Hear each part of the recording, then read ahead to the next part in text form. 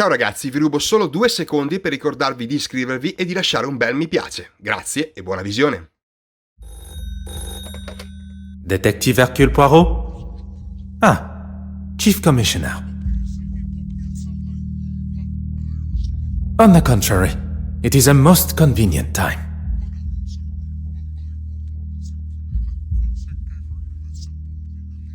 The safe passage of a painting?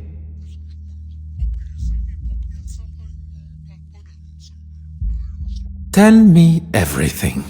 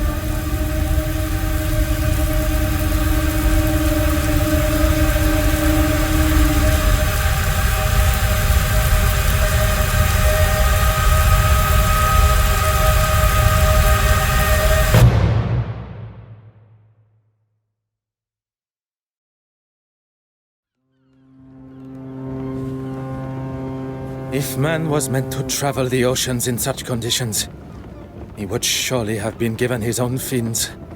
A distraction is what one needs. Where is that blasted contact? How is one to prepare for an assignment if one does not have all of the required information? Very well. I shall wait no longer.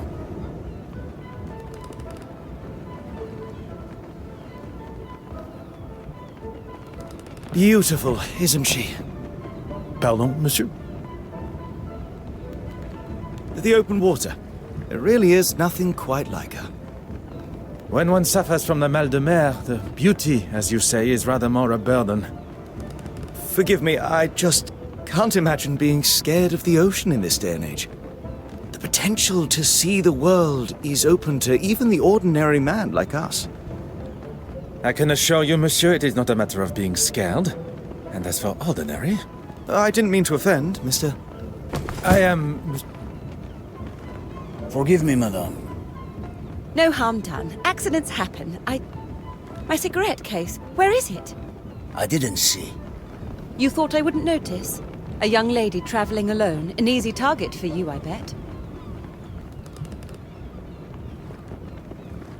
I'm sure the young lady would appreciate the help of 2 handsome strangers.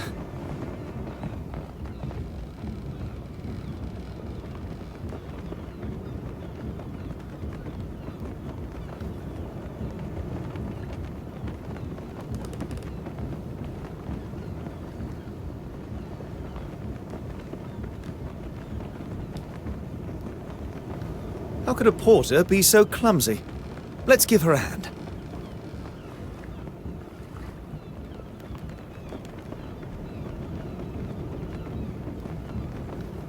A young lady should not be left to gather her own things.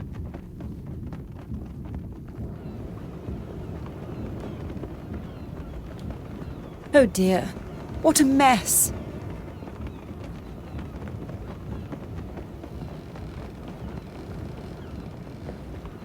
I didn't drop it on purpose.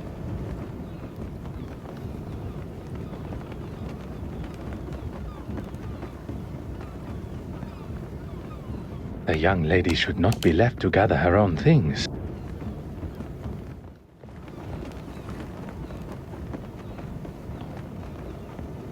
Aha.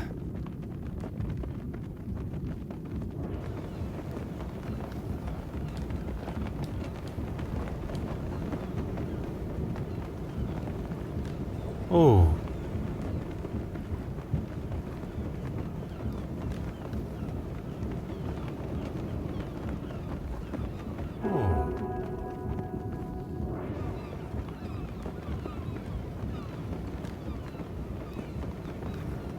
Aha.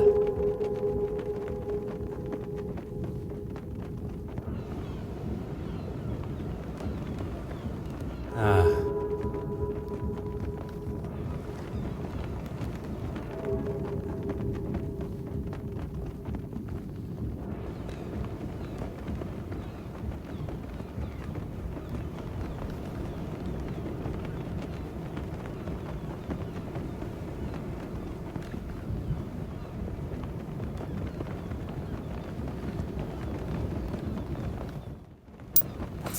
You are returning home?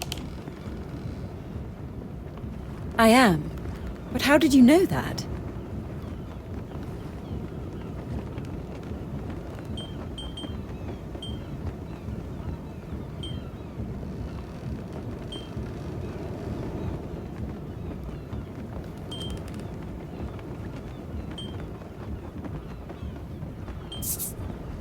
Besides your educated accent, the crest that adorns your cigarette case, it is of British origin. Very observant. It's the crest of my family, and the case belonged to my mother. I take it everywhere with me. Miss Florence Farquhar, a pleasure to make your acquaintance. The pleasure is ours. That looks like everything. Except for my powder case. Is this what you're looking for? It is! Thank you, Miss... Miss Babanin. Anastasia Babanin. Anastasia. What a beautiful name. It was my grandmother's. Well, that's everything now. I can't thank you all enough for your help. I'd be happy to escort you. Here, I'll take your bag. Oh, yes. Okay, thank you. Cabin 4. I'll be right behind you. Anastasia, perhaps I can offer you a token of my gratitude in the bar later? That would be lovely. And you, Mr...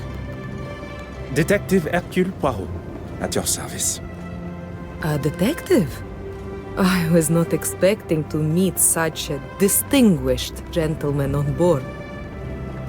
I did not expect to meet someone of Russian descent on a ship between the great city of Antwerp and Dover. I never mentioned where I was from either.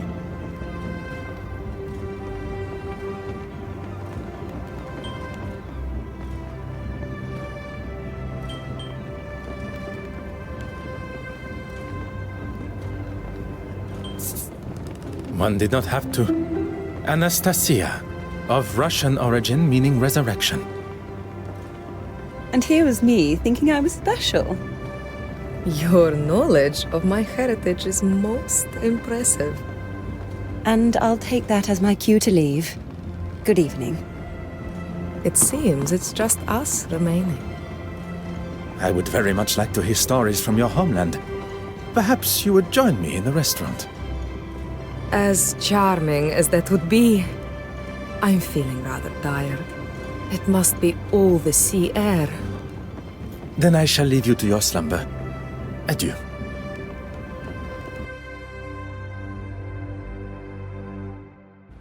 As much as I enjoyed the delights of the restaurant, I still found my mind drifting back to Mademoiselle Babagna. She really was quite charming. I have spent the first part of this excursion neglecting my duties. It's time to retrieve my notebook from the safe and begin. The combination was not a difficult one to remember. 1815, the Battle of Waterloo.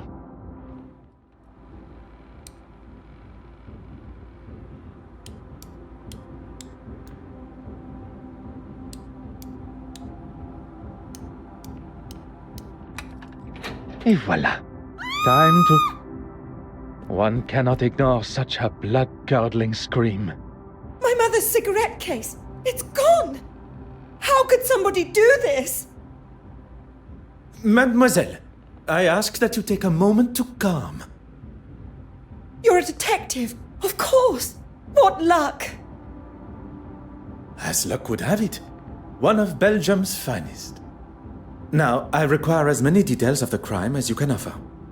I came to my cabin and began unpacking. I couldn't get the safe working, but the gentleman that helped me with my luggage showed me how it works. Afterwards, I went for a brief walk, and when I returned, the safe was open, and my cigarette case was gone. We must consider the suspect list. Those who were aware of the cigarette case's existence. That can only be those who were up on the deck when my luggage spilled. Miss Babanian, the porter, yourself. And your helpful stranger. Yes, of course. I ask that you gather them for me. And while you are absent, I shall begin my investigation in here, if Mademoiselle permits. Whatever you need to do to find it.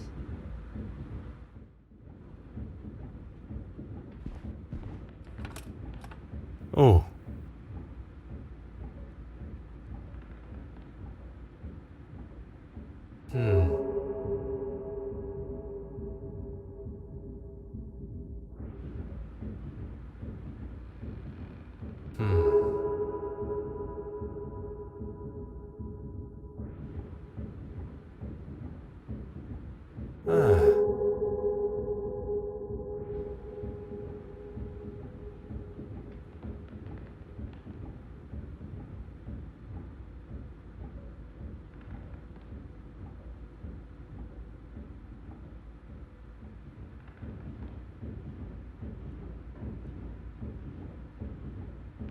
Huh.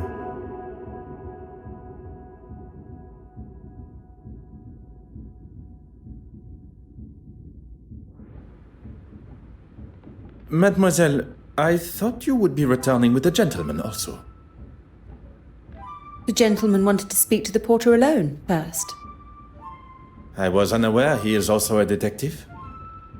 He's not a policeman. He works in insurance, I believe. It appears I shall be spending my time chasing amateur detectives around the ship. Mademoiselle, I would like to start with who had access to the safe combination. No one. It was in a sealed envelope that was waiting for me when I arrived. I memorized it and threw the paper overboard. 4385. It's really not that difficult to remember. A similar envelope was waiting for me upon my arrival. The date of the Battle of Waterloo, as I recall. Every safe, although identical, must have a different combination. After the gentleman helped me with the safe, he left. If the mysterious gentleman is behind the theft, he went to great lengths to hide his fingerprints, but did little to hide his movements in Mademoiselle Farquhar's cabin. There are many questions that require answers, answers I believe he may hold.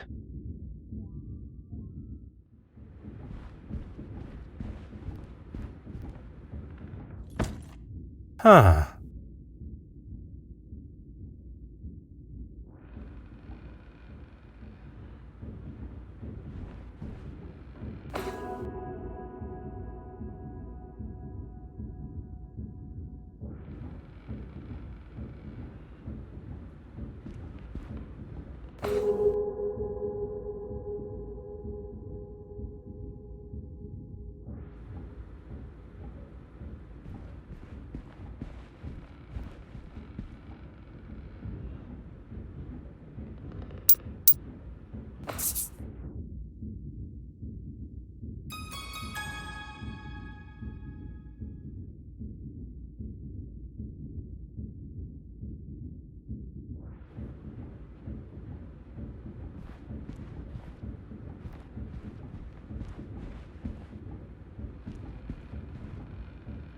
Hmm.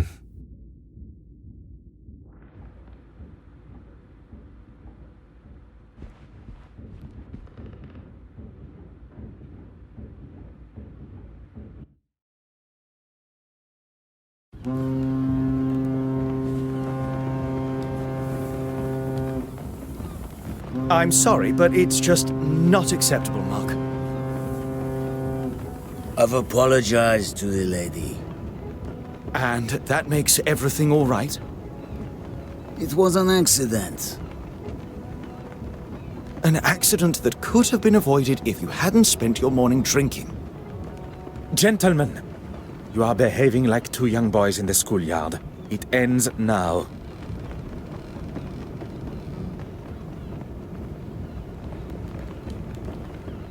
Is Mademoiselle Farquhar aware you are acting as her knight in shining armor? I wouldn't go as far as that. I think perhaps we have got off on the wrong foot. I'm Arthur Hastings. She requested you to follow her to her cabin, no? Oh, yes, she did, but I wanted to... Speak with the porter privately? This was part of your investigation? Well, I'm not a detective. I was just, Then perhaps you will answer some questions that are vital to my investigation as a detective. What can I do for you?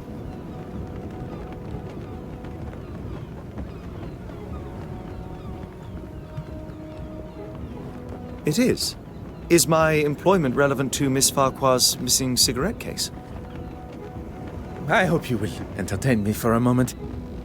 What would you say the chances of proving a theft in a case such as this one are? Well, a report from a detective like yourself will certainly help expedite her insurance claim. As I thought. It had perhaps not crossed her mind before, but being amongst an officer of the law and an insurance man, the idea of insurance fraud may have appeared appealing. When Miss Farquhar, told me that something had gone missing from her safe, I thought it must have been the porter. How so? I'd rather not say with him standing just there. It is not I that controls the volume of your voice. You must have noticed the smell of beer on his breath. I wouldn't put it past a man that drinks on the job to steal. That is quite the accusation. And if you were correct, you wish to settle the matter with him privately? I wanted to give him what for, but I suppose I lost my nerve. I'm what some would call a middleman. I oversee the handling of recently sold items and put the buyer in contact with an appropriate insurer.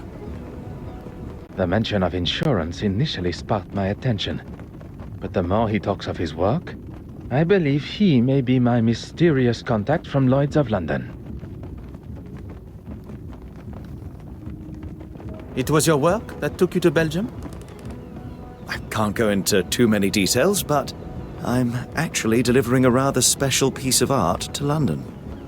I'm meant to be meeting an official of some sorts that's supposed to be helping me, but no sign of them yet. And it is confirmed. It concerns me that my supposed trusted colleague has found himself involved in the middle of my investigation. I will continue to withhold my true identity and see how Monsieur Hastings' involvement concludes.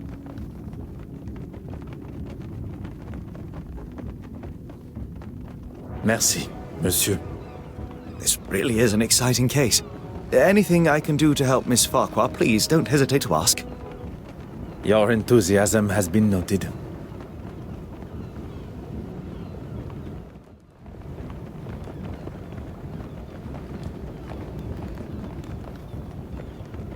Perhaps you and I can have a more civilized discussion. I'll tell you the same as I told your friend.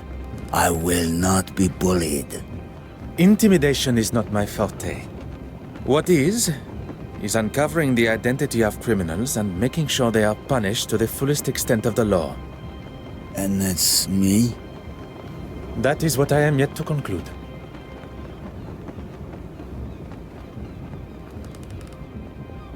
Who said anything about drinking alcohol? It does not take a detective to identify the distinct odor on one's breath. Maybe one to calm my nerves. My sea legs aren't here yet, that's all.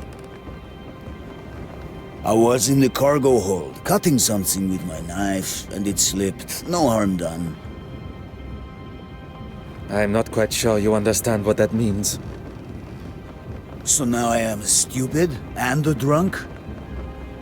Do you have the knife in question on your person now? I don't. He stole it and won't return it.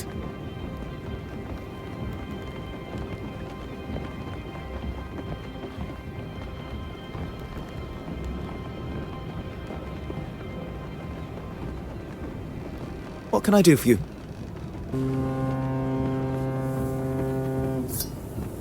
Huh.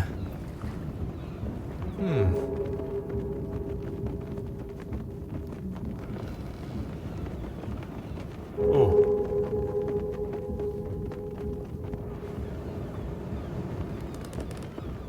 Aha.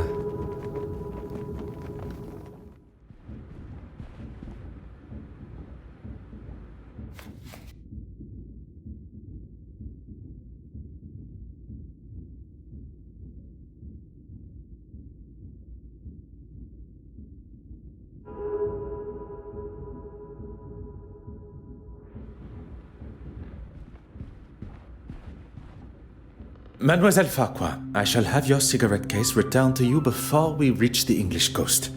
I hope so, Detective. Insured? Oh no, why would I have it insured? Anything of substantial monetary value. I'll stop you there, Detective. The cigarette case itself is hardly worth 2 pennies, but to me, it's priceless. Not for a second. At least not with my permission. You probably think this silly, naive woman has left her valuables out, or I've just misplaced them. But I assure you, that is not me. It had not crossed my mind for even a moment. You caught me, reading my own article. I must say you raise a very interesting point. Art should have no social boundaries. Creativity is for all to enjoy. Thank you for saying that. I wish everyone was as open-minded. Yes, I'm really quite excited about it. You have been invited to a preview at the Royal Edward Gallery. A small world indeed. Will you be in attendance? It's actually one of the reasons that I have been in Belgium. I was lucky enough to have a sneak peek at some of the pieces on show. I'll also be writing a follow-up article on the success of it. Fingers crossed. Lucky indeed. I am sure it will be a great success. Merci, mademoiselle. That is all for now. Mademoiselle Babagnan, I'm sorry we must continue our conversation under these circumstances. On the contrary, what fantastic luck that you are here. Now I get to see you at work. I'm afraid I've done very little, actually. After we parted ways, I went to my cabin. I had barely unpacked and I was fast asleep on the bed. Alone? That is a rather personal question, don't you think, Detective? I'm sorry, I'm a little nervous. A poor attempt at a joke. Yes, I was alone. There is no need to be nervous. And then? And then I was woken up by Florence's scream. I have never heard something so terrifying. You have been most helpful, mademoiselle. I shall not take up any more of your time.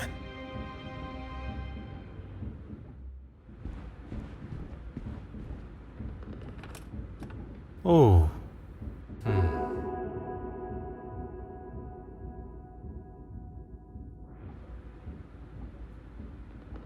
Huh.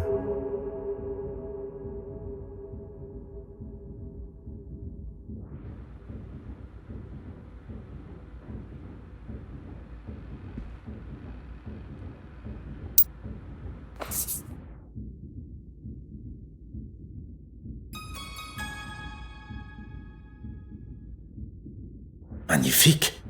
A fingerprint. Now to determine who it belongs to. You found one, Detective? Ah, how exciting! I suppose you'll want to take mine. To rule me out, I mean. You could ask me anything.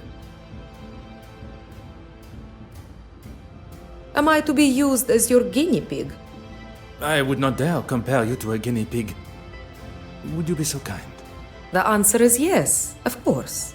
I have nothing to hide.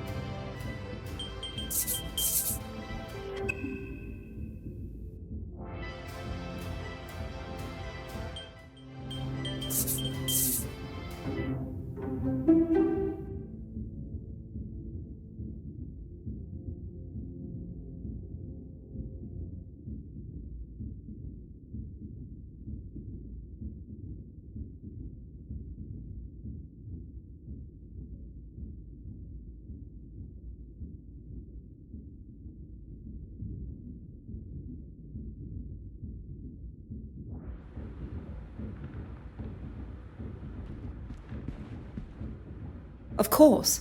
Whatever you need.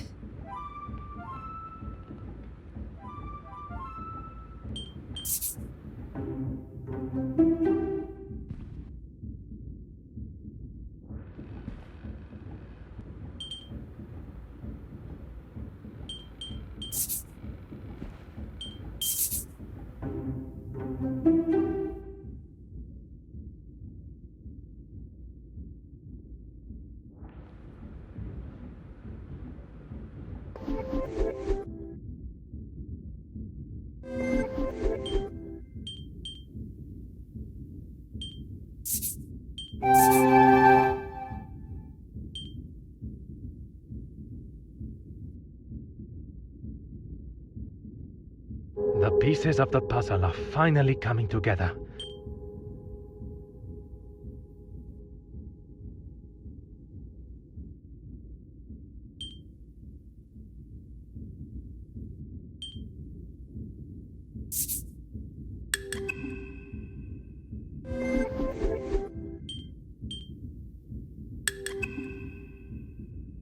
I must consider the suspects I have in front of me.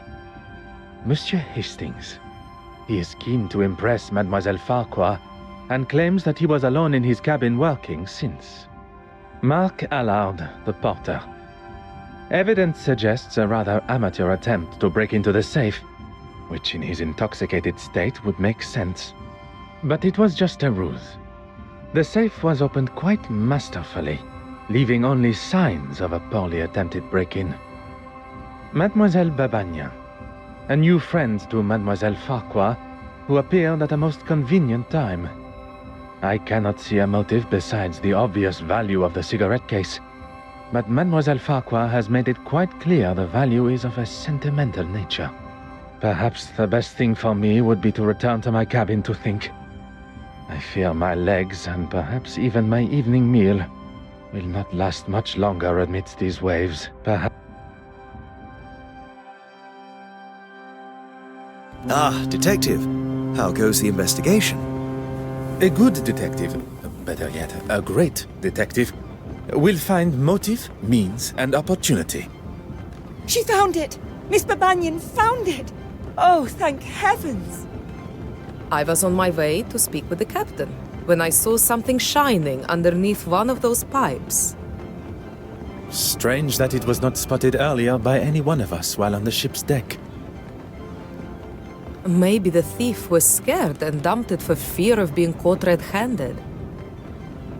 Miss Babagnan, Anastasia, you saved the day. I can't thank you enough. And you, of course, detective. I find Mademoiselle Babagnan's explanation of finding the cigarette case rather coincidental. But without any definitive proof, I cannot suggest anything otherwise. The cigarette case has been returned and the coast is in sight, which is what is important. Although, there still remains a part of me that craves the truth. I suppose you can chalk that up as a victory. A victory for Mademoiselle Farquhar, but not in the eyes of the law. Well, if anyone asks, I'll confirm what a splendid job you did. Very kind, monsieur. While we are on the matter of truth, Monsieur Arthur Hastings, you are here to oversee the transportation of the penitent Magdalene painting, are you not? How on earth? You are aware of my employment, but not of my true identity. Detective Hercule Poirot. Wait, are you the official that I was supposed to have met on board? Oui, monsieur. Please, accept my apologies for keeping my true identity hidden. But I had to be sure your involvement with the theft was purely coincidental. When it comes to the nature of our work, trust must be earned. A little unorthodox, but I suppose I understand. So you can trust me now? It continues to grow. Well, we have a couple of weeks before the gala, so hopefully by then you'll trust me with your life. One can hope.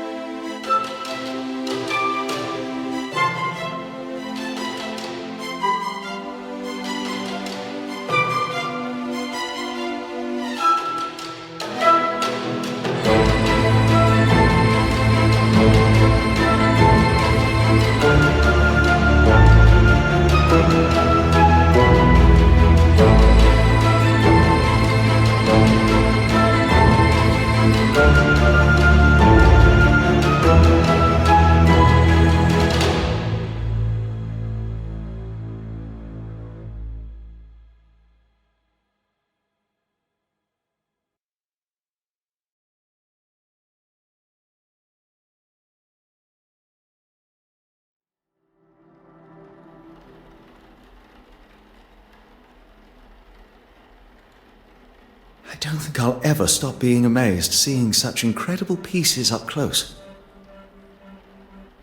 One would certainly hope not.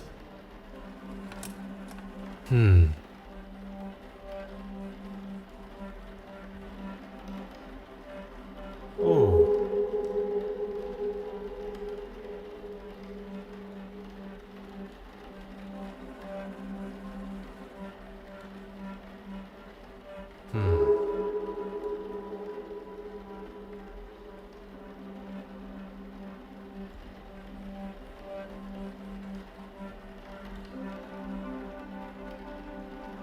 Ah.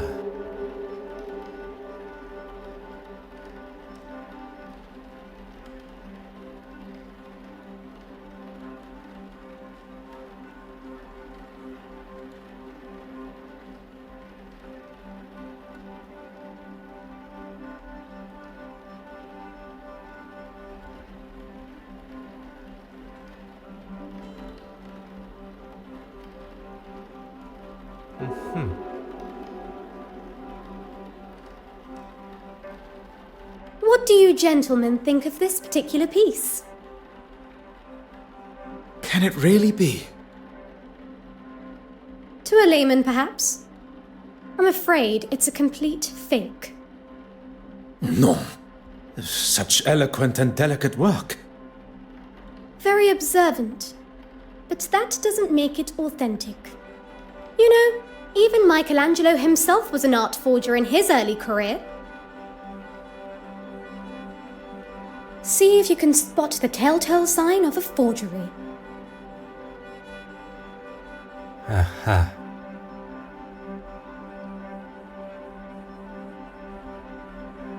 Huh.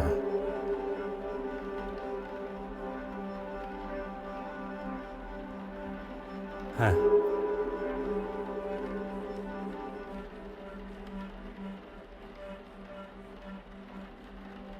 Oh.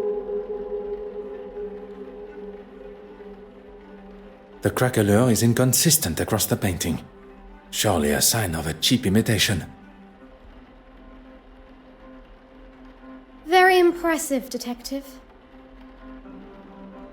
Unconvincing aging is one of the most common giveaways of a forgery, whether it be in the craquelure, the smells of chemicals used to artificially age the painting, pigments that haven't dulled with age. Sometimes it's as simple as the materials used just not existing at the time of painting. The trustees were quite excited by its arrival, but it didn't take me long to identify its faults. Quite the detective yourself, Mademoiselle Warbeck. Please, call me Evelyn. If there's one thing I've learned in the short time I've spent with the detective here, formalities and politeness are essential. They are a cornerstone of modern civilization and must be upheld. This city could benefit from more gentlemen like yourself. Now that the etiquette of our greetings has been decided, shall we finalize preparations? I was hoping you'd say that. The exhibition area needs to be secured. I wonder if you would be able to lock the remaining doors for me? I'll lock the west wing door when I'm finished there. And if you could tie this ribbon around the handles of the main door for me, I'll leave it outside. If securing the exhibition room is what Mademoiselle Warbeck requires, that is what shall be done. Detective Poirot, have you ever seen something so beautiful? Monsieur Hastings, everything has beauty. It is only how the individual perceives it that defines just how beautiful. Yes, I suppose you're right. Oui, I am. Mademoiselle Warbeck requested I prepare a ribbon over the main exhibition room door before the grand reveal. Once I have done that, the restoration room door shall be locked, and our work, for the moment at least, is complete.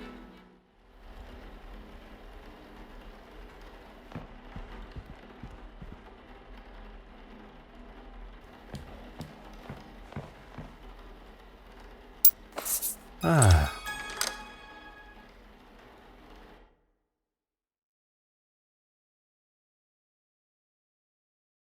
Miss Warbeck did ask you to make it look pretty. One shall complete the task to the degree it is requested. Symmetry is the key, you see. Oh yes, I see. Everything is now ready for the arrival of the guests. I assume you have the list of guests? I am afraid not. It would usually be an essential part of my preparation. In fact, it perturbs me that there is something I did not have time to prepare for. Would you like me to find Miss Warbeck? There may still be some time to check the list. Look, there's Miss Farquhar. With Miss Babinin. Seems that they became fast friends after the incident on the ship. Intriguing. Intriguing how? Speculation, monsieur. Nothing more. That head of yours is just constantly full of thoughts. Who's this? I have no idea, but she's sure to turn heads with such a fetching dress.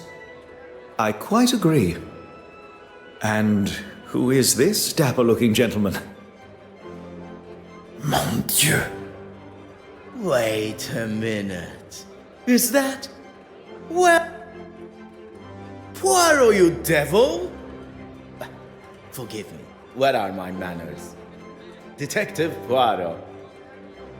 Goodness, Monsieur Demire. Poirot is more than adequate for an old friend. He saves my family from near ruin, uncovers a murderous plan, and still has the modesty to not correct a buffoon like me.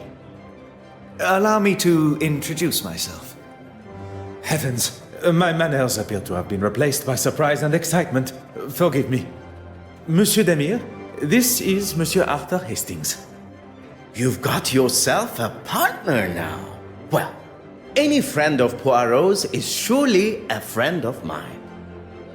Monsieur Hastings has been kind enough to show me the sights of London. A more than adequate guide. I would take that. It's as often as a blue moon you see Poirot handing out approvals like that. And what is it you do, Mr. Demir?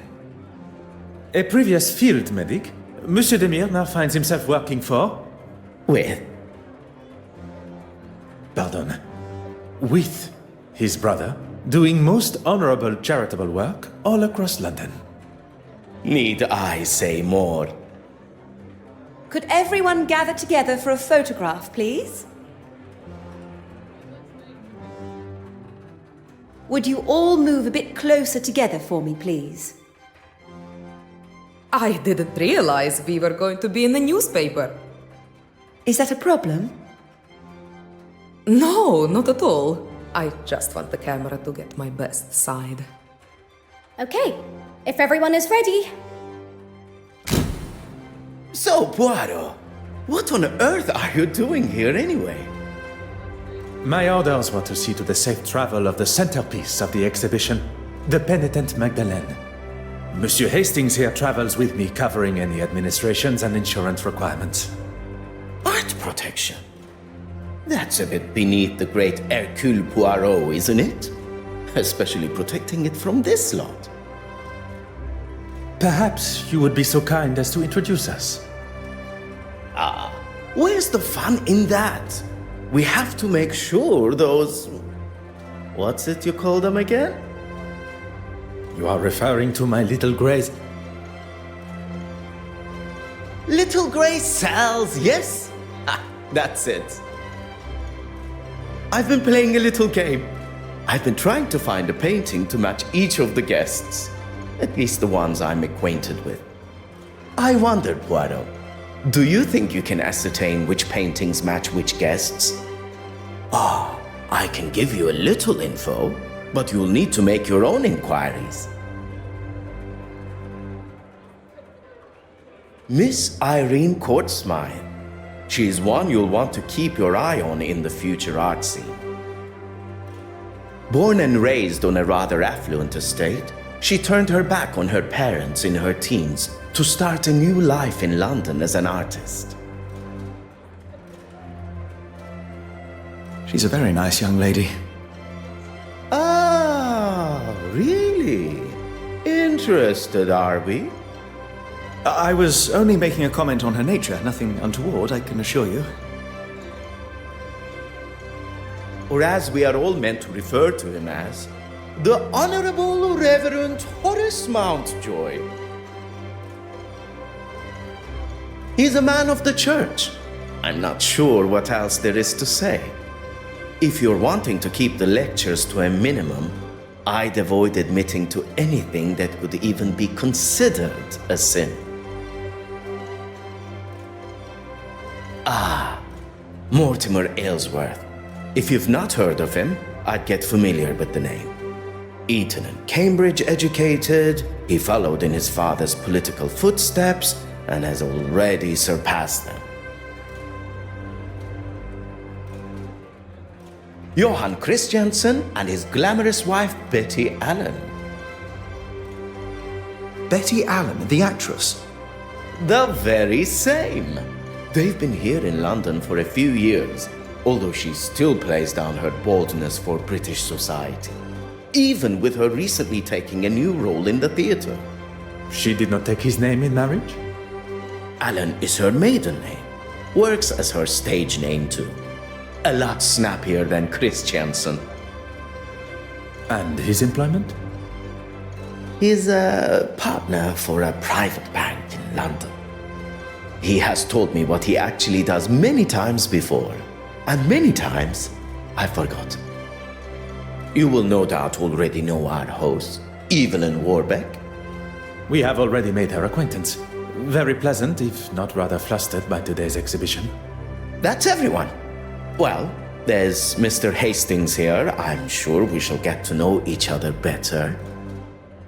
Anastasia Babana. We met briefly while traversing the channel. Look at you, Poirot. Got a love interest of your own, huh? Monsieur Demire, must I remind you of why I am here? No. No need at all. I know you're strictly business. Let's see what you can do then. And come back to me when you know enough about the guests to solve my little mystery.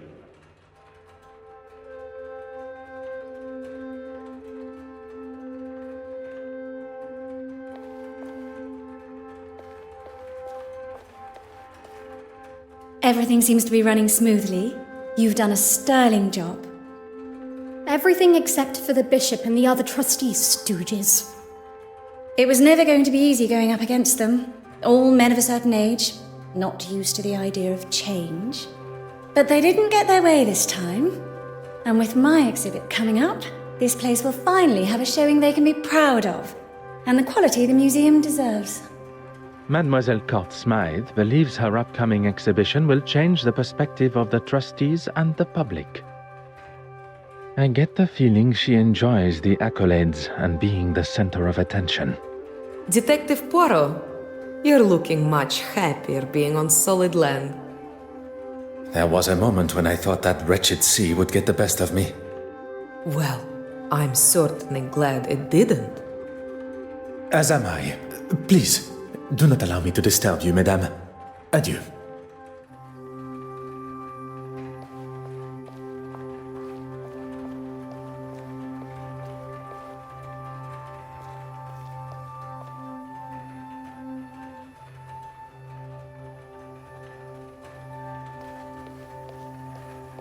Incredible, isn't it? And to think we are all located on that one small planet, revolving around an all-encompassing star. To think of all the suffering. I give what I can to charity, but what this country needs is someone willing to put the poor first.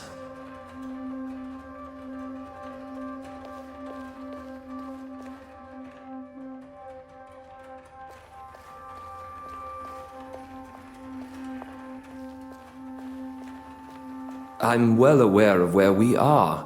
I just want to make sure I'm looking my best for the photographs. And people call me the drama queen.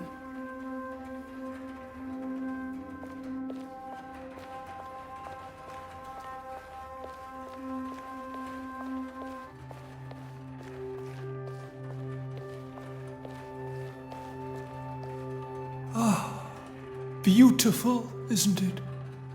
Not like the modern tripe Miss Warbeck insists on bringing into the museum. Oh, the Lord will not look fondly upon her choices. I would hope one's choice of art would not affect one's chances for a better afterlife. Let's hope not, for her sake.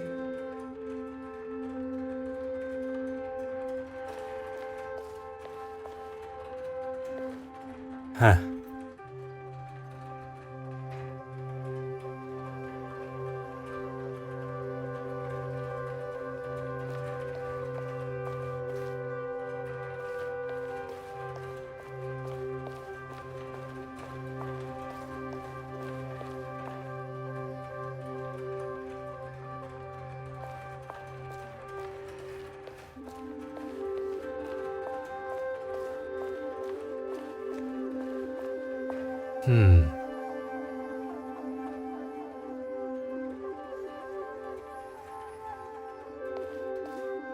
Aha.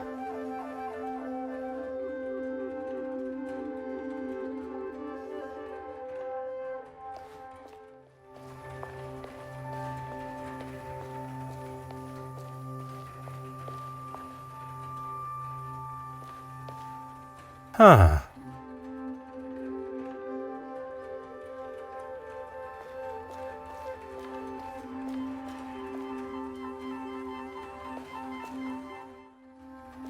So, have you any thoughts on my little mystery?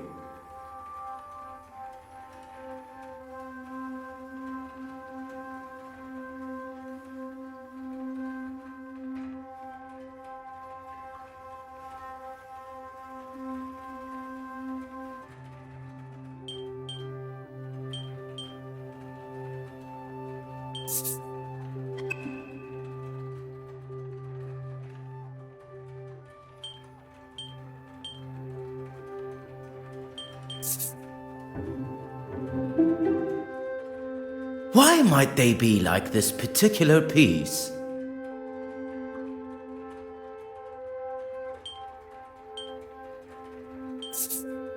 That's right! Although I shouldn't be surprised. Anyone else?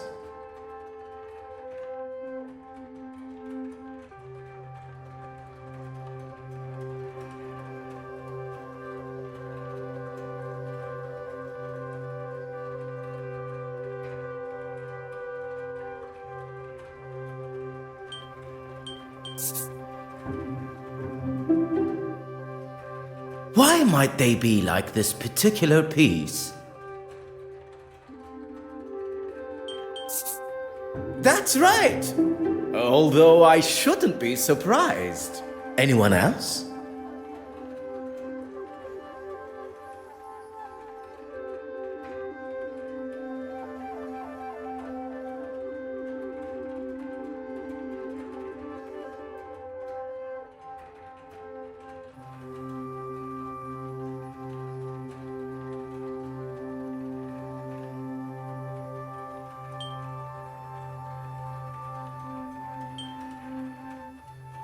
So, have you any thoughts on my little mister?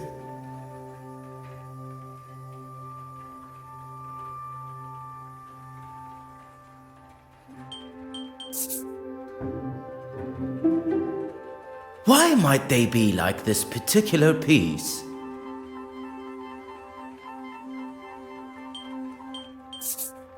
That's right! Although I shouldn't be surprised. Anyone else?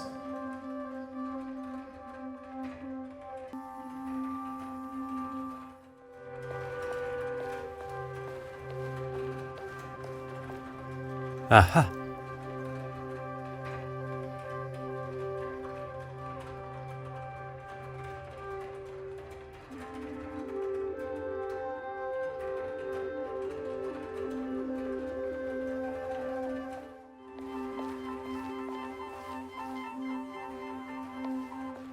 Ah.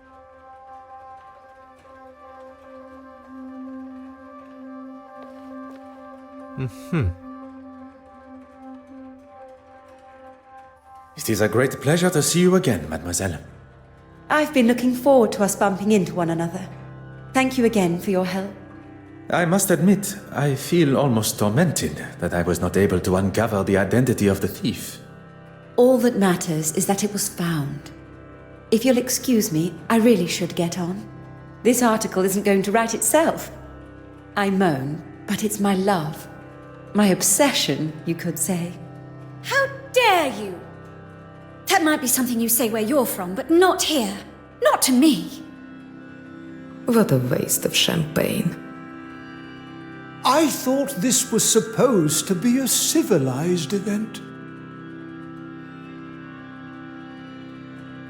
Are you all right, mademoiselle? I hope you did not spill any champagne on your gown. Don't worry about me. It's only that wretched man that has got some cleaning up to do. His suit and his mouth, by the sounds of it. Do not allow this to ruin your day.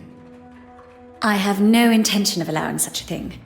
In fact, we have business to discuss. It would be good to at least schedule a time that suits us both. Monsieur Christiansen and Madame Hélène have returned. You are to be the focus of Mademoiselle Farquhar's article. Miss Court Smythe here is the next big name, and she has been kind enough to offer me an exclusive interview. Madame Hélène has left via the exit, but Monsieur Christiansen has not gone with her. Do not allow me to interrupt your work.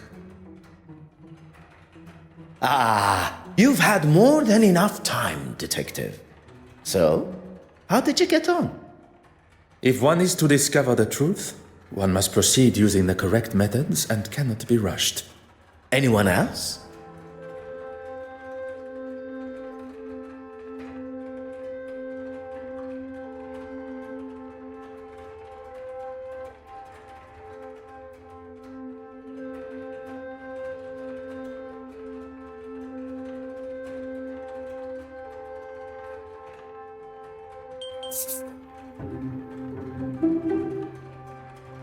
Why might they be like this particular piece?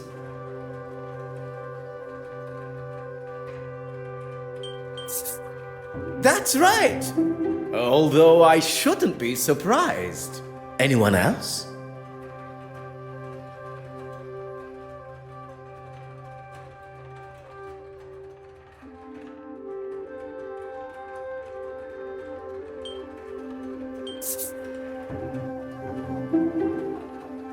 Why might they be like this particular piece?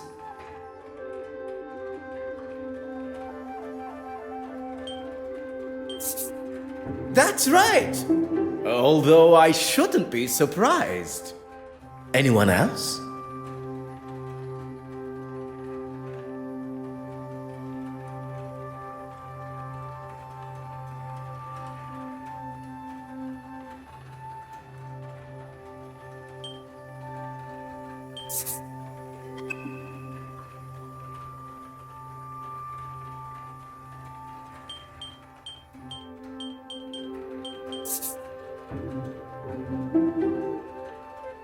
Why might they be like this particular piece?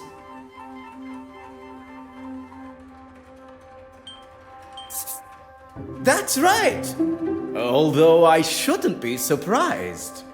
Anyone else?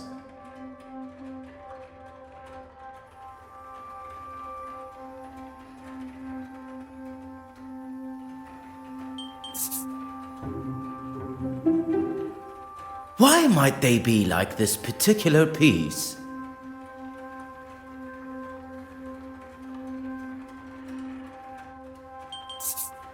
That's right! Although I shouldn't be surprised. That's everyone. Well done. I should have known it'd be no challenge for you.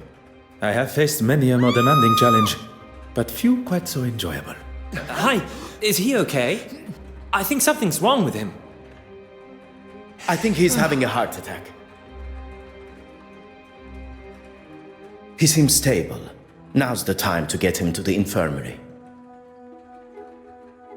Oh, there's no need for that. I'm feeling much better already.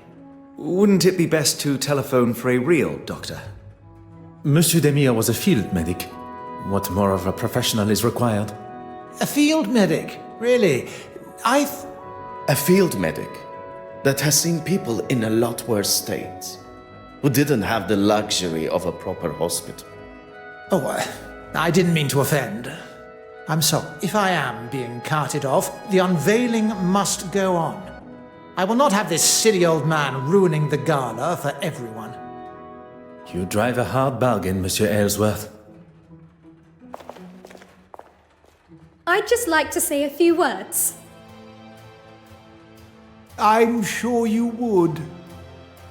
Thank you all for coming. Here at the Royal Edward Gallery, we are proud to present such wonderful works by some truly fantastic artists.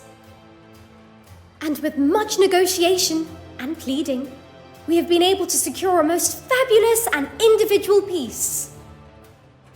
Standing here with you, unveiling today's centerpiece, the Penitent Magdalene, really is a special moment for both this museum and me personally. So, without further ado,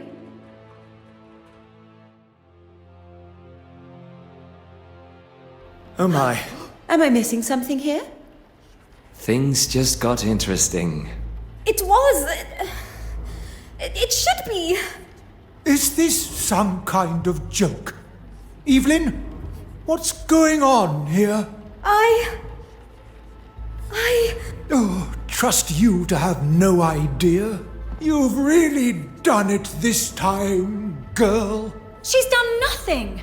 It's not her fault. By the grace of God, it's somebody's fault. I am quite sure Mademoiselle Warbeck is as surprised as us all.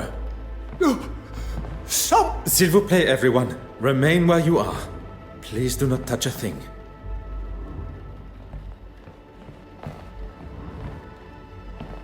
Monsieur Hastings, you saw me lock the door to the restoration room, oui? Of course, I was by your side. I'm going to be in a lot of trouble for this. You are not responsible for the painting's disappearance. But who is?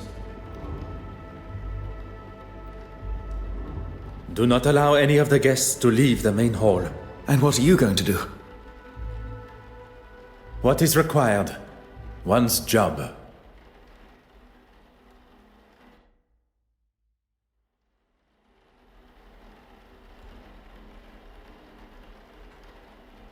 So, I don't really know what to say. Monsieur Hastings, this theft may be a new and foreign concept to you. But to Detective Poirot, it is just another case waiting to be solved. What do we do then? We must get to work. If we can ascertain the thief's point of entry and exit, this may all be resolved momentarily.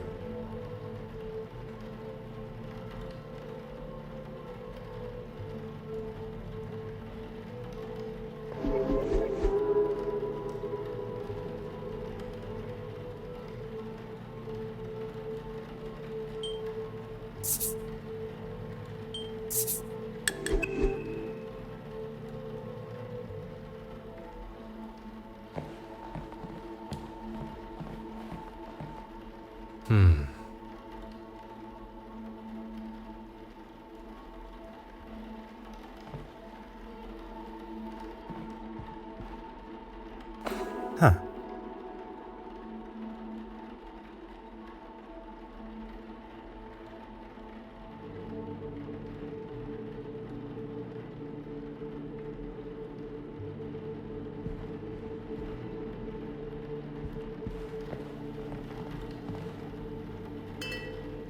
Oh.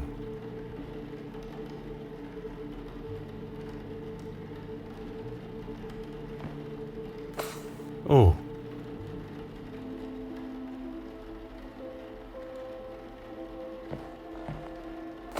Hmm.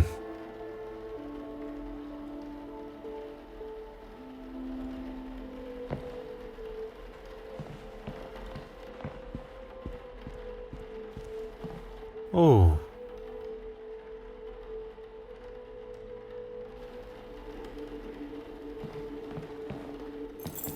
Huh.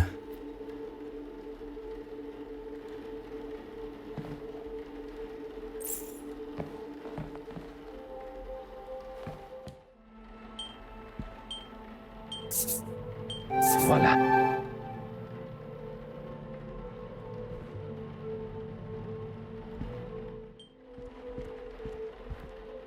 Aha.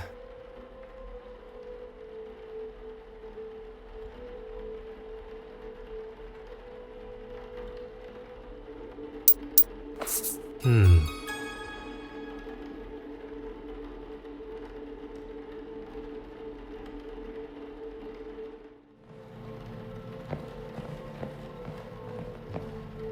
Huh.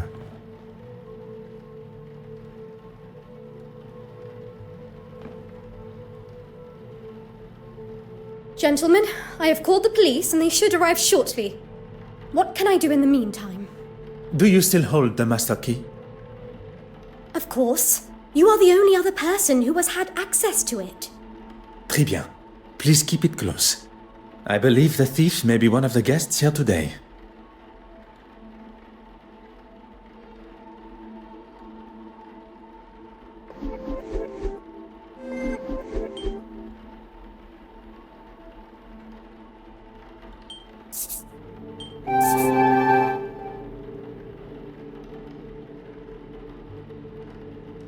Magnifique.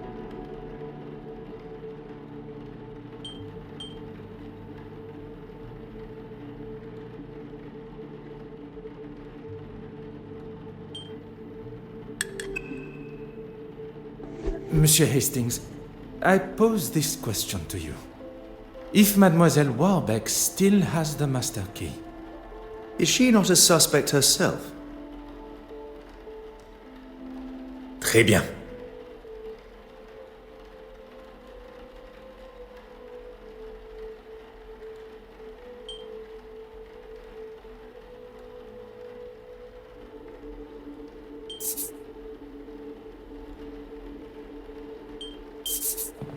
Mademoiselle Warbeck is likely not our thief. The real thief did not care about the museum and what is hung on its walls. At some time during this evening's festivities, The key was taken from her pocket and used in the restoration room door without her knowledge. If we find the pickpocket, we will uncover our painting thief.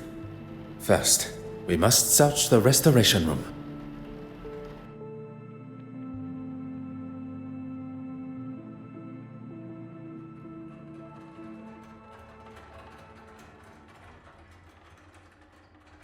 Mesdames et messieurs, your attention please.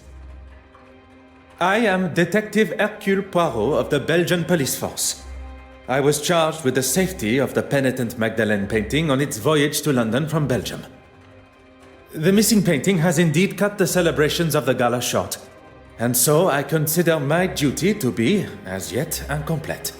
With your cooperation, I ask that you all remain within the building, and I intend to speak with you all individually. If I was the thief, I would certainly be worried after a speech like that. I just wonder if... maybe I should let you do the questioning. Monsieur Hastings, the painting's safe return also falls upon your shoulders. I know, but I can make myself useful elsewhere, see what clues I can find.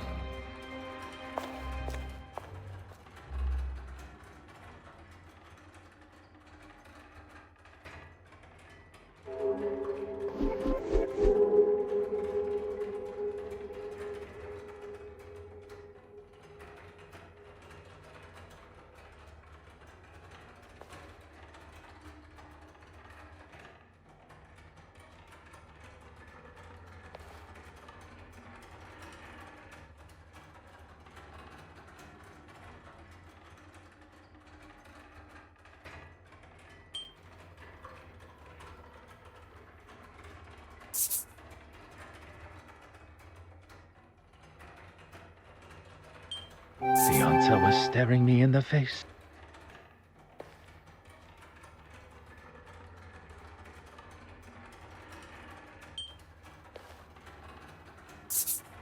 I should not be surprised by my own skills of deduction.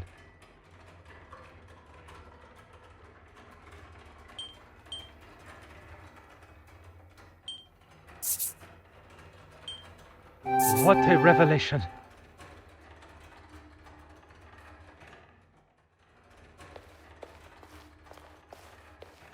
Bonsoir, Monsieur Christiansen. Detective, what a mess you have on your hands. That is certainly one way to describe it. Perhaps you can begin to help me to clear up this mess.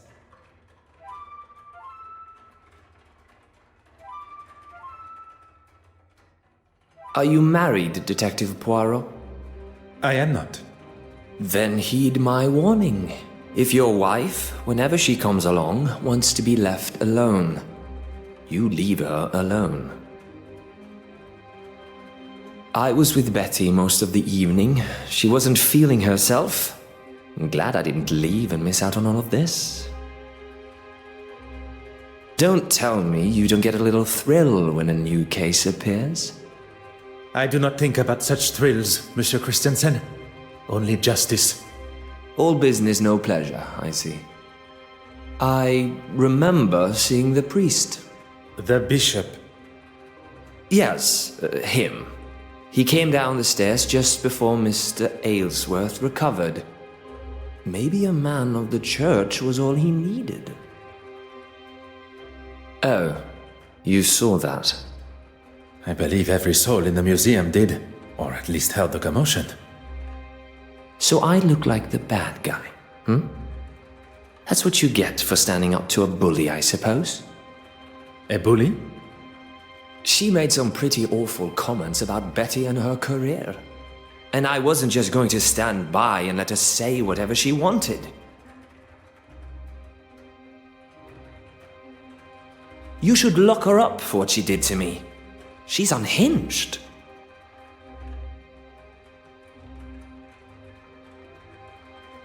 Merci, monsieur.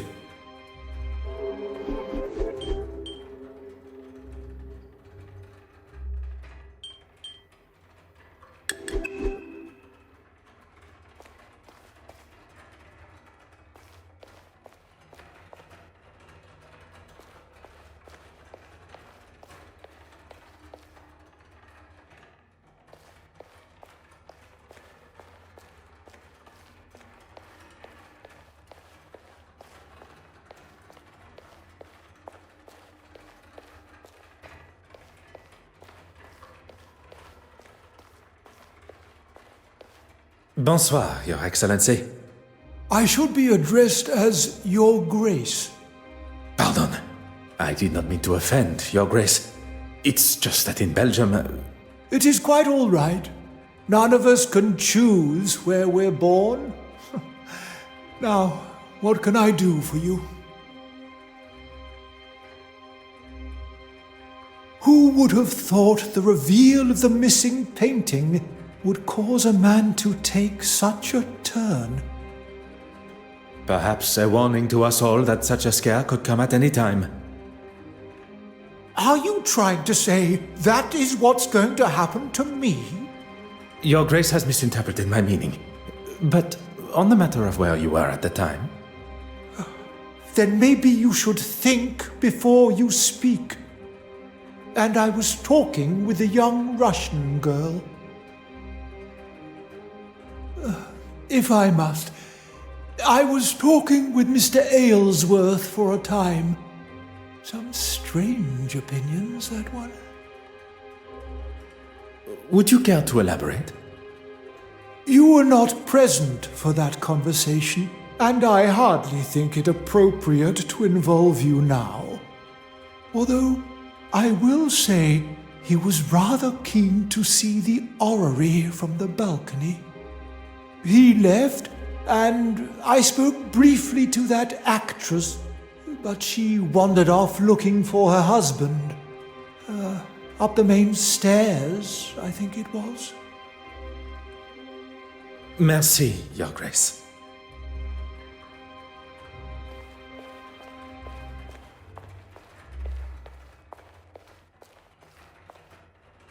Bonsoir, Mademoiselle Babagnan. Please, detective. Surely we are past those formalities. What you may consider a formality, I consider etiquette. Well, I had the pleasure of meeting the other guests. I feel so fortunate just to be invited myself. Modesty is the color of virtue. Now, mademoiselle, you were saying... Oh, yes. We all gathered for that delightful photograph. Then I spent some time looking at all the wonderful art. I did notice the actress and the politician returned to the main hall together. And the other guests? I saw Bishop Mountjoy and the politician, oh forgive me, I forget his name, leave towards the east wing together. It was much earlier in the night, well before that. You have been as enchanting as always.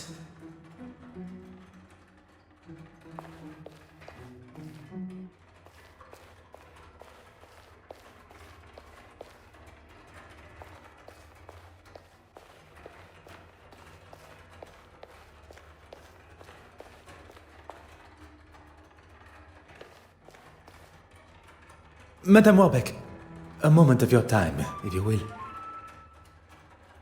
I was rather busy, as you saw, especially with Irene and her disappearing act. Disappearing act? An artist and a magician. She is a woman of many talents.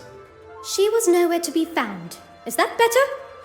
She was supposed to help me organize everything. Then I saw her throwing her glass of champagne at Mrs. Allen's husband. I was hoping to speak with her after, but I didn't see her again until she was calling down from the balcony following Mr. Aylesworth's collapse. Mr. Christensen, Betty Allen's husband. After the theft, on my way to telephone the police, he was looking for something in the West Wing. Merci, mademoiselle. That is all for now. Bonsoir, mademoiselle. It seems trouble follows you, detective. So it would appear.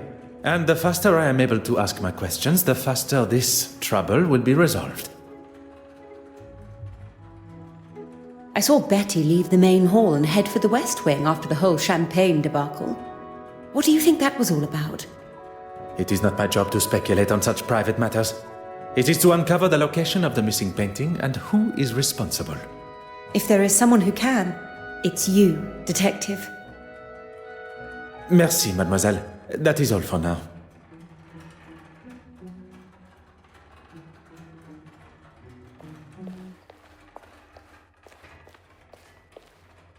Mademoiselle, if you have a moment, I wish to ask you some questions. Look around you, detective. Out of the ordinary is the ordinary here. Regarding the guests of the gala, you had the opportunity to speak with them all? I met that delightful Farquhar girl, the art critic. With any luck, her article will finally give me the respect I deserve. Your talk on the balcony went well, I presume. Well, indeed. We weren't up there for long before the poor politician was struck down. What luck for there to be a doctor at the scene. And for us to have a detective here, too. Before I wasted a perfectly good glass of champagne on that man, you mean? That is certainly one way to tell the story. I'd hardly call him trying to push himself upon me as a story. With his wife in the same room? You think a man with that much arrogance cares? Women are nothing more than objects to him. One day he'll learn his lesson. Merci, mademoiselle. That is all for now. I thought I would make myself useful, and I think I found some things of note. Bon. I shall go and retrieve them now. You were wise to not touch them and contaminate any evidence. I didn't think about that. I did only move them to the West Wing. Fantastique.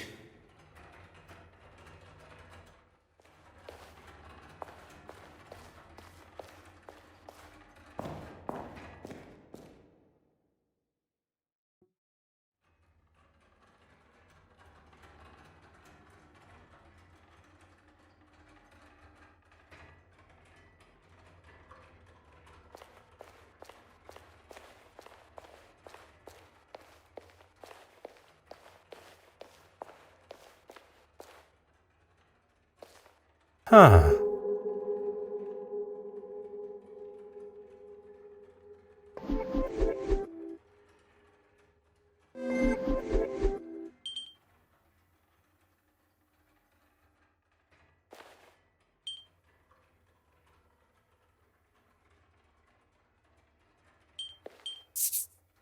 Another success. I never doubted myself.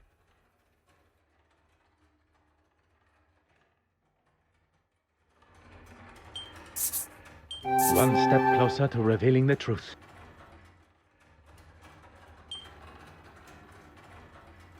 Magnifique.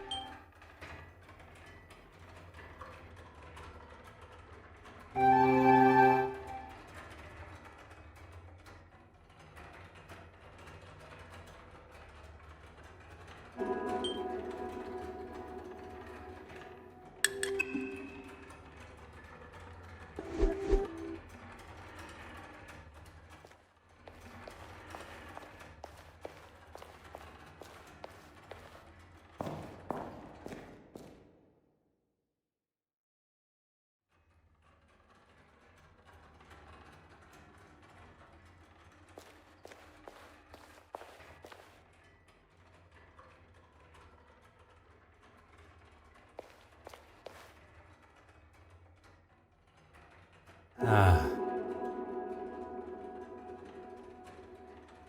Mm-hmm.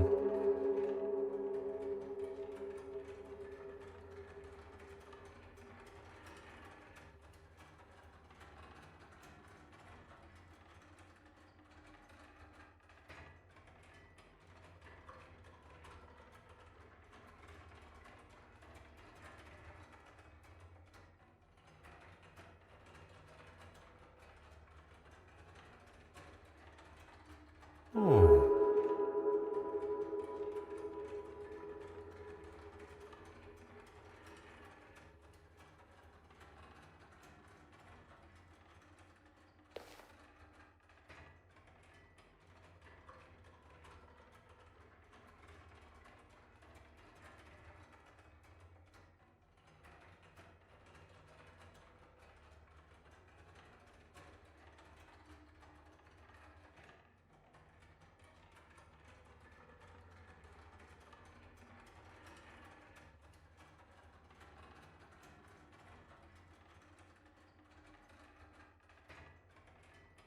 Oh.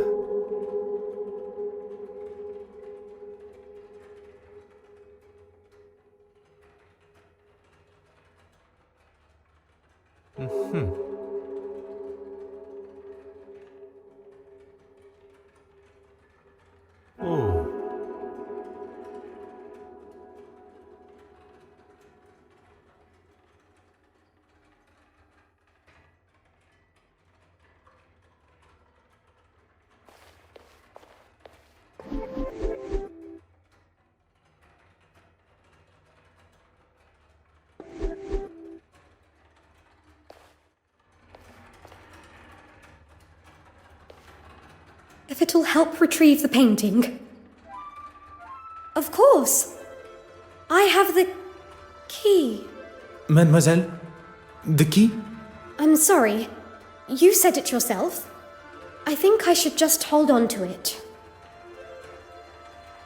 I was not expecting Mademoiselle Warbeck's hesitation. Mademoiselle Warbeck, I really must insist on access to the restoration room. I find your reluctance to oblige a little troubling, mademoiselle. Now listen. I am the curator of this museum, and I... Miss Warbeck, will you let the man in? I, for one, would like to get to the bottom of this tonight. Please, Evelyn. Let's not drag this on all night. Evelyn Warbeck, That's me? Detective Inspector Hardwick. I was told a painting's been half-inched. Yes, it's... Stolen. Detective Hercule Poirot of the Belgian police, seconded by the Musée Royal des Beaux-Arts de Belgique and Lloyd's of London, to escort the penitent Magdalene here. How do you do, Detective Inspector Hardwick? Well, thank you for that introduction, Mr. Poirot, but we won't be needing your help this evening. But you see, not only do I have a considerable personal stake in this matter, I also possess undoubtedly the finest investigatory mind in all of Belgium. I'm sure Belgium thinks you're the bee's knees, but we'll be just fine and dandy. I must insist, Inspector. Bloody hell! I don't have time for this. Will someone try and get through to this man before he does my head in?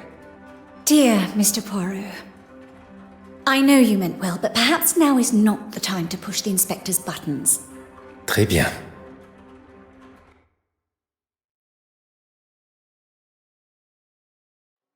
Monsieur Hastings, the fate of the penitent Magdalene lies in our hands. And Miss Warbeck's career, by the sound of it. Then we shall waste no time. We have spoken with a number of the guests from the gala, but there still remains those who are absent. They may be able to offer a clue as to the thief's identity. Then let's go and find them.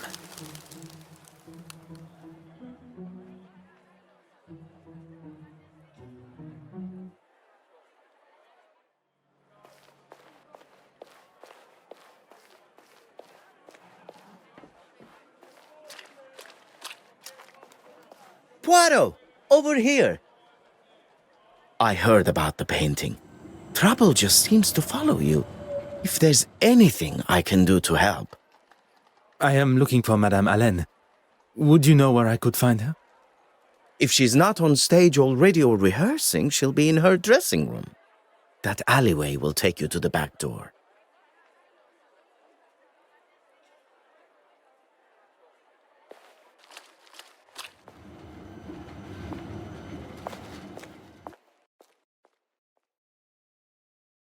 Oh, this isn't quite what I was expecting from a famous star like Betty Allen. A famous star that is not on stage, nor in her dressing room.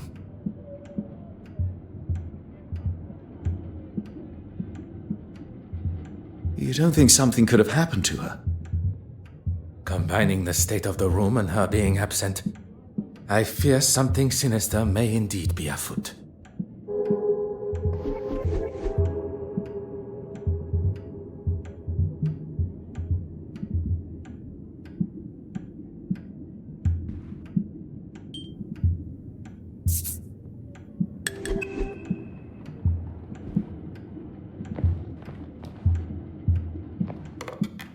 Oh.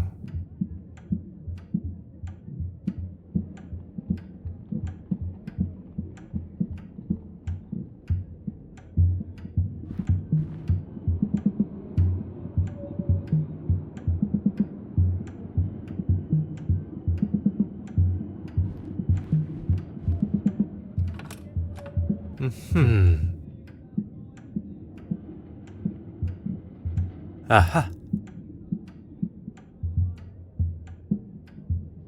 Huh.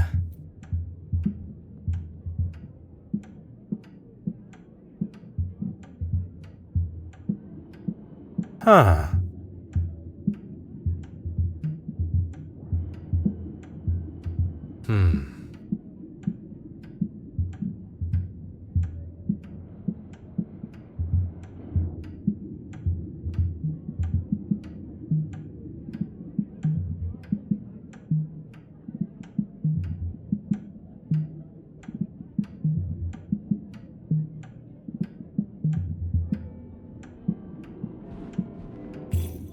Oh.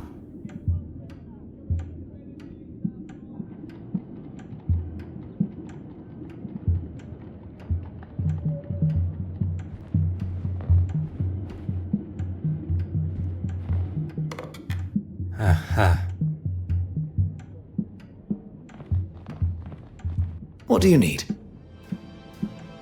What can I do for you?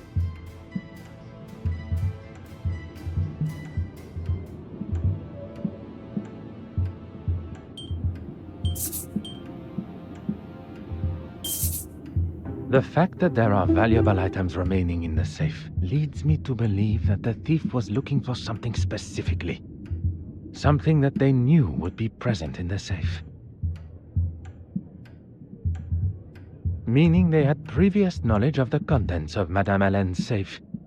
In effect, they must know Madame Hélène herself.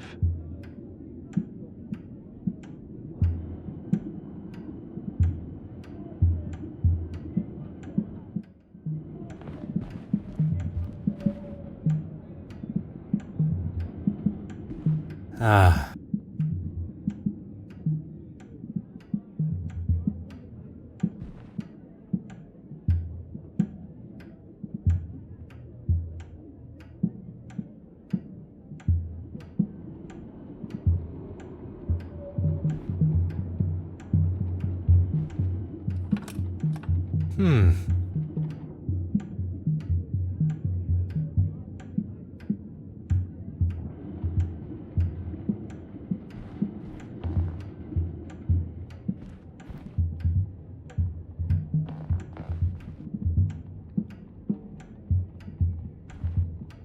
Huh.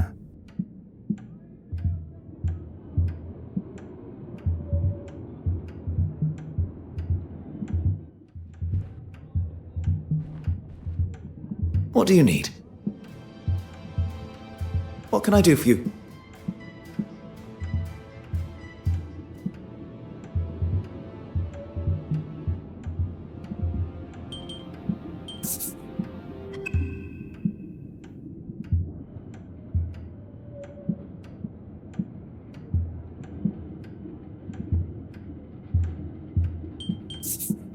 Why, Mrs. Allen?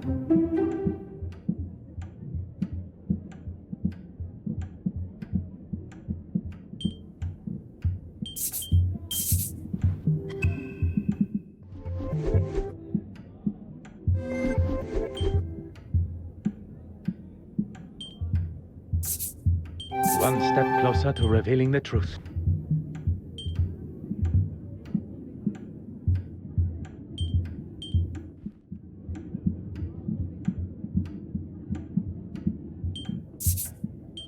Magnifique.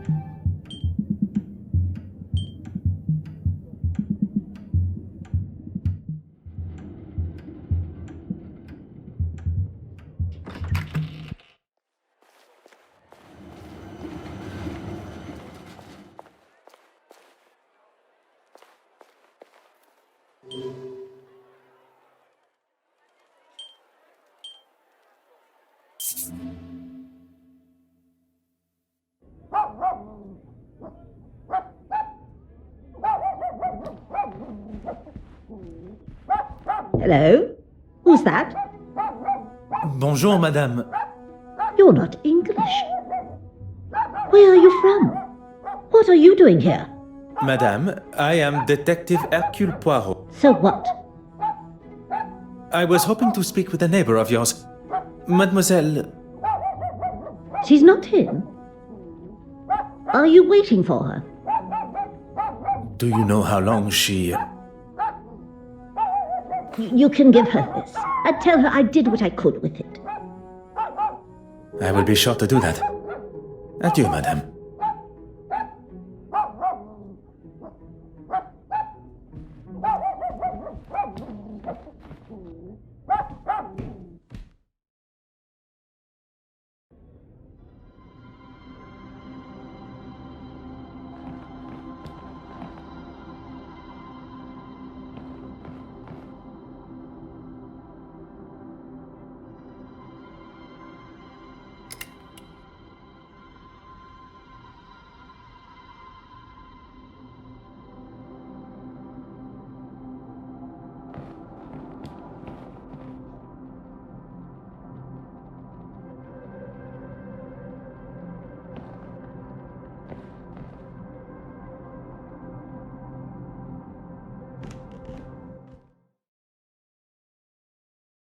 I told you last time you made a mess of things that if anything else was to happen, So, you are blaming me for the painting going missing. I have poured my heart and my soul into... Pardon. Perhaps this is a conversation that should be had behind closed doors. This conversation will happen where and when I want it to. What Detective Poirot means is maybe somewhere a little less public would be a better place to have it. I am well aware of what your foreign friend was implying, and I shall give you exactly the same answer. Let us not say anything that one would later regret. A moment to breathe for everyone, perhaps. You do as much breathing as you want, as long as you find that painting.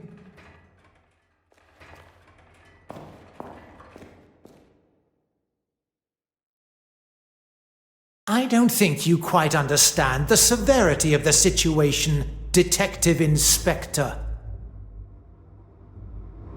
I'm well aware, and I'll conduct my investigation how I see fit. That just isn't good enough. How would you feel if... Who am I kidding? You could never afford something like that. I can assure you Detective Inspector Hardwick and his men will be doing all they can to find your missing painting. Now you have some officer from another country entirely fighting your battles for you? I speak on behalf of no one but myself, monsieur. And I didn't ask you. Hardwick, get it found. Right you are.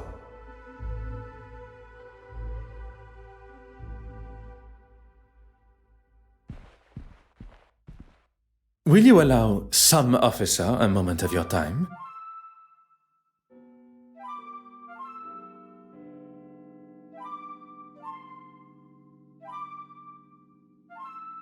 I'm a very busy man. And then I shall keep my question short.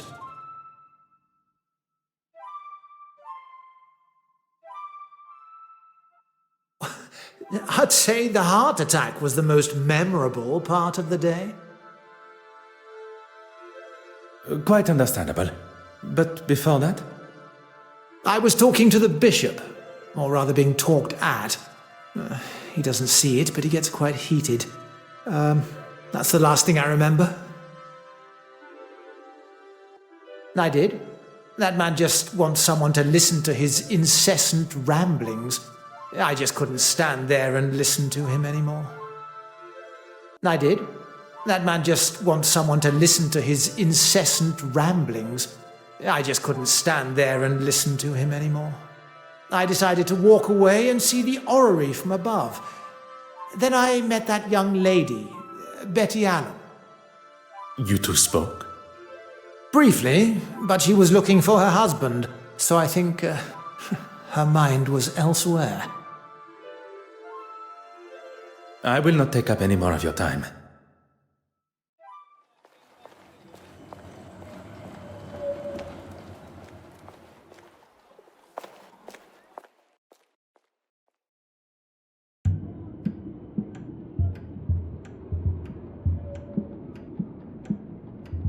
Aha.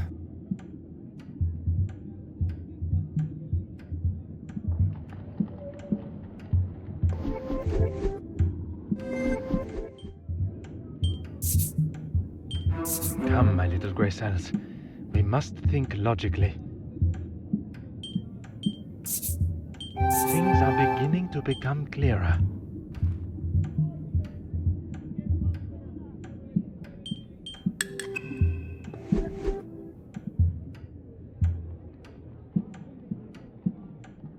What do you need?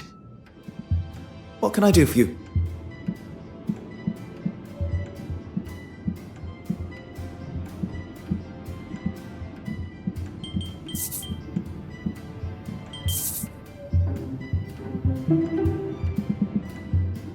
Madame Allen was behind the mess that lies before us.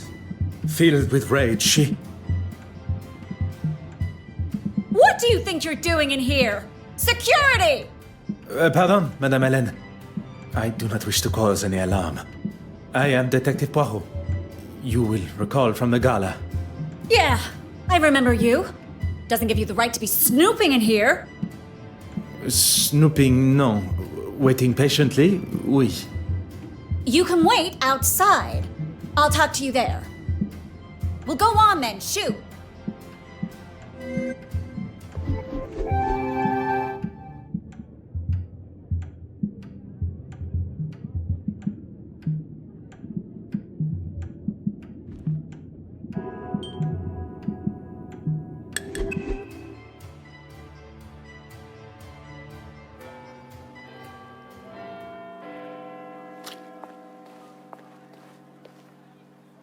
Madame Allen. Thank you for giving me this opportunity. Look, let's just get on with this, shall we? I promise not to take up too much of your valuable time. Well, thanks to Johann walking off, I got stuck talking, a term I use loosely, with Mr. Aylesworth and the all-important bishop, as he likes to consider himself. Where did your husband go? Beats me. But when I saw him next, he was being attacked by that crazy artist. You must have seen it. I did, and while I do not condone such behavior... If you are going to defend that woman's actions against my husband, I'll stop you there. Not really any of your business, is it? I would not forgive myself if something improper had happened and I had not addressed it. You've got nothing to worry about. I'm an emotional woman. Let's just leave it at that, shall we? I thought it was best to just get myself out of there. He may have bitten his tongue, but if I'd got my hands on her... Your husband mentioned you were feeling under the weather, no? Me? No. Ah, je vois. May I also ask about the snuff box that was found? I've heard the Brits like that stuff. Not for me, though. Sorry. You have been most helpful.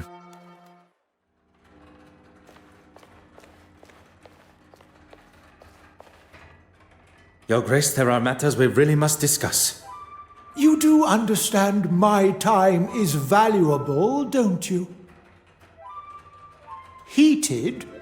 Who said that? They are the words of Monsieur Aylesworth. Oh, the man is in politics. He should know what heated looks like. There was no one else around. How was I to know he was having a heart attack when he clutched his chest? It could have been anything. And when I saw he was in trouble, I went to get help. I suppose I got lost finding my way back. I do not believe Bishop Mountjoy was the instigator of Monsieur Aylesworth's heart attack, but it appears he does. He is quite rigorously trying to convince himself he is not to blame. Merci, Your Grace.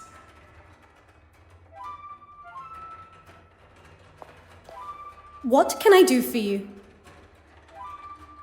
He knows just how to push. He knows what this museum means to me. That is clear to us all. He thinks he can say and do what he wants because of his position. But if he thinks he can get rid of me that easily... This museum is my life. And if anyone, including him, tries to do anything to jeopardize that, I'm sorry. The detective inspector was quite adamant I wasn't to allow anyone in.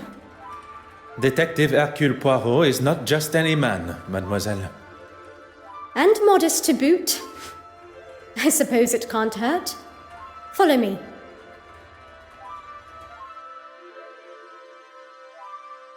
There you go. The key. It is in a far better condition than yesterday. It was looking grubby and covered in rust, so I cleaned it. Is that a problem?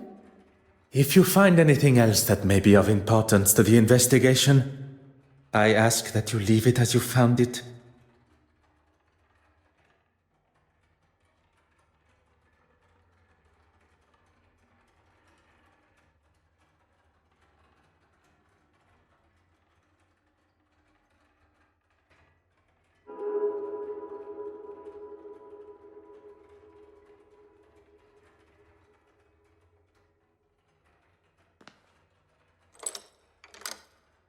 Ah.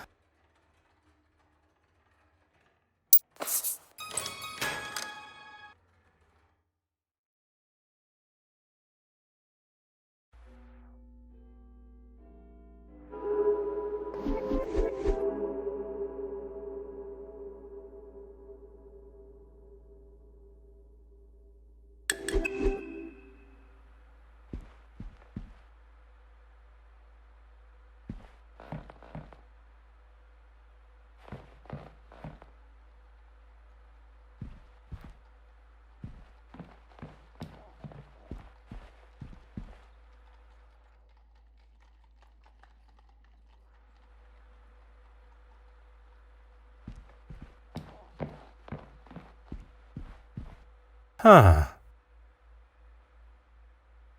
Ah.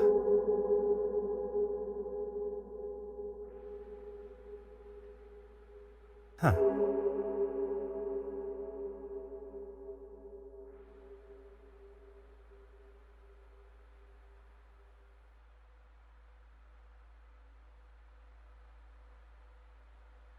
Huh.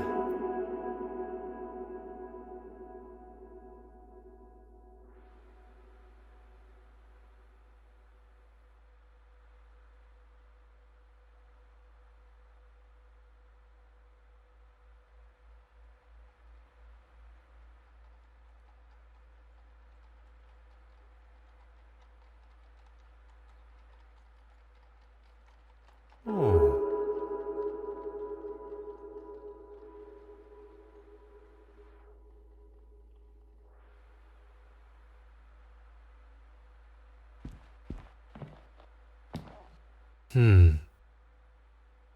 Aha. Oh.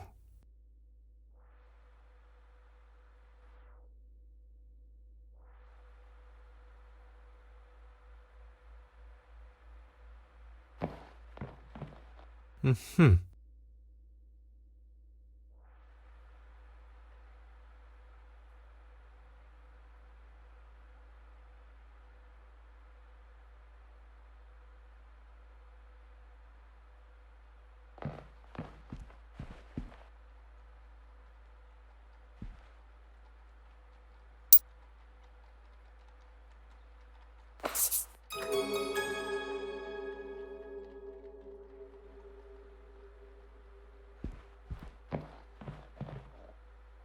Huh.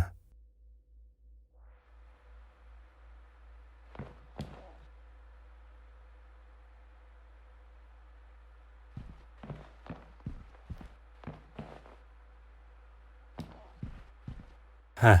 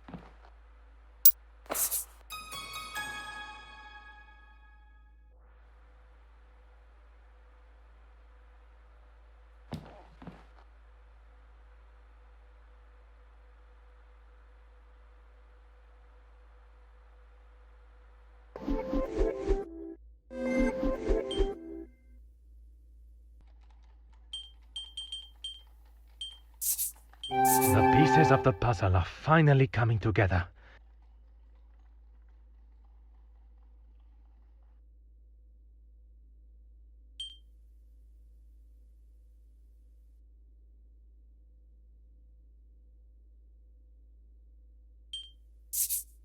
Another success. I never doubted myself.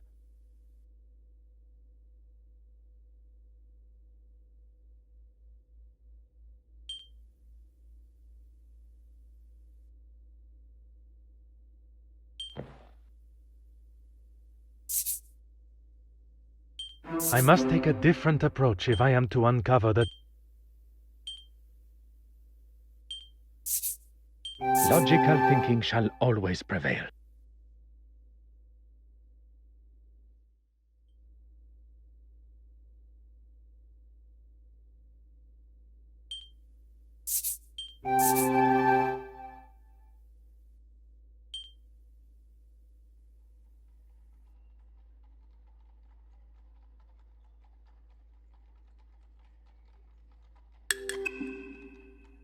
When the thief entered this room from the west wing, there was no paint on the key. We know this because there was no paint on the key when they used it on the door to the gallery. But there is paint on the key when the thief locks the west wing door after stealing the painting, telling us the key got covered in paint in this room. Oui, and only after the painting was stolen. So, what happened in between locking the door to the gallery and leaving this room to lock the west wing door? The picture is becoming clearer, and the paint is the key. The thief unlocked the door from the west wing into this room, unlocked the door to the gallery, and stole the painting. They then returned, whereupon they laid the painting on the desk. The thief locked the door and returned to the painting. But then, an accident. They dropped the key into the palette of paint. How can you be so sure? We know because the paint palette was the only source of blue paint in the room that the key could have dropped in. But why put the painting on this table, where items may be knocked or where they may be heard? Perhaps the answer is before me on the desk.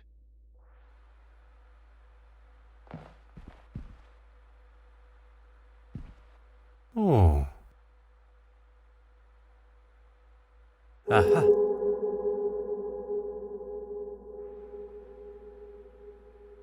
Ah.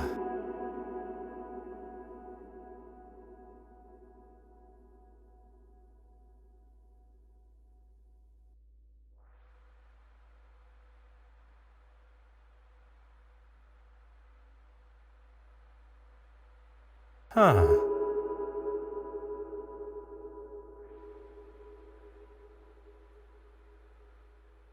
Huh.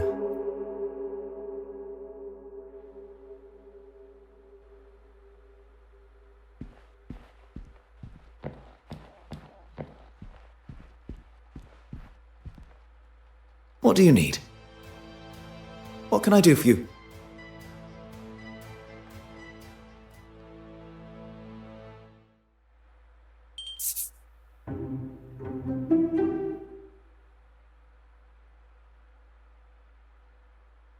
What can I do for you? Merci, monsieur.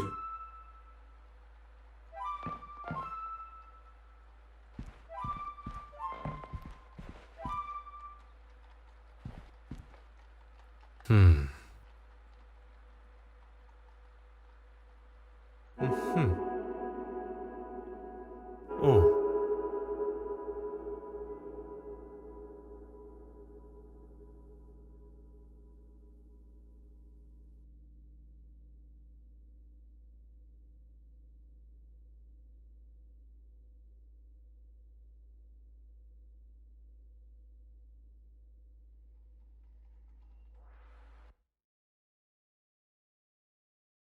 Gentlemen, have you seen Miss Babanian? She wanted to speak with me after the bishop was finished chewing my ear off, but it seems the pair of them have disappeared. I'm afraid not. Can't have been that important then.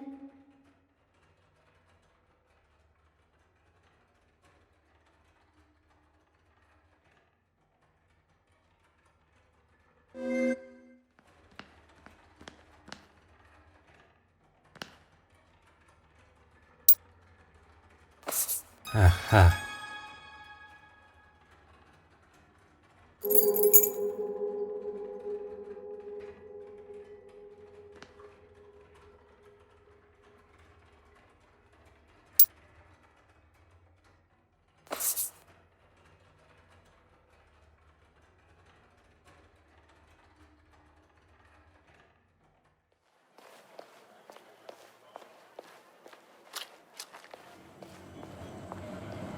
You're just full of questions, aren't you? Where did you get that? It was found in a vent at the museum. Perhaps the very last thing I expected to find. Yes. Well, thank you. I knew I had lost it somewhere. A clearly valuable ring has just been returned to Madame, and she acts as though it means nothing to her. And I would not describe throwing a ring at one's husband resulting in it being stuck in a vent as a case of losing it. It is clear Madame Hélène felt no sickness at the gala, rather anger. In a moment of rage, she threw her ring at her husband before exiting the museum, and having seen the damage that she has caused in her own dressing room, one can conclude that it was the state of her marriage that allowed her emotions to get the better of her and act so rashly. You have been most helpful. The detective inspector will now be able to see as plain as day that Mademoiselle Court Smythe is the guilty party. Now to find him. With the other remaining guests' movements all accounted for, she was the only one capable of making haste with the painting.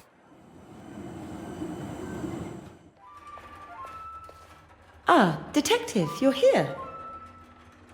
Look and you shall find. How may I be of assistance? Oh, well, I've had the photographs from the gala developed. That's good thinking, Miss Farquhar. Oui, very kind, mademoiselle.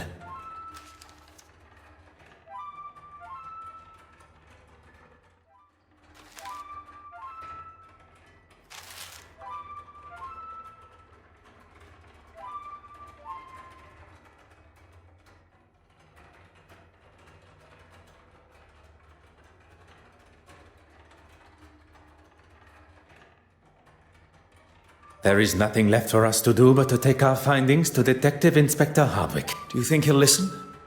It is his duty as a high-ranking officer of the law. We shall not be ignored. We have done all but arrest Mademoiselle Court Smythe for him. If it is the accolade that he desires, he may have it. I was thinking that while you were speaking with Miss Court Smythe, I could try and find Mr. Christensen at their home. It would certainly be more efficient. An excellent idea.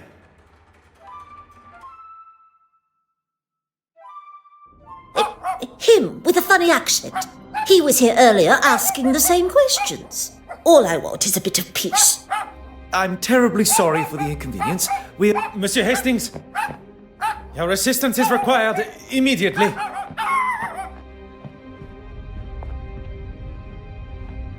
Good Lord, Poirot, that's a lot of smoke. And now you are up to speed with the situation. I have evaluated the position we find. If you're going to use the fire extinguisher, now would be the time. Très bien.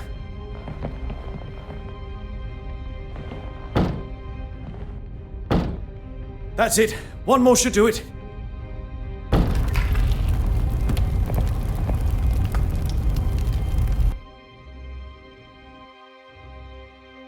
Detective Inspector, it is imperative we search the crime scene as soon as possible. You mean my crime scene? If I may, I can count on one hand how many crime scenes I have seen in my life, and although they are somewhere I don't wish to spend too much time, as the representative of Lloyd's of London Bank, it is my responsibility to handle all matters regarding the now stolen painting. A weak attempt, but I've got more on my plate than dealing with some paper pusher getting his knickers in a twist. You've got until I return to do whatever it is you need to do. And if I find one thing out of place... You may question my authority in this case, but I will not have my professionalism questioned. Whatever you say.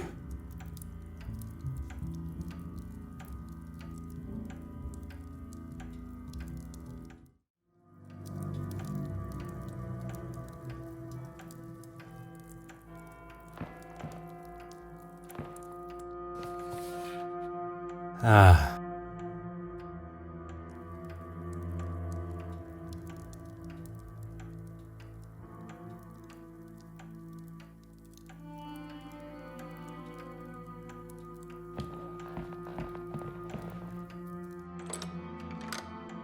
Ah.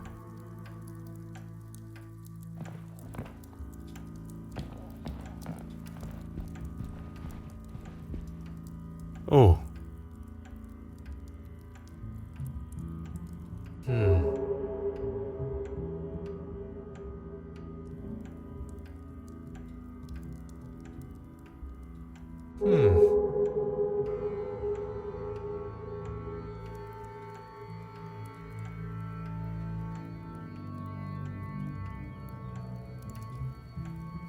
Huh.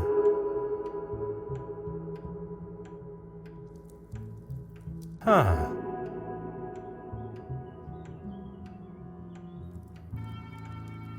From analyzing the victim's body, I can conclude that the cause of death was not dead by the flames. Not by the flames? Then what? That is what we are yet to determine.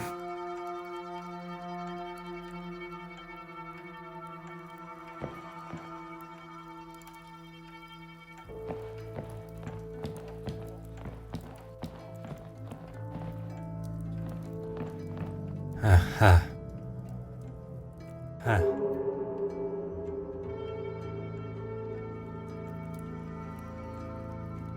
Oh.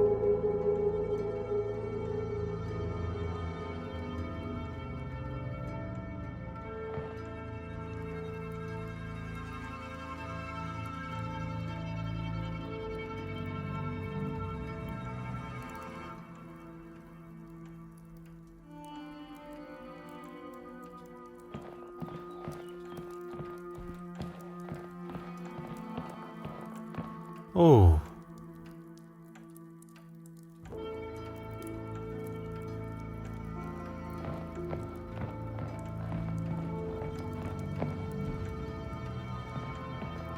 Mm-hmm. Aha.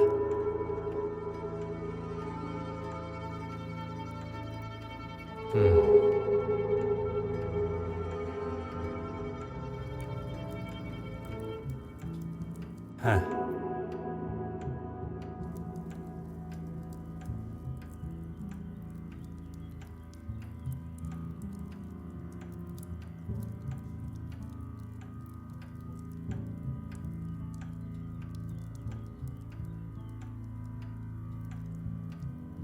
Huh.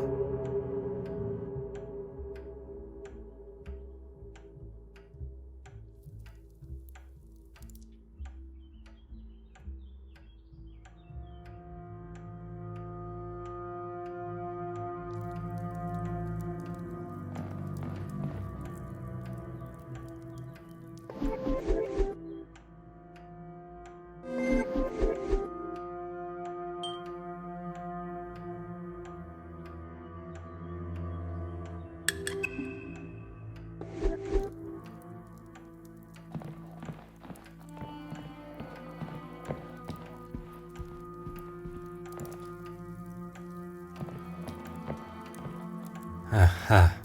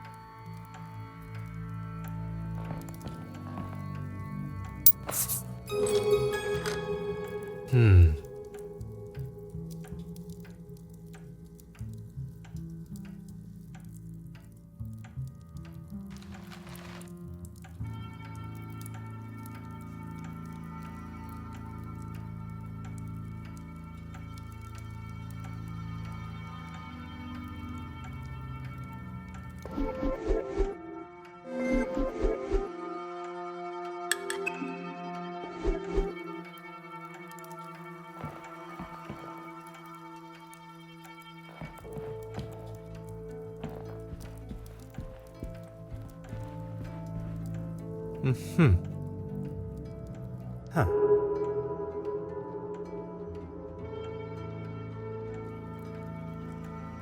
Aha.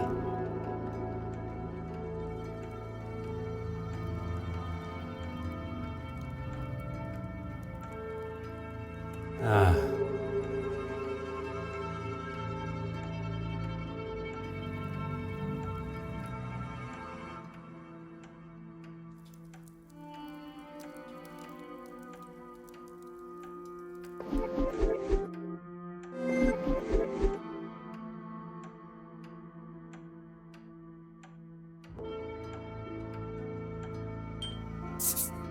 Voilà.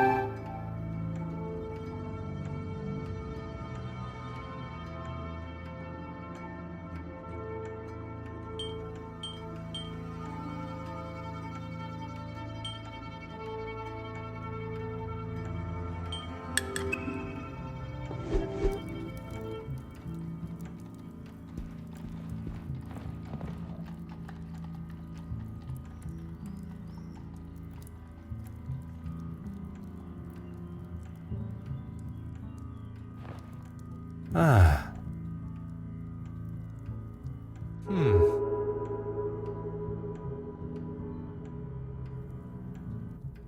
Huh.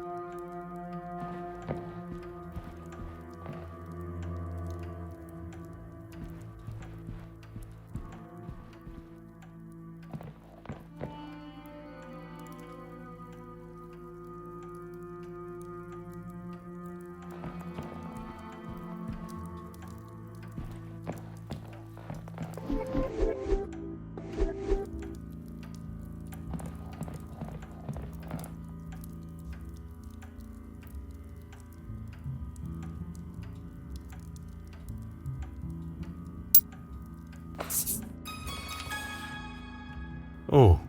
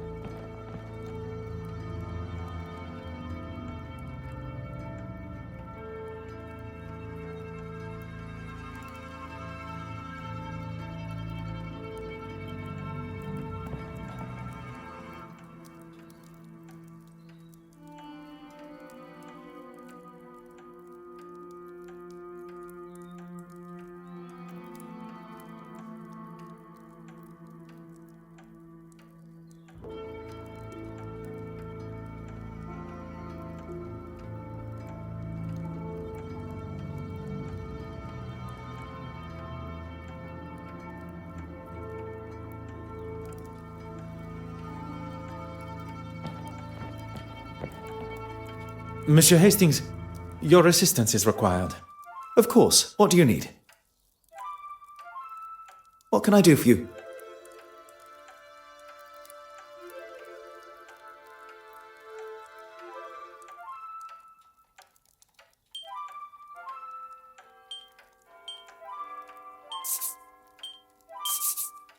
From analyzing the victim's body, I can conclude that the cause of death was not dead by the flames.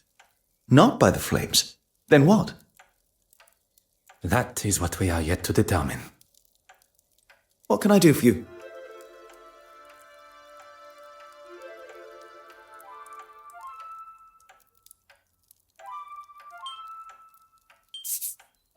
Mr. Poirot, you are a genius. What can I do for you?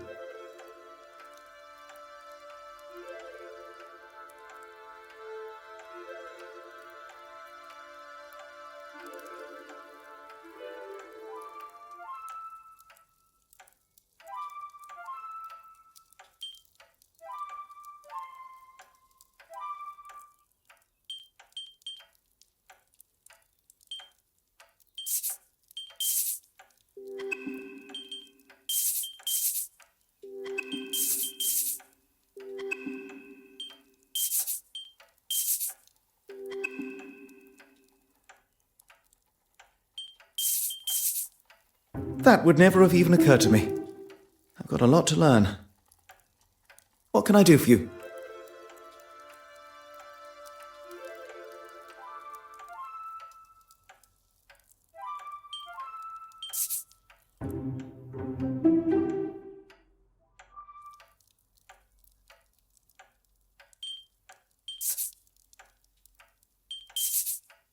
That would never have even occurred to me.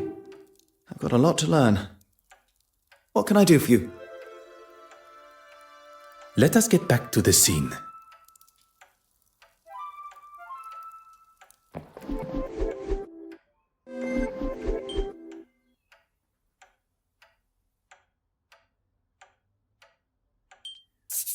Something just does not.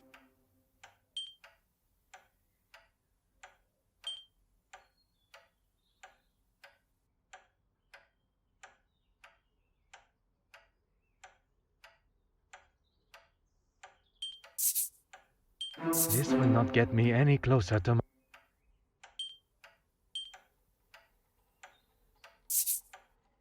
Order and method.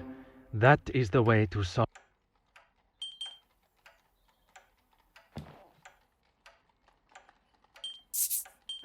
Come, my little grey cells. We must...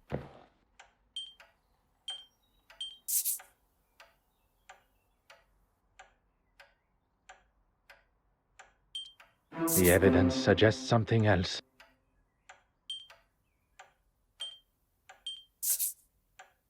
The answer was staring me in the face.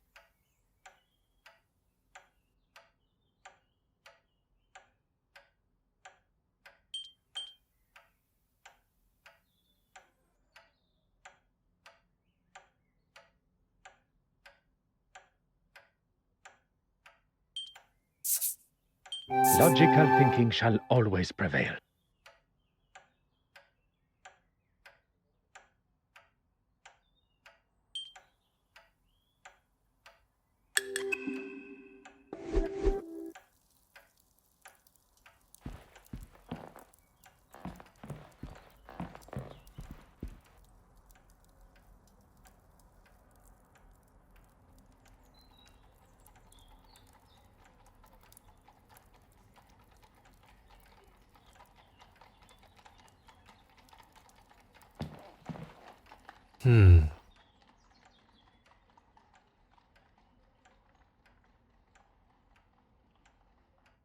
Didn't you speak with her neighbor before? Might she be able to help?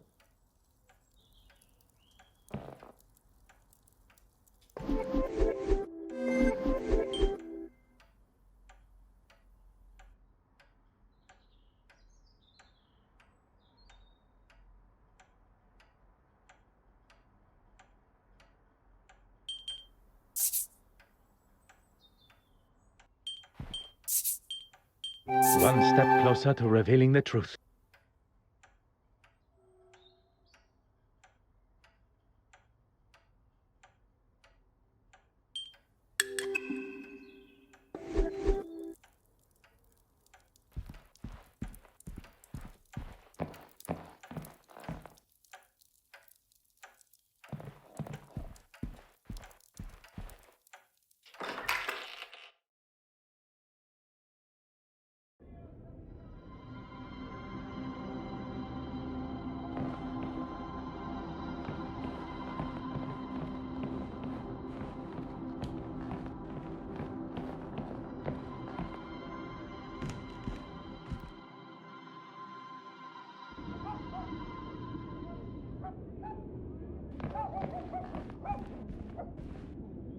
Is it that copper again?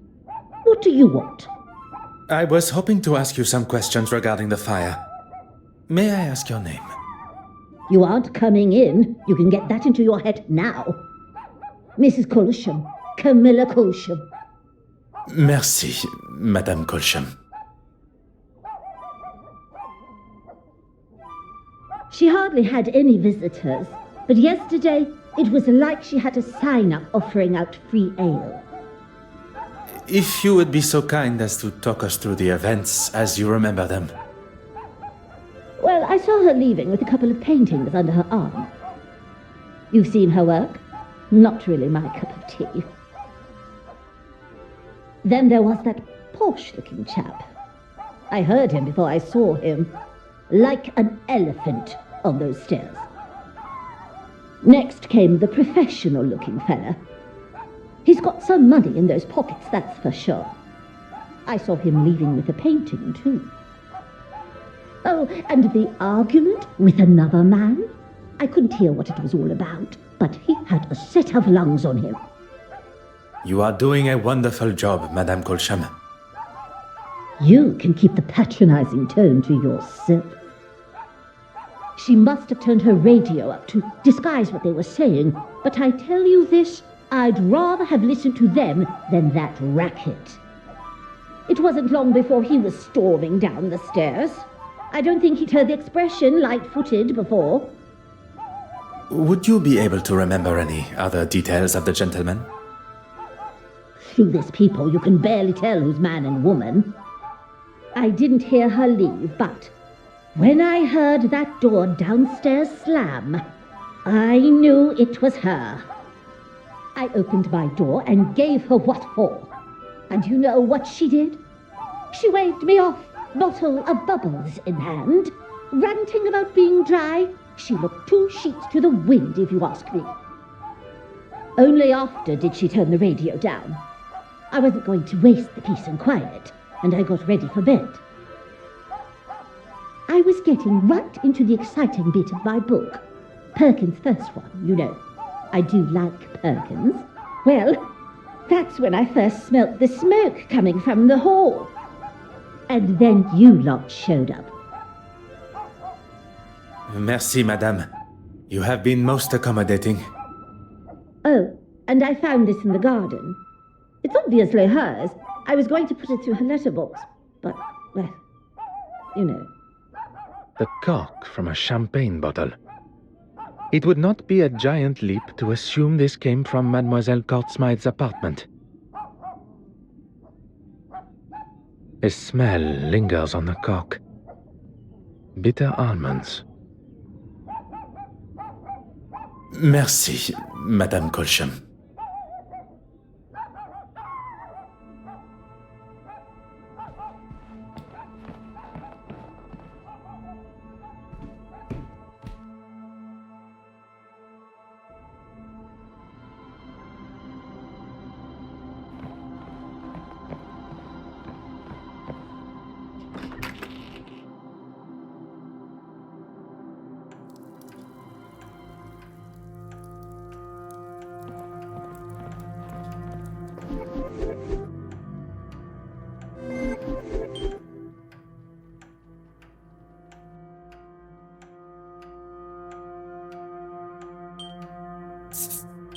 The pieces of the puzzle are finally coming together.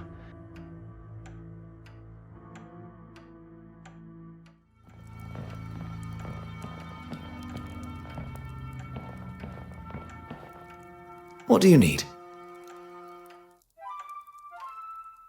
Almonds? I've never had champagne that tasted of almonds. One would hope not. Mademoiselle's lips may hold the missing clue we require. Of course, the painting. Irene had made forgeries of the Penitent Magdalene painting and was likely selling them for a pretty penny, I might add. It wasn't an accident. It was set on purpose, using turpentine to douse any evidence of them being there, and the forgery.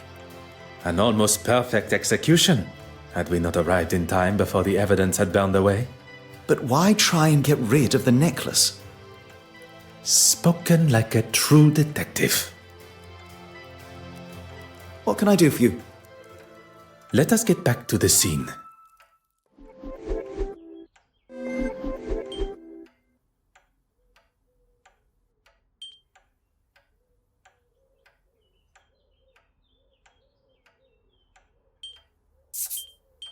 What a revelation!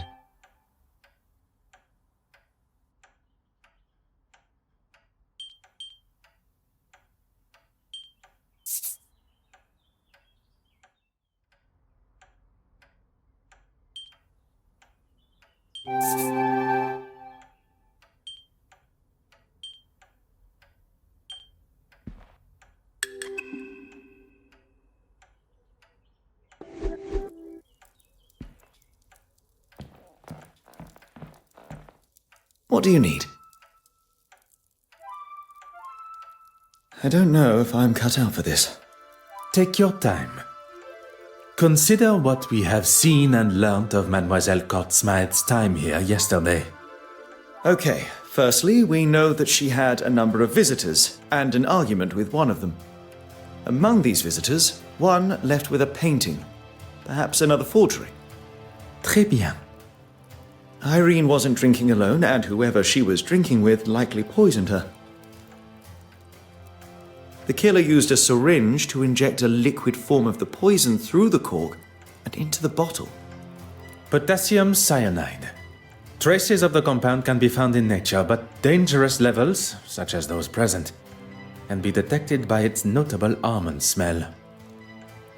And she fell victim shortly after in her chair. What are you going to tell him? The truth. He may hope for a simple and somewhat convenient version of events, but he cannot ignore the facts that we shall present. My crime scene's still intact? Of course, Detective Inspector. There is something that... There's nothing more to say. Pardon, Detective Inspector. The truth is that Mademoiselle Irene Court-Smythe was murdered. Right you are. I'll be sure to make a note. But you won't? Excuse me? Are you forgetting who you're talking to? He is well aware of your authority and your capability of coming to the same conclusion.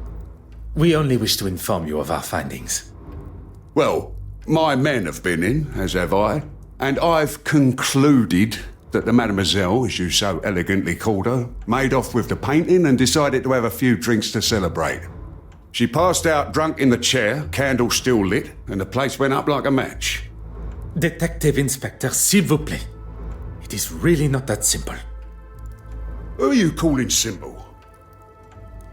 He's not calling you simple, he's saying that isn't how it happened. How can you ignore the bottle of champagne that had been tampered with? The smell of poison on the cork. You're both experts in poison now, are you? I do not wish to stand here and argue credentials. Mademoiselle Court-Smythe was killed, not by the fire that burnt through her home, but at the hands of another. Her drink laced with potassium cyanide. Quite the imagination you two have. Look, we can show... No. We shall leave the Detective Inspector to discover the truth for himself. Detective, adieu. Monsieur Hastings, you must learn which battles are worth the fight. Besides, we have no time to stand squabbling with him. We have a murder to solve.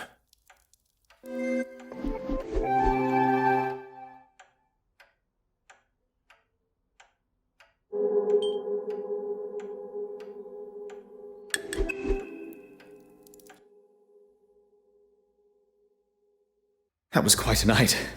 I feel exhilarated, yet exhausted. Triumphant at what we have discovered, but mournful for Miss Court-Smythe. It is being able to control those emotions and still see the bigger picture that separates the best detectives from those that merely like the thought of such responsibility. So do you think it must have been one of the guests at the gala? An accomplice disguised as a guest turned murderer. A master criminal they may appear to be, but they have never crossed paths with Belgium's greatest detective. I think I just felt a chill. Now we must speak with the guests of the gala again, as well as find Monsieur Christiansen, who has continued to evade my questions. I have no doubt one or more of them will hold the answers we require regarding the death of Mademoiselle Court-Smythe.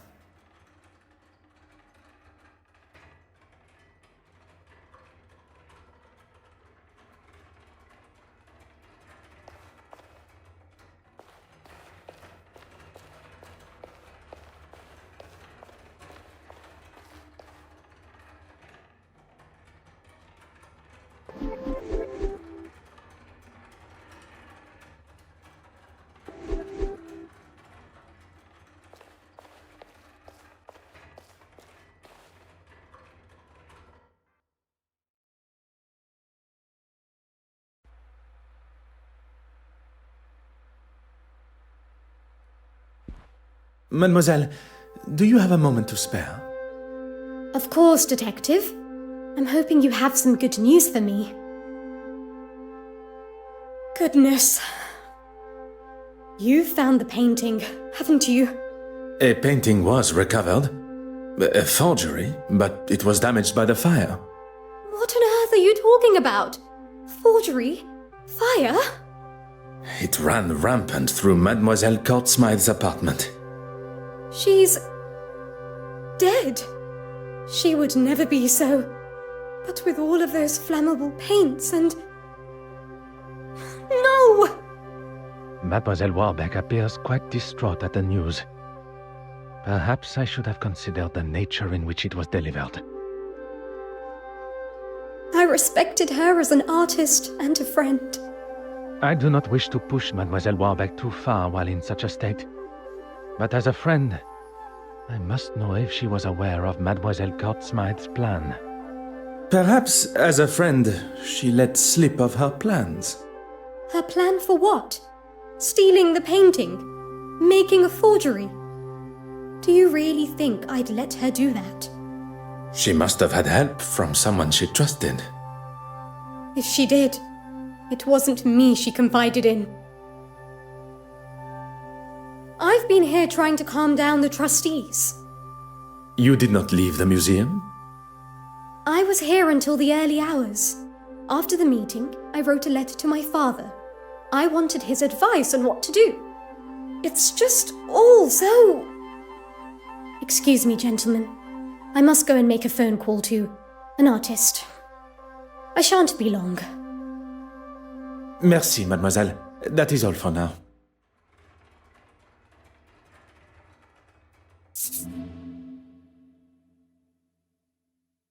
Gentlemen, what can I do for you?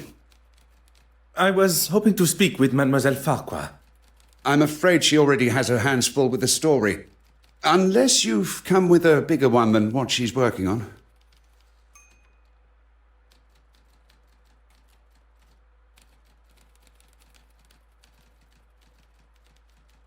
Perhaps another time, gentlemen. We really are very busy.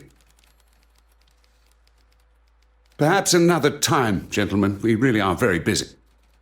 Perhaps another time, gentlemen. We really are very busy. I will not take up any more of your time.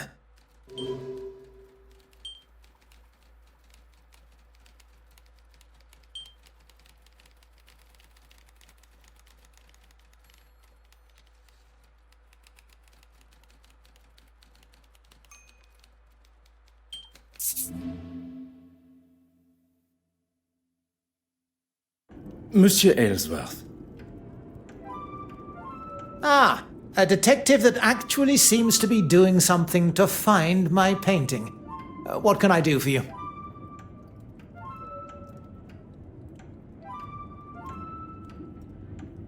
Quite well, thank you. The infirmary discharged you already? With a clean bill of health. I didn't want to wait around using up valuable resources. An honorable gesture. I was straight off to the House of Commons. I take it you haven't read today's newspaper? I'm afraid I have had more pressing matters.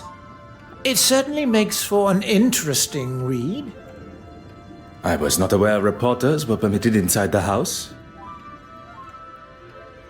They aren't.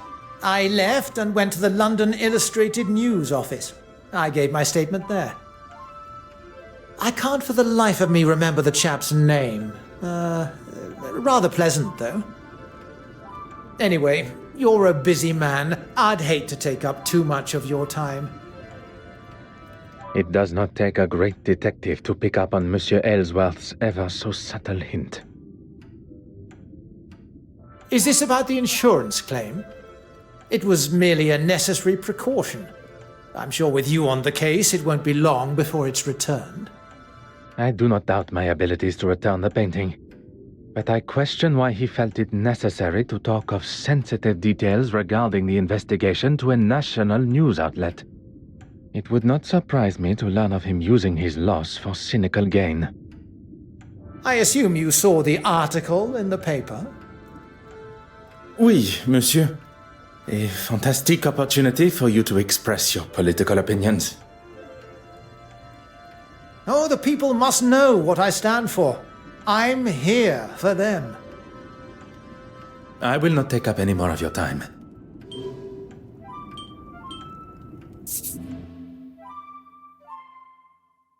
Bartholomew!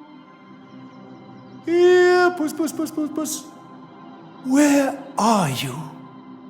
Bartholomew! Enough now! Out you come! I'm sorry, I just don't have time to talk now. I have to find Bartholomew. Have you placed a missing persons report? Really, Detective? Bartholomew is the church cat. I think a missing persons report might be a little overboard.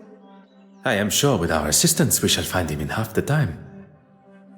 And then, perhaps you will have time to answer my questions. Fine. All that matters now is that we find him. His name is Bartholomew, and I'd appreciate it if you spoke of him as such. Pardon. When did you last see Bartholomew? Better. Well, you see, the poor creature took an interest in my easel. He leapt up, knocking over some of my supplies, and gave himself a fright.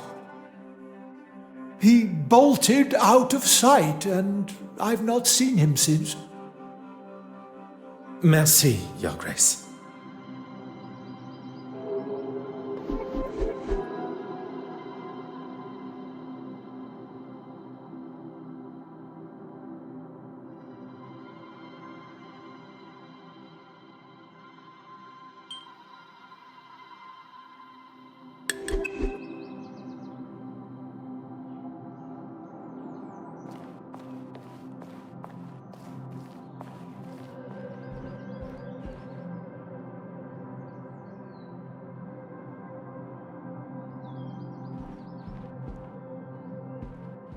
Huh. Huh.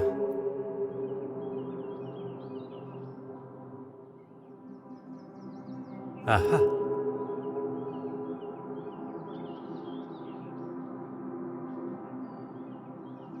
Mm-hmm.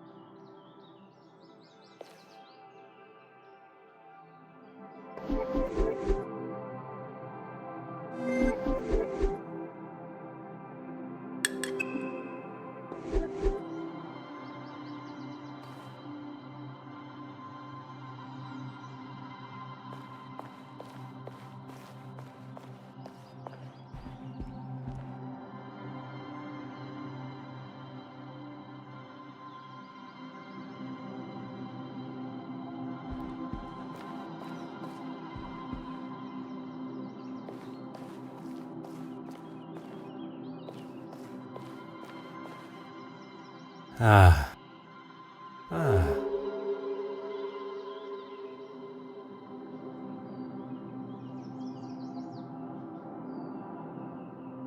Oh.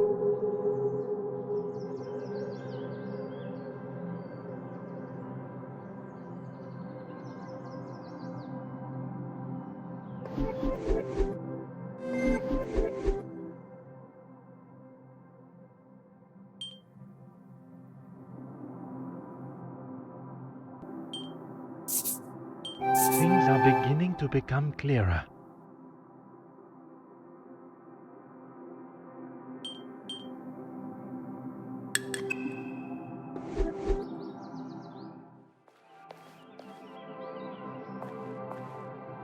What do you need? What can I do?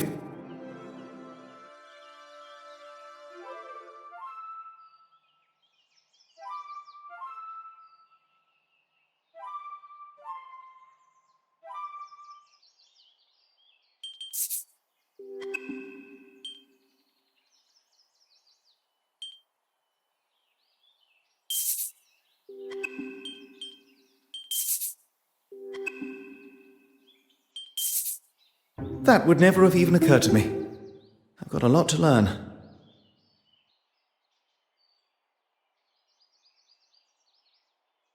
What can I do for you? Merci, Monsieur Hastings.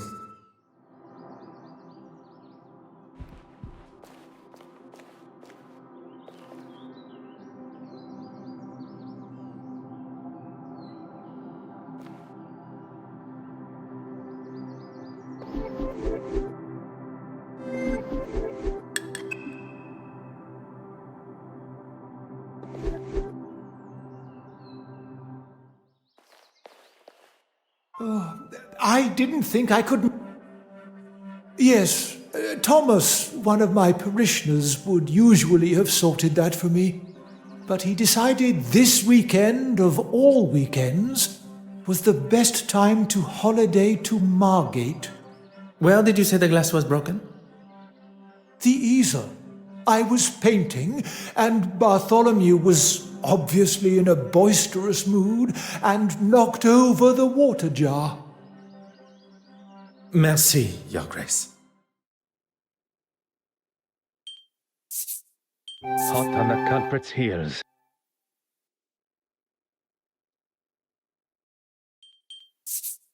I should not be surprised by my own skills of deduction.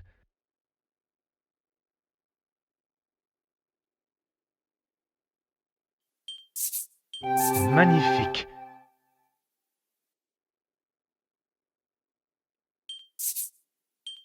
Some would say a lucky guess. I would say a moment of genius.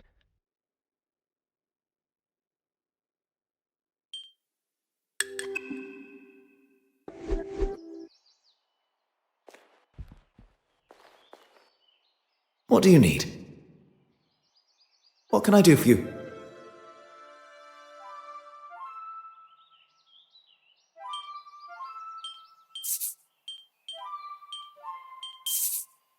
I question whether the bishop's version of events is accurate.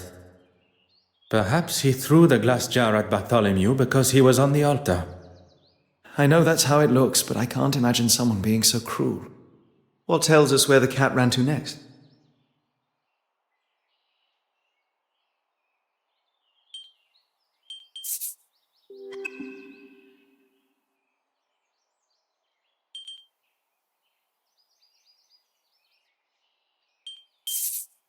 Poirot, you are a genius.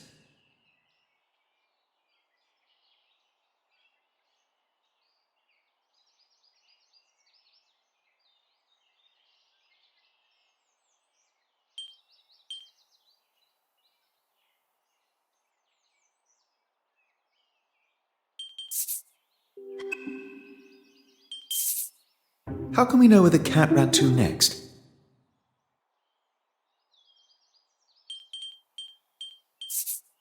Poirot, you are a genius.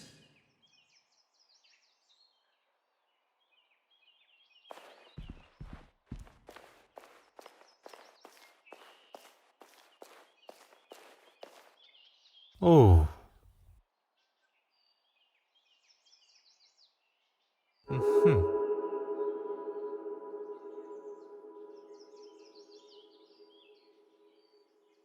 Oh.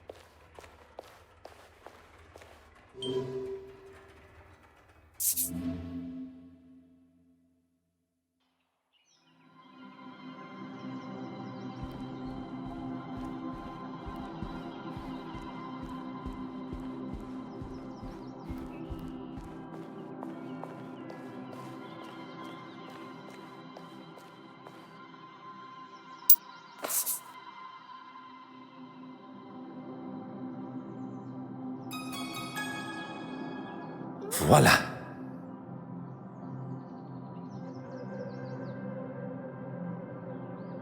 Your Grace, now that Bartholomew has been found, would you...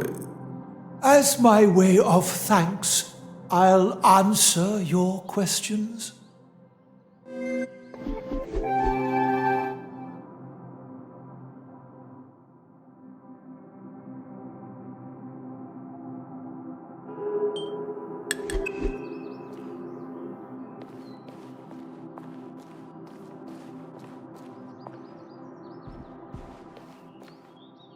Very well, get on with it.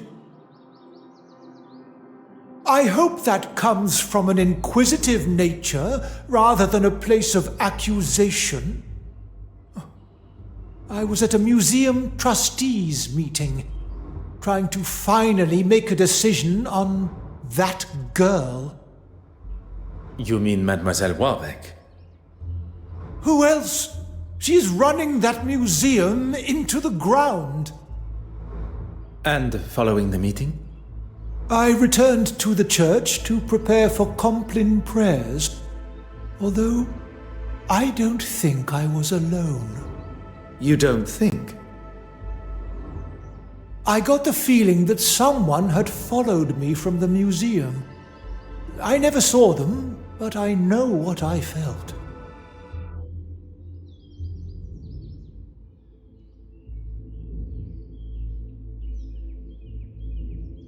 None. I knew her merely by reputation, and a questionable one at that. Do you want to tell me what all these questions are about? Mademoiselle Court Smythe was murdered last night. If you plan on being the bearer of such news, perhaps you should think of going about it with a little more civility. How did the young girl die? There was a fire in her apartment, although it wasn't the flames that took her life, but poison. Arson and poisoning. Oh, what is this world coming to? Bishop Mountjoy claims he barely knew Mademoiselle Court Smythe, but still showed a level of empathy I was not expecting. Perhaps... Found it? Really? Oh, heavens be! The Lord has shown his will once more. I can only assume his delayed excitement came from being off guard.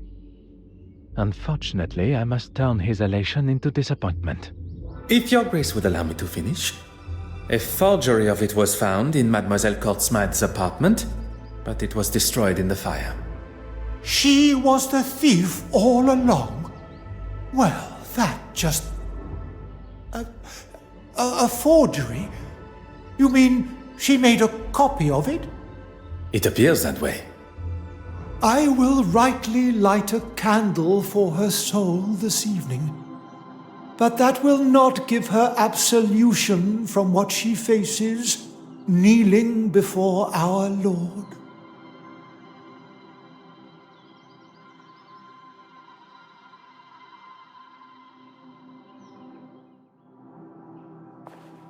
What do you need? What can I do for you?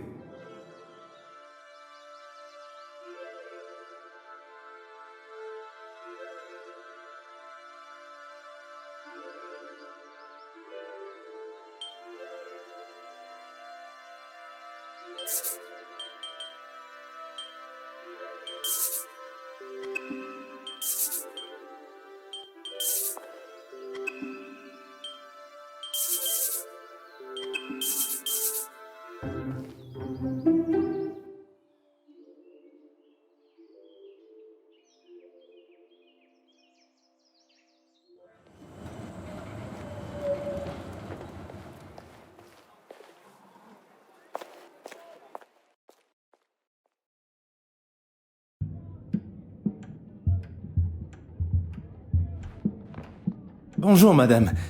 Do you have a moment to... Has something happened? You bet something's happened! That slime bag! How dare he say my performance was mediocre! I'm sure he didn't mean... That's it! I give up! I'm done with this acting! With this city! Take a deep breath. One man's opinion, and a wrong one at that, is not powerful enough to topple a career like yours. You're right. Let him think what he wants. I'm sorry. I'm an actress. It's my prerogative to be a little overdramatic. Very impressive, Monsieur Hastings. A position in negotiations would suit you well. Is there something I can help you both with? You do know what I do, don't you? I was on stage, performing in front of a packed house. I did not mean to. Zach, he was there. You two seemed pretty friendly. He'll tell you. So will that Russian lady from the gala. She was with him. Monsieur Demir and Mademoiselle Babagne.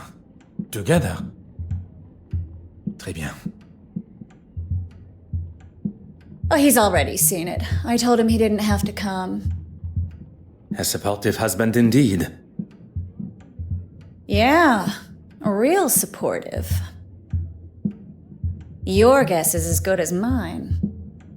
It is most important that I speak with him. Then you've got a missing painting and a missing husband on your hands because I haven't seen him. Look, I don't think I can take much more today. Mademoiselle Courtsmith was found murdered last night. Okay. I thought perhaps the news would be a little more jarring. Oh, don't get me wrong. I don't really want to hear about anyone dying, but me and her... Well, there's no love lost. Madame Allen's nonchalant response has certainly caught me off guard. You have been most helpful.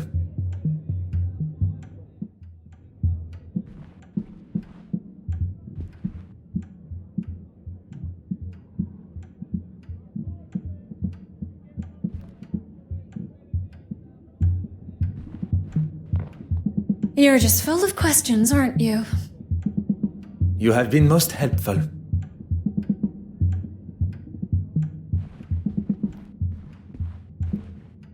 What do you need? That sounds rather ominous.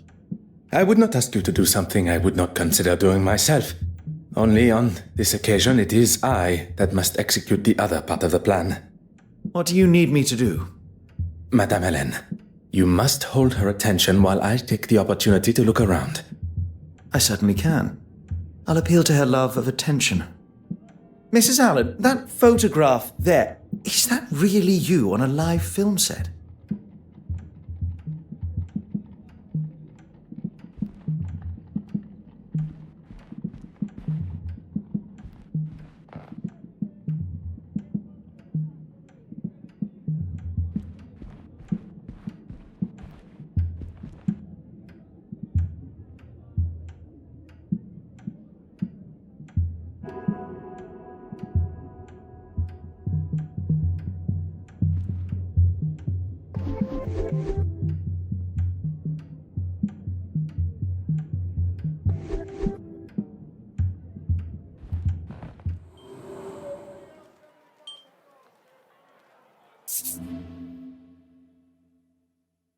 Gentlemen, what can I do for you?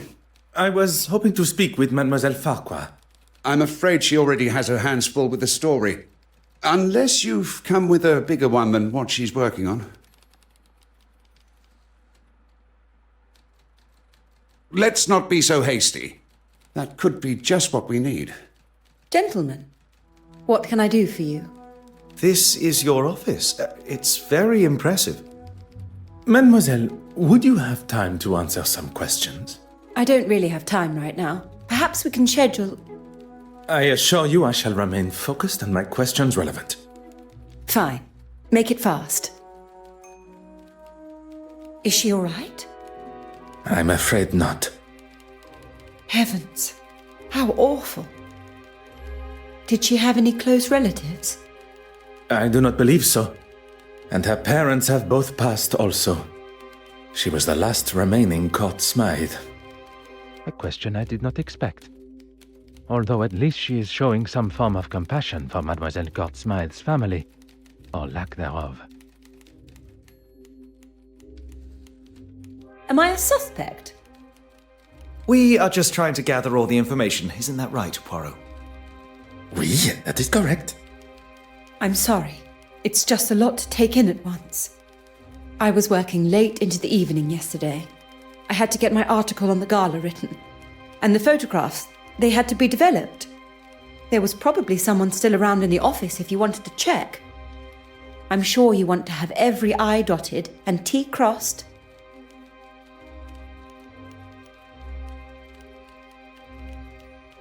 I only met her recently in a professional capacity. What are they going to do with her exhibit? I cannot say, but they may not be as forthcoming with her work now. I'm sorry, Detective. I don't understand. Mademoiselle Court Smythe was behind the painting's disappearance, and a forgery was discovered in her apartment. So she stole the original and made a forgery? What heavens for? That we are still yet to learn. Really? I must have been so busy not to notice him. At least you can be sure of where I was. Was there anyone else present in the office? If Mr. Aylesworth was there, Nathaniel, my editor, must have been. It strikes me as rather strange that Mademoiselle does not recall seeing such an important figure in the office. But not everyone can be as observant as I. I shall speak with the editor, as he will be able to confirm the presence of both in the office. Merci, mademoiselle. That is all for now.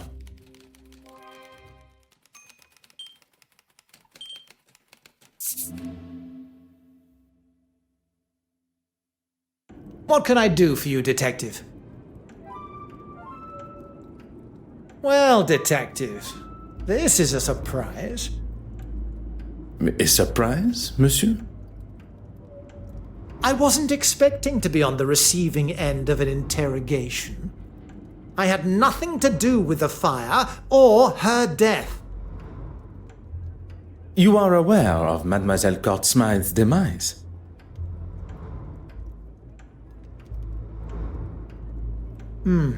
There isn't much in this city I don't know about. And for your little notepad, or wherever you're storing the facts, that report... Farquhar, she was in the office and can confirm I was there. It appears that Monsieur Aylesworth is more preoccupied with proving his innocence than showing any compassion for Mademoiselle Court Smythe herself. I will not take up any more of your time.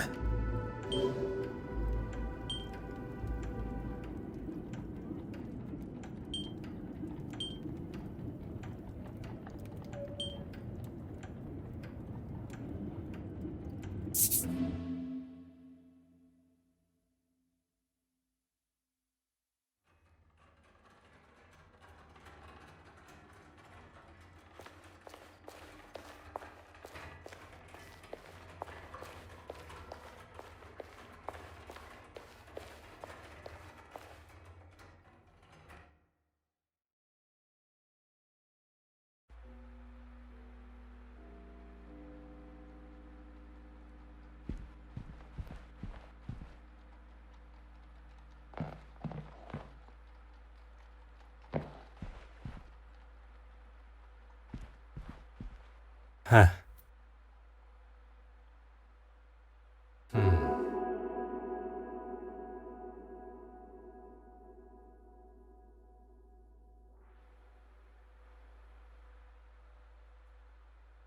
Ah.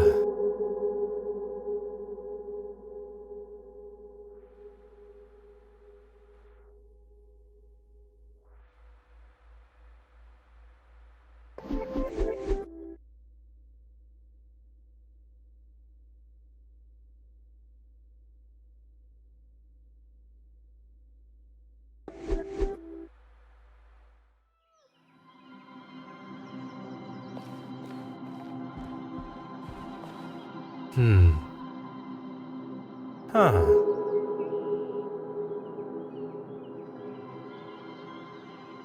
Aha.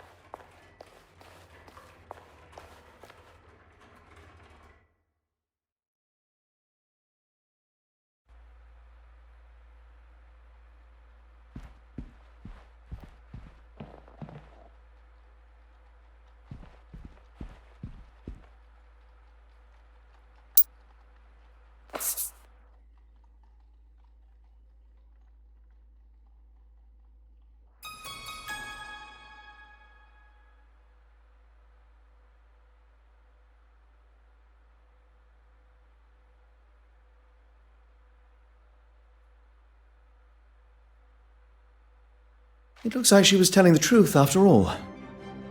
About composing the letter, oui. But we cannot confirm where it was penned. What's all this other stuff? I don't think it's from the letter to her father. It seems we have stumbled across the names and addresses for the guests of the gala, although they are not all legible. We have gathered all the information we can from the guests at the gala, all except Betty's husband, Mr. Christensen. Oui. We are now in possession of his address, where he is no doubt hiding like a frightened young boy avoiding his headmaster's ruler.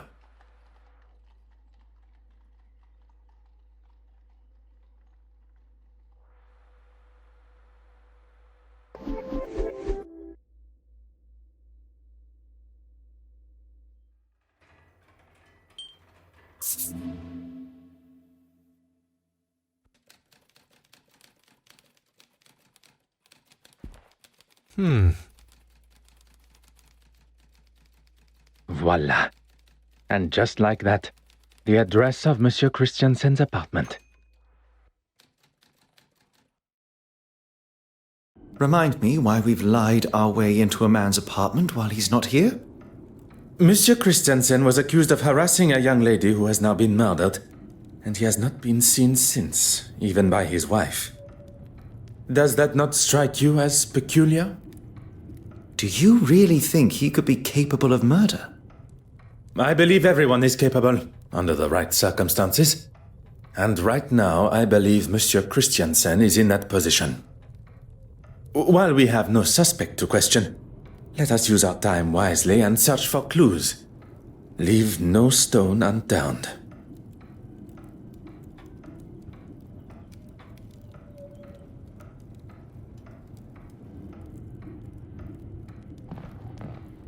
Oh. Huh.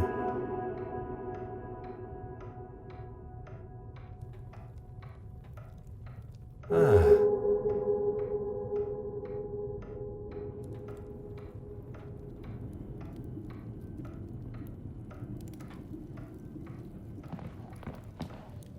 Mm-hmm.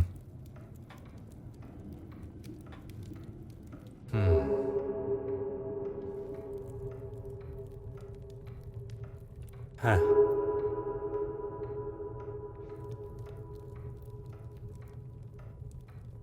Ah.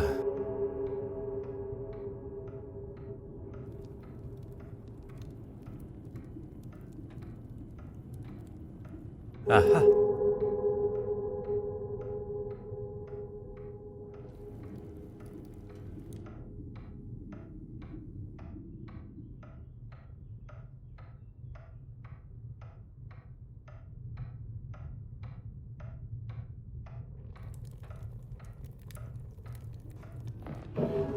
Huh.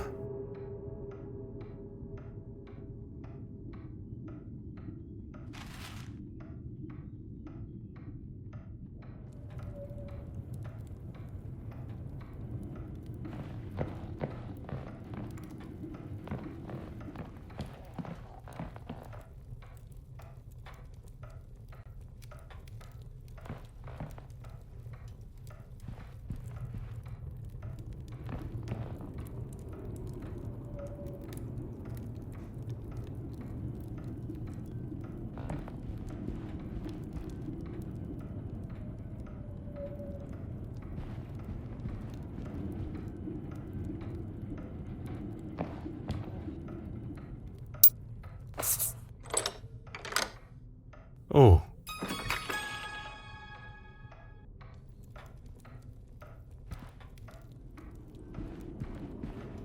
Huh. Oh.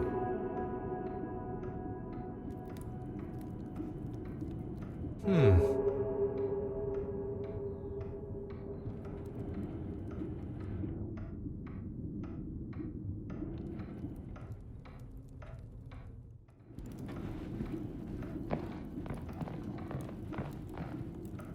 Monsieur Hastings, your assistance is required. Of course. What do you need? What can I do for you?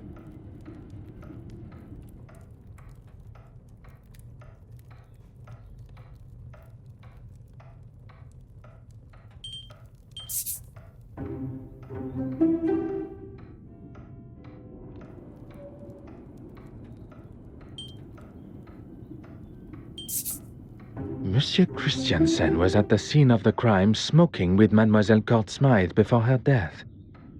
Could he be the holder of the original Penitent Magdalene painting? He may very well have hidden it here.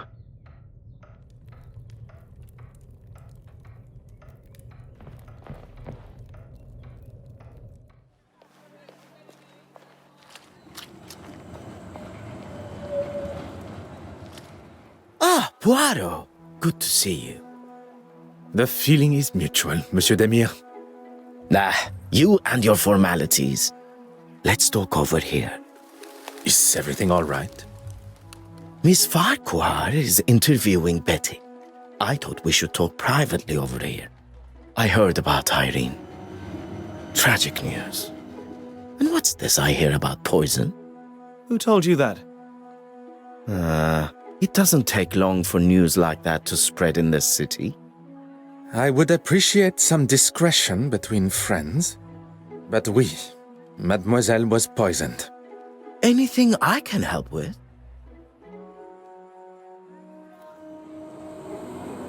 I mean, he can hold a conversation of sorts. You do not think particularly highly of... I've never had a problem with him before. Look, I ran into him last night in a bar after the show, and by the looks of him, it wasn't his first drink of the night. He was trying to sell me a lucrative business opportunity, a way we could both make some quick money. Did you take him up on his offer? God, no. When someone offers you something that sounds too good to be true, it usually is. I won't take offense, as I know you're just doing your job. I attended the evening performance of Betty's show. Anastasia and I had a grand old time. She accompanied you as your date? She was at a loose end after the gala. Don't worry, I'm not here to tread on any toes. That was some weekend. You should get him to tell you about it sometime. Bragging is a sign of overconfidence and grandiose behavior. You know, at first I found those kind of replies annoying. But now, charming almost. I shall accept that as both a compliment and a sign of your maturity. If it wasn't for the detective here, I would probably still be wallowing in my own anger and self-pity. You have lived a life many of us have only heard about in stories. A life that we all hope no one will have to live again. I second that. Your family must be proud of the man you have become, as am I. I will not take up any more of your time.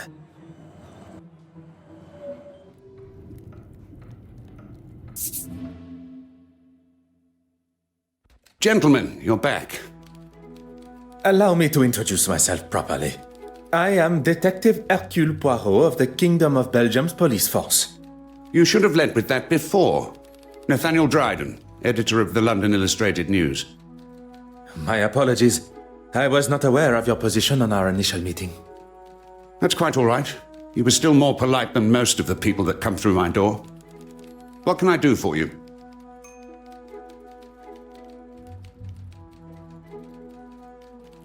I did, but that was supposed to be an exclusive. How did you know?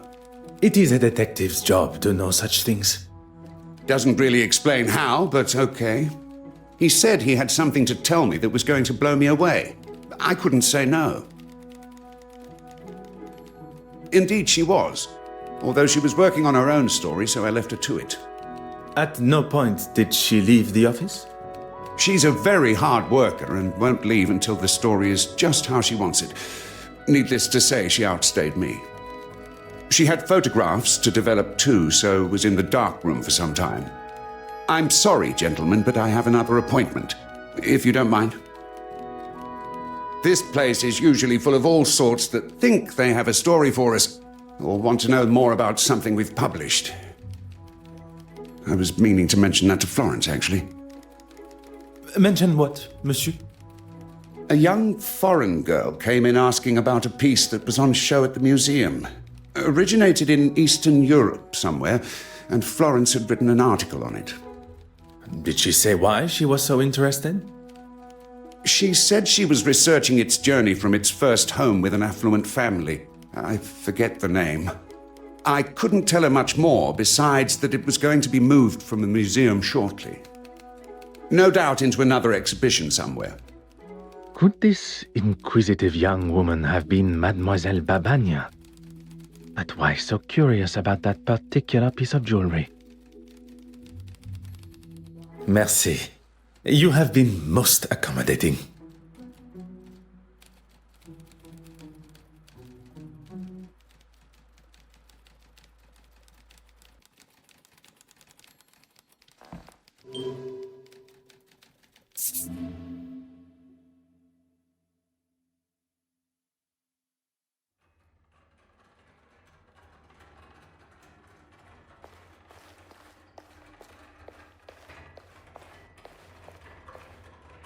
Bonjour, mademoiselle.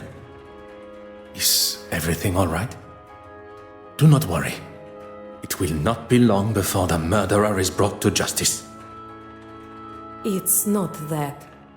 I just cannot understand how such historically relevant pieces like this remain in British hands.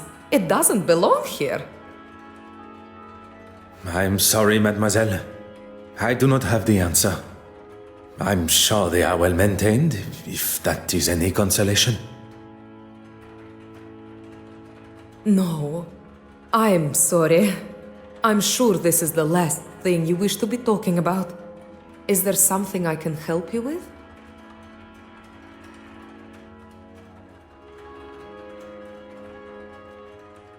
Oh, I wasn't aware Mr. Hastings was to be the focus of Florence's article.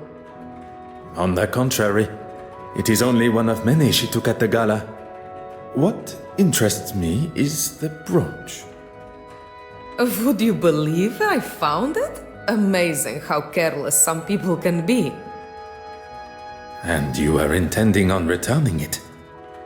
Of course. It just slipped my mind with all the commotion of the painting. Mademoiselle Court-Smythe no longer requires it. I shall hold on to it for now.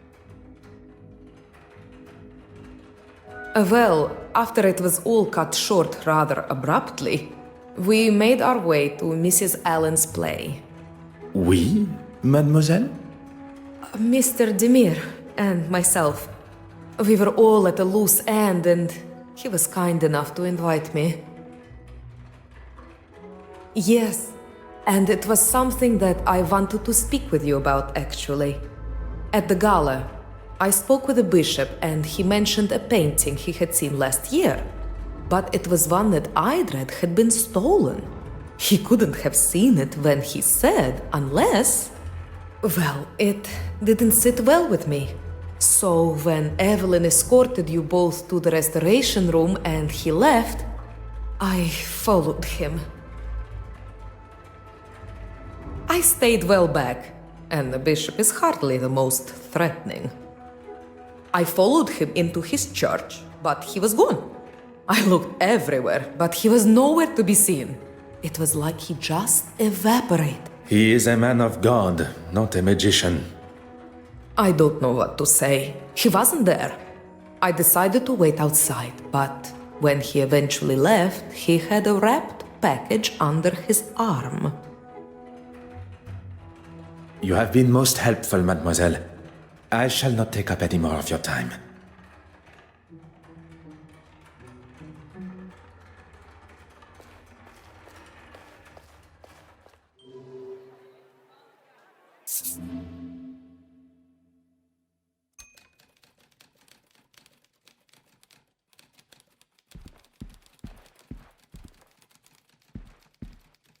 Huh.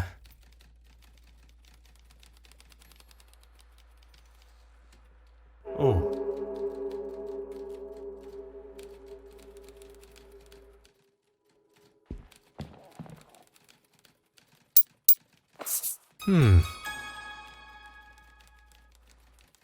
Ah.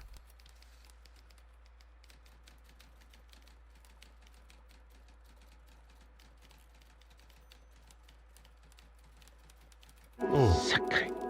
What is the meaning of this? It is the missing painting, and this photograph is identical to one that had been burnt in the fire.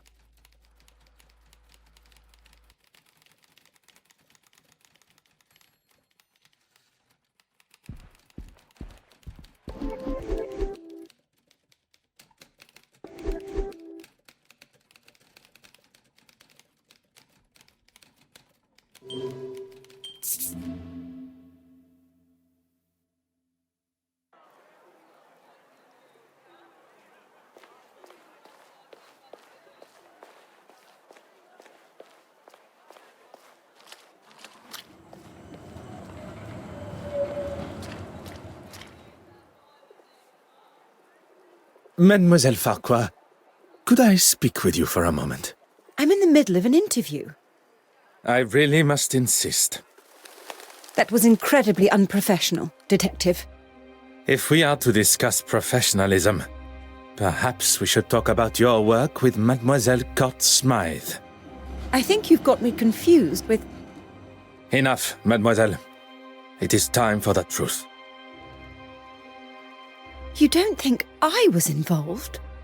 Please do not feign ignorance, mademoiselle. Where did mademoiselle receive her inspiration to make her forgeries?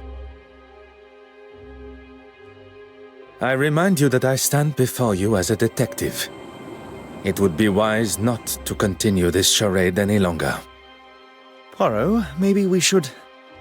Monsieur Hastings, if Mademoiselle Farquhar requires someone to speak in her defense, she can contact a lawyer. That won't be necessary. She asked me to photograph certain pieces of art, that's all. I didn't know what she was doing with them. I swear. I have no idea.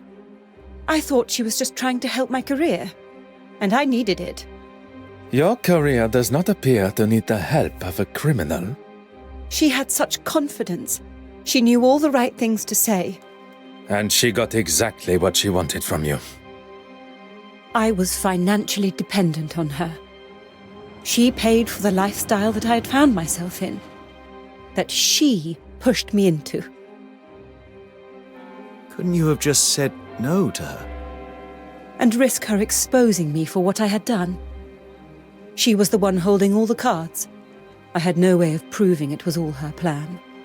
I had no other choice but to do what she said. Merci, mademoiselle. That is all for now.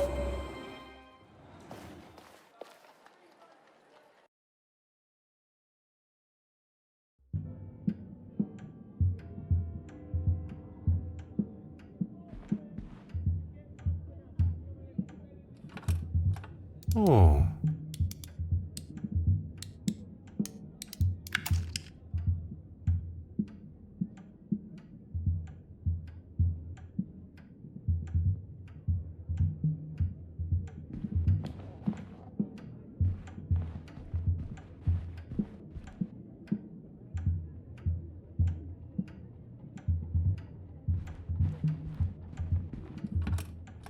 Oh.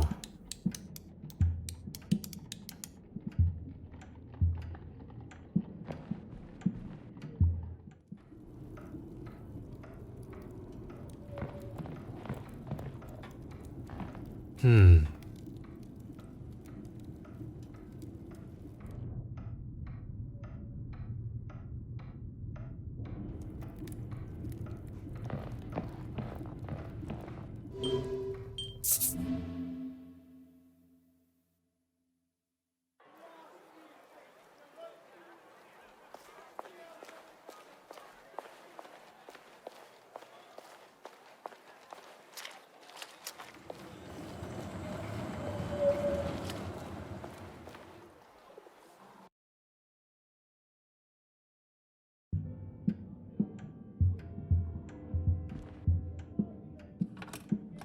Hmm.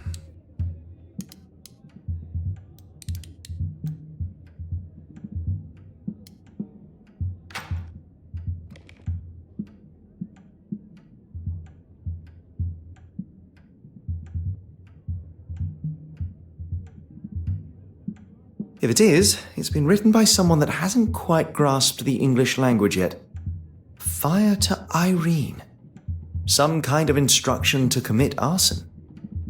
It seems too obvious, but that does not mean it is wrong.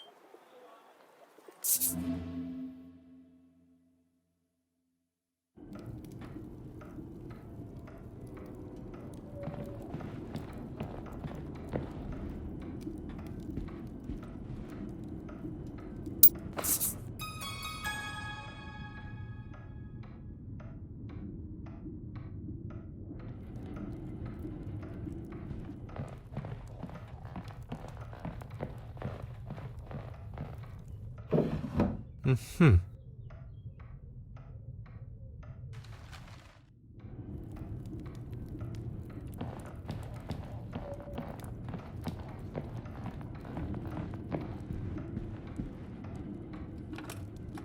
Aha.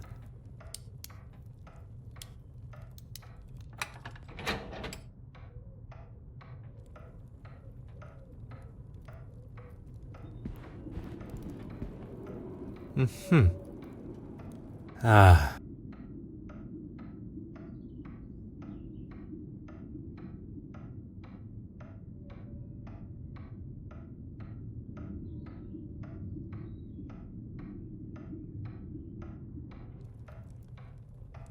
Hmm.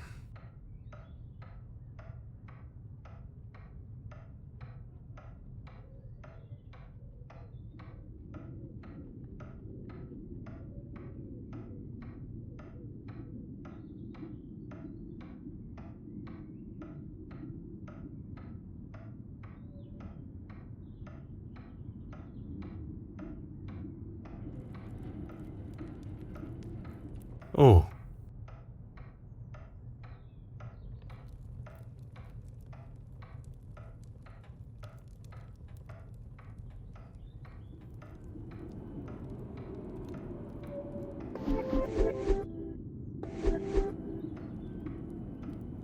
Huh.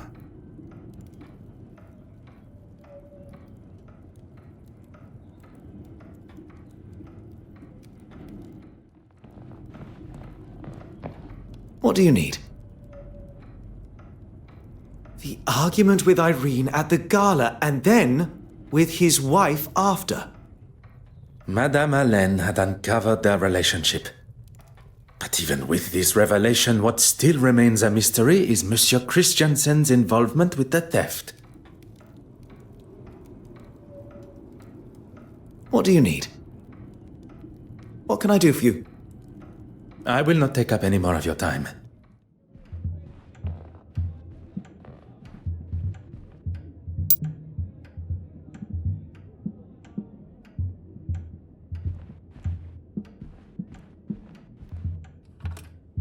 Huh.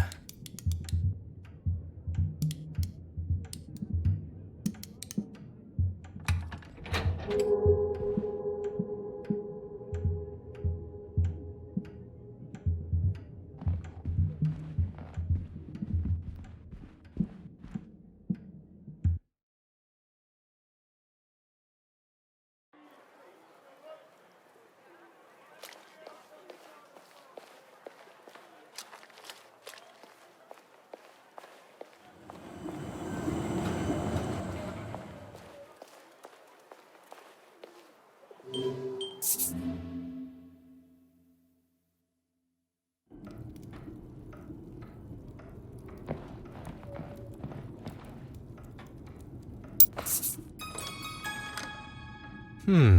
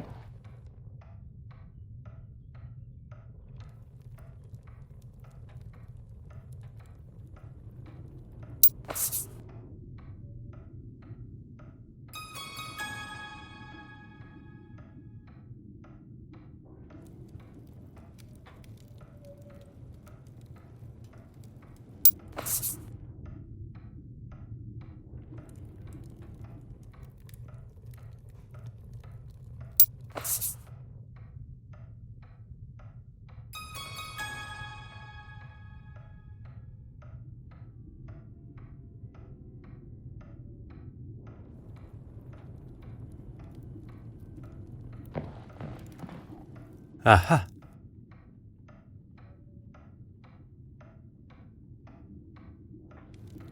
Huh.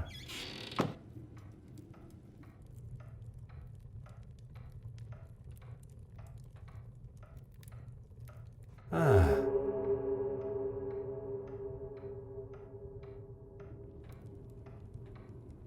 The pigment of this paint is brighter than it should be. Meaning? We have found our second forgery.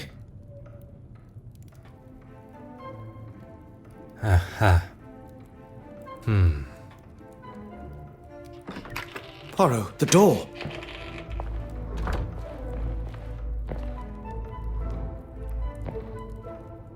What are you doing in? Monsieur Christiansen. Welcome home. This doesn't look good, does it? We have much to discuss. So Mr. Christiansen had an opportunity and a motive, but he continues to deny killing her. And still 2 forgeries remain. I knew it. Pardon, monsieur? I knew that's why she stayed so friendly with her. Irene always said she was besotted, that she could get her to do whatever she wanted. Perhaps you should elaborate on the identity of her? The curator. Evelyn, what's her name? She could spot a forgery at 20 yards. What better person to show you the ropes so you can make your own?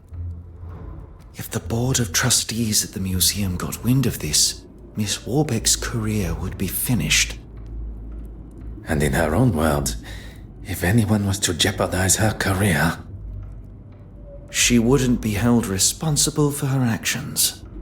It seems Monsieur Christiansen may not be the only person tied to Mademoiselle Court Smythe who has a secret to hide.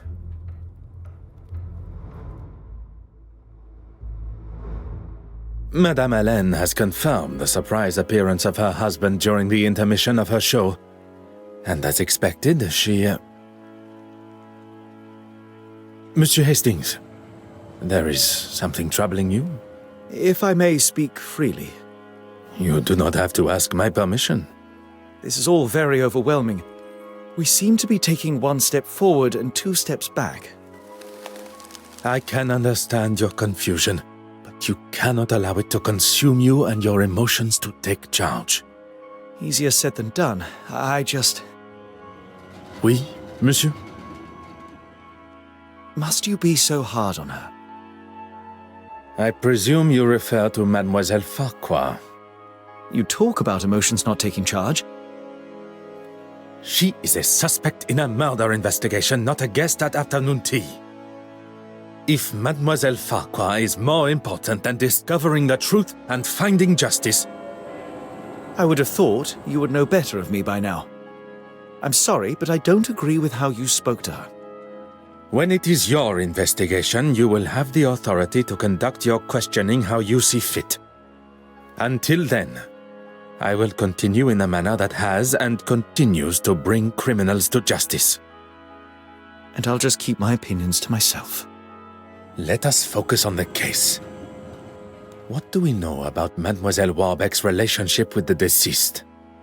Mr. Christiansen suggested she had romantic feelings towards Irene, but she was just another of her pawns. She cleaned the master key to hide Mademoiselle Court Smythe's actions, but perhaps she then became worried about her own involvement. You think she could have killed her to stop the truth coming out to the trustees? Which would in turn ruin her career. It is certainly a possibility.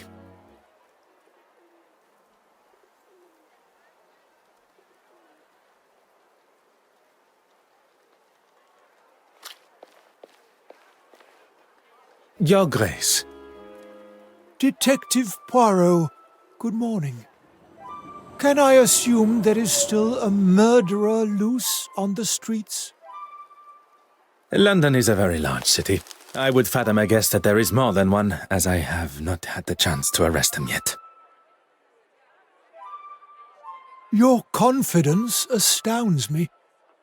Look, you had better make it quick. I'm meeting the young Russian girl here. She had some questions about the museum building at the gala. Questions I'm sure only I can answer. God teaches us to forgive and love thy neighbor. Sometimes that can be more challenging than expected. Has she offended you personally? Using the museum for her sordid meetings with those uncouth men? I'd say so. She doesn't strike me as someone that would be caught up in that sort of thing. And what sort of thing am I referring to? Well, Exactly.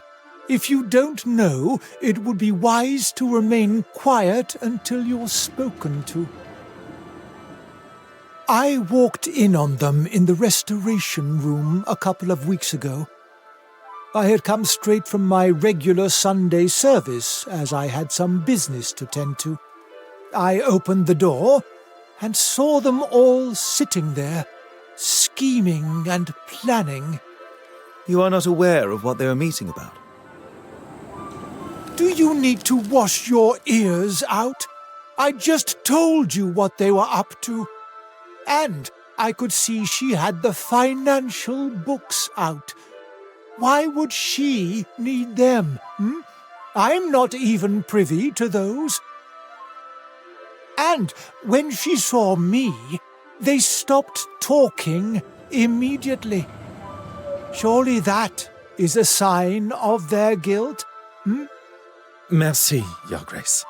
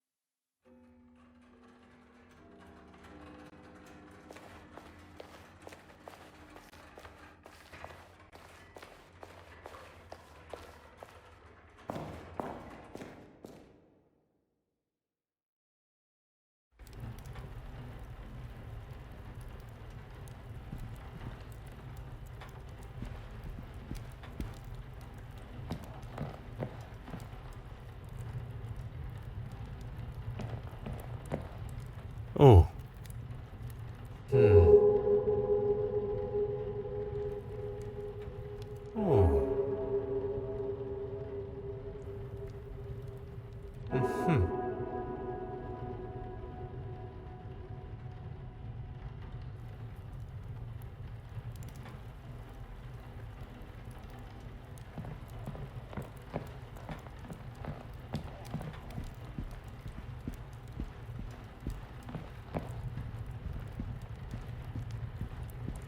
Oh.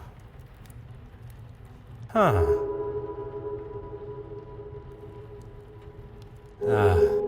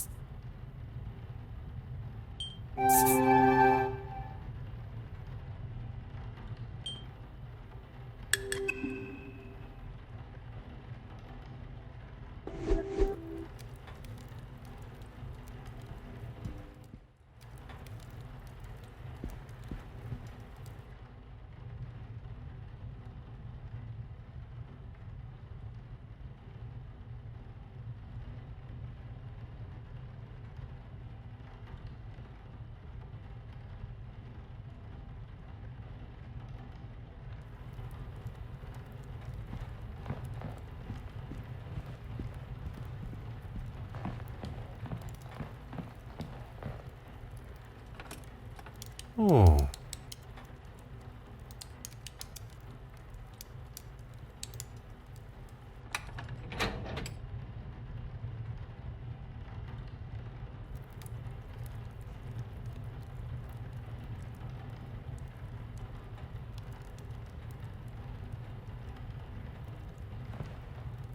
Ah.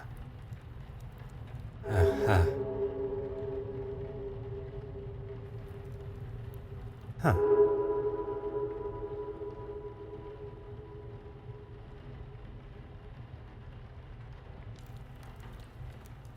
Huh.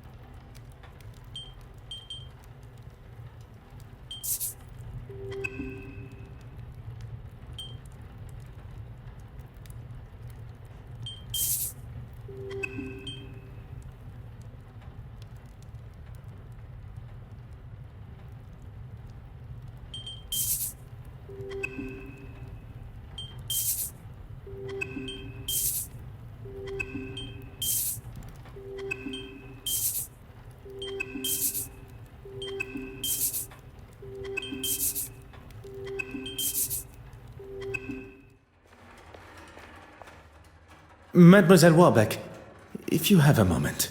I'm actually rather busy. Is there any chance you could come back later? I would have thought recovering your painting and identifying a murderer would be at the top of your priority list. I'm sorry. It's just been so hectic here.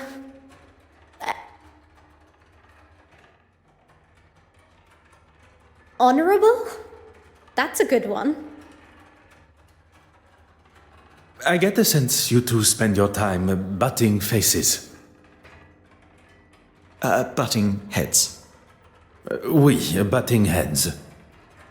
It would be easier to say what we do agree on. I don't know what he has against me. I didn't like one of his suggestions for an exhibition, and since then he's made it pretty clear he wants me gone. Is it necessary? You do not wish to impede my investigation? No, but I don't really understand what they have to do with the case. It is important that... That is quite all right, mademoiselle. It was not my intention to make you feel uncomfortable. Usually after an exhibition, the artist's work would be returned to them. But on this occasion, that is not an option. I still have every intention of going ahead with the exhibit that includes her work, even if the trustees are against it. I'm still the curator of this museum. I'm hanging her work now, and that's that. I recall Mademoiselle Court-Smythe referred to the exhibit as hers. The level of arrogance and hypocrisy is now even more evident. You have been most helpful.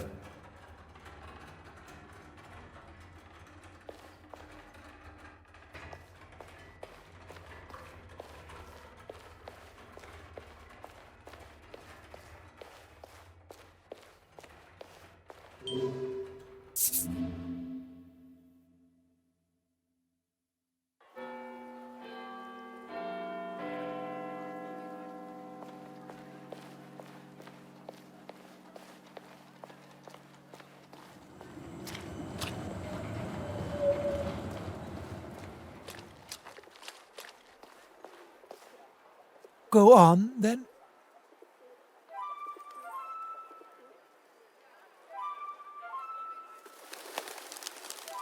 You make it sound as though it is I that has a problem with her. Forgive me, have I misinterpreted? If you cannot even understand what I have to say, how will you ever understand what Jesus and his Father in heaven require of you? That is perhaps a matter best discussed at a later time. What I wish to know now is about you and Mademoiselle Warbeck. There is no need to lose one's temper, Detective. The Lord tells us... Your Grace, please. A lesson for another time. Let's just say that I certainly wouldn't have given that common thief an exhibition, especially now. Merci, Your Grace.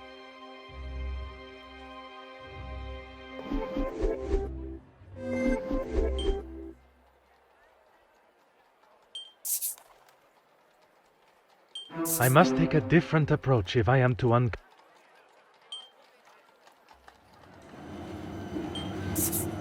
Another success.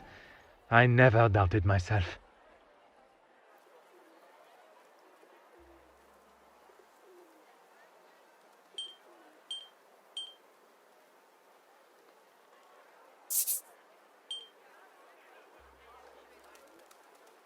Voila.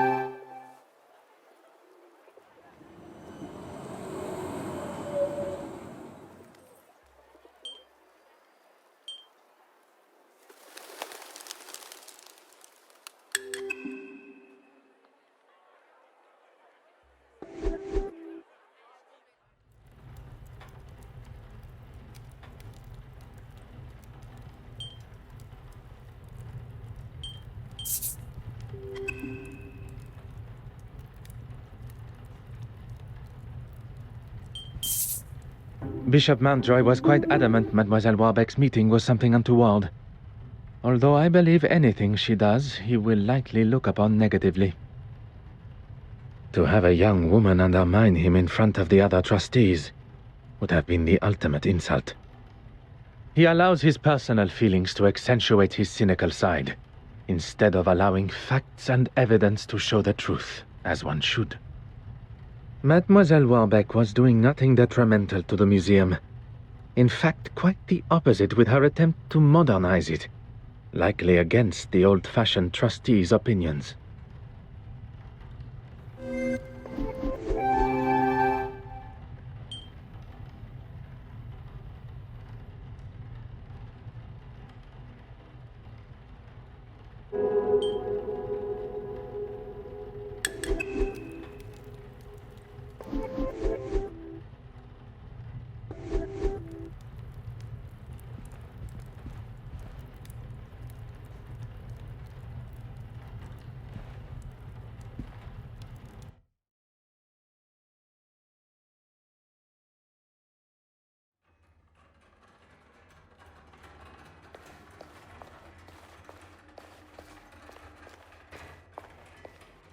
Go right ahead, Detective.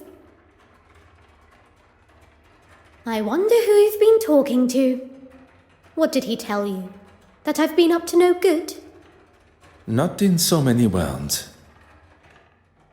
I was meeting with artists for a new exhibition. He has no idea what he is talking about when it comes to art. Or really anything for that fact. He can't see the future. The new wave that will change the art world forever. As well as the uncouth gentleman you met, he also mentioned the financial books. Uncouth? Anyone not wearing full priest robes is uncouth to him. I wouldn't show Horace the finances because it has nothing to do with him. And he's simply looking for any excuse to have me fired. Nothing more. Well, considering he didn't want her work anywhere near the museum, I wouldn't have said they had one at all. Then the next thing I heard was that he had commissioned her to do some pieces for his church. I didn't know anything about it until Irene told me. Do you know what he had commissioned her to paint? No idea, I'm afraid. She was sworn to secrecy. You have been most helpful.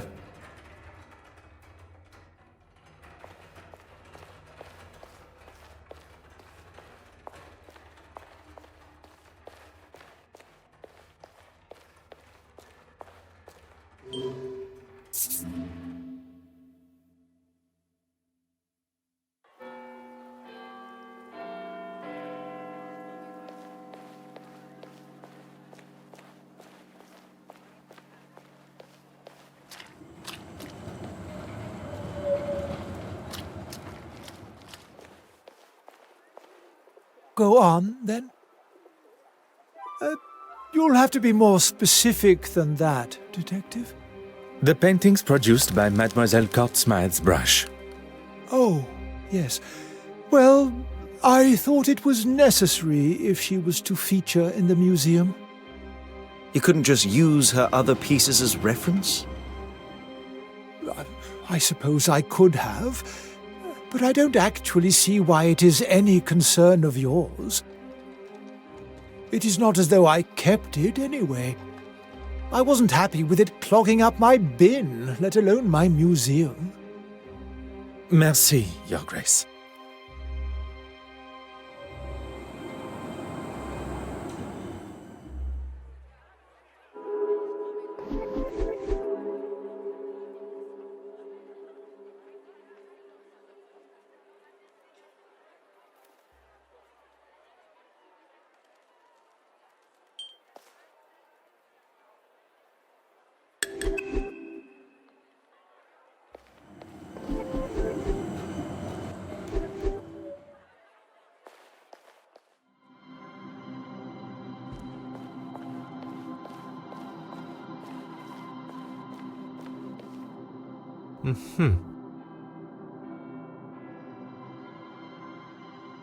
Huh.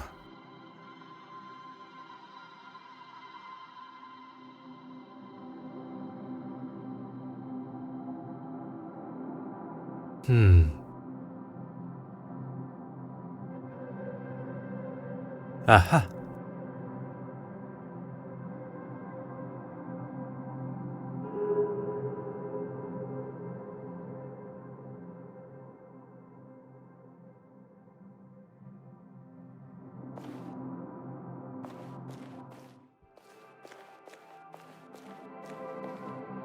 Aha.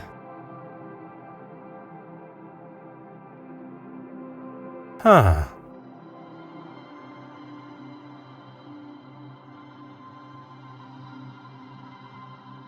Ah.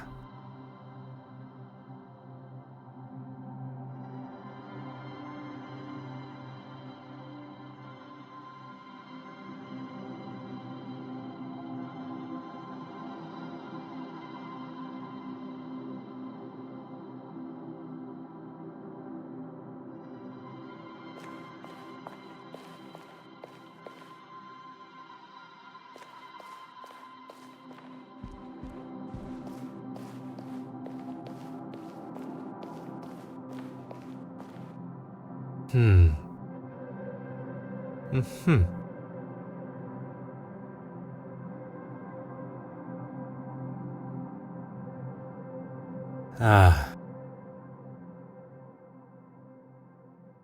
Huh.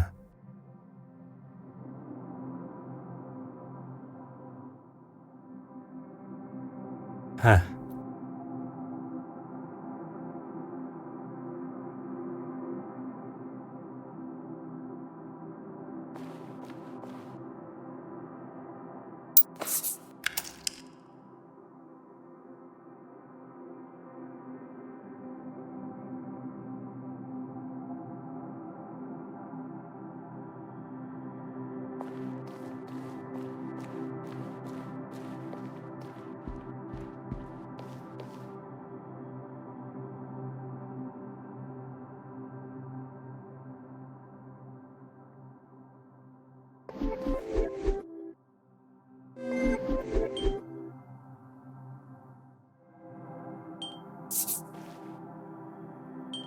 The pieces of the puzzle are finally coming together.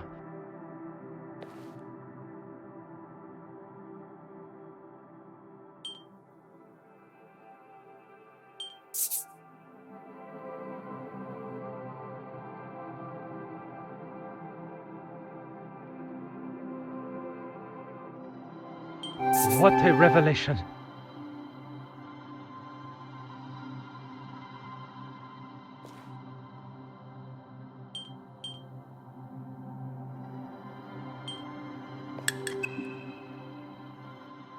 It appears that the good bishop has been replacing the church's original artworks with fakes painted by Mademoiselle Court-Smythe. He commissioned her to make these forgeries so that no one would notice when the originals disappeared. Disappearing where, though? You don't think he's selling them, do you? Why else? Mademoiselle Babagnan appears to have been right about the bishop's connection to the black market. Now, Hastings, we must ask ourselves, where might Bishop Mountjoy be hiding the original paintings from the church before he sells them on?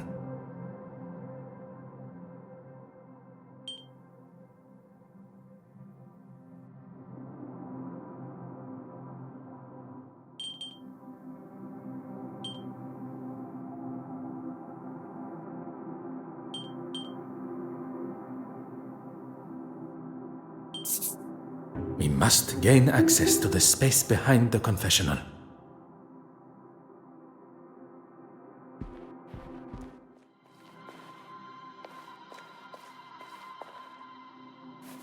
Oh.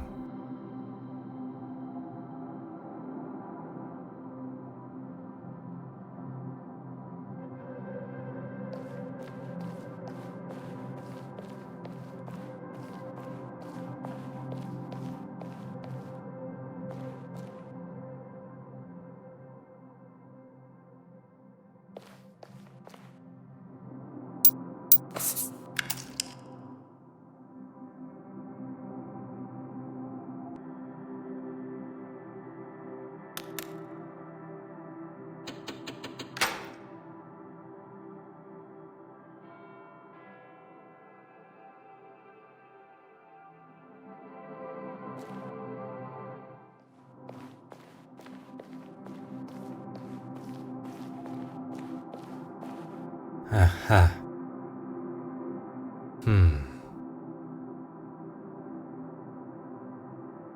Huh.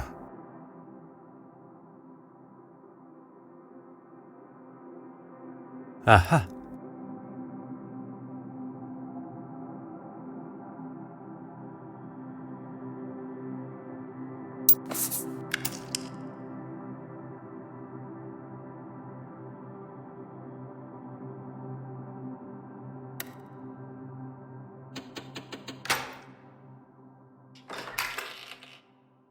Why don't you have a look first? Do not tell me you are afraid of the dark. Not the dark, just pitch black, eerie passages in old churches. Poirot, where are we? If I am not mistaken, this is part of the secret tunnels that were built hundreds of years ago to sneak those that did not agree with the powers of the country out. And why exactly are we in here? The why must never be obvious. That is the whole point. Right.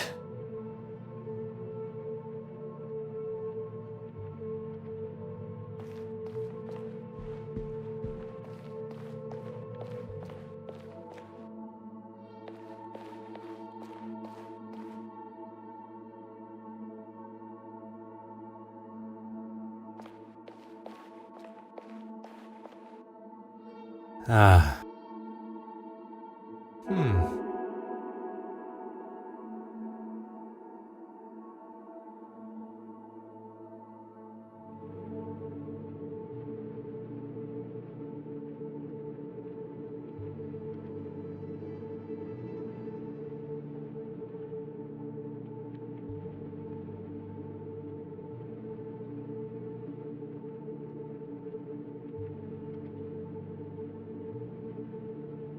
Oh.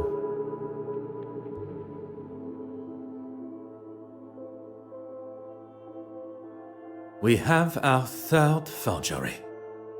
There is evidence of a much more modern painting on the back of the canvas. Thank goodness. Don't know how I would explain finding the original in such a state. Bishop Mountjoy must have discovered the painting that he received from Mademoiselle Court Smythe was one of her forgeries. And lashed out. Now it makes sense. He's been using this room to store his own private art collection. I can picture him sitting here smug as anything, surrounded by stolen paintings. What I find most unfortunate is that not only does he deprive the world of beauty and joy from seeing these works, but he also keeps them in such dark and dank conditions, the old fool. He's even having to light his candle clock to keep from drifting off down here. Such a waste, don't you think, Poirot? One's opinions are now worth listening to. I was only voicing my thoughts. You have thoughts beside those of Mademoiselle Farquhar? Really, Poirot? You still think so little of me? When one exclaims such regard for a suspect in a murder investigation, it is hard not to think any other way and comment so. You may not be so accustomed to the idea of showing, or at least having, some form of empathy for our fellow man. There is a difference between empathy and lust. And there is a difference between commenting and being rude and obnoxious. I was not expecting Monsieur Hastings to be so sensitive on the matter.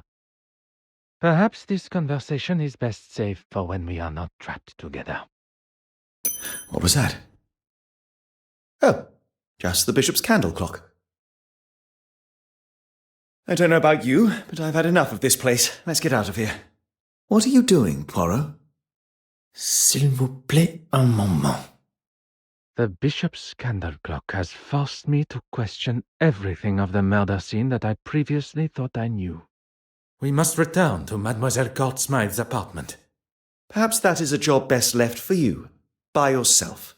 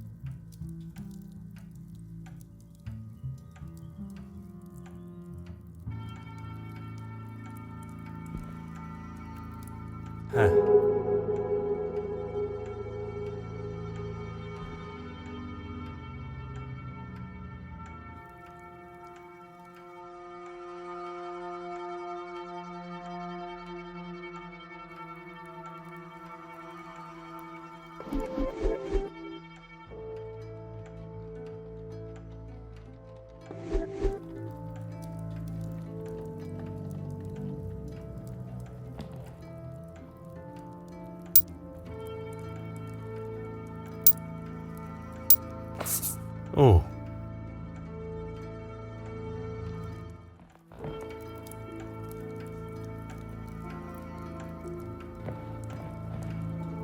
Aha. Mm-hmm. Oh. Huh.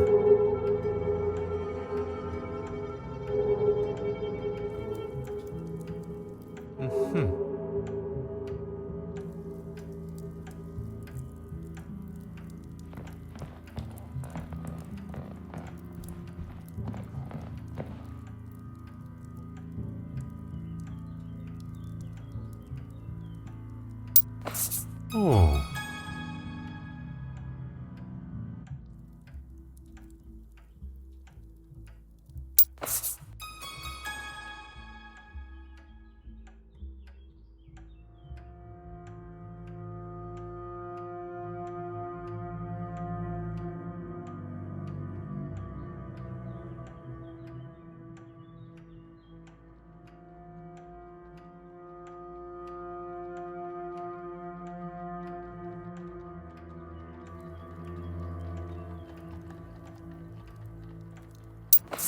Et maintenant?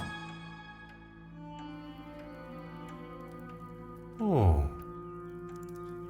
I believed myself to be the greatest detective in the most prestigious police force in the world.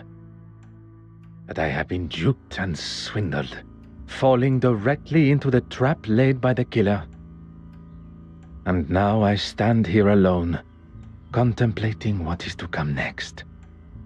Monsieur Hastings was quick to make his excuses to retire to his abode and not return to the scene of the crime by my side. I hope there is not something further that troubles him. One does not need added strains at a time when steps must be retraced and a new timeline considered. Sacré! I have spent my time staring into the sun when deceit and deception has taken place in the shadows. A murderer remains free, but the truth of the fire eludes Detective Hercule Poirot no more, and soon neither will their identity.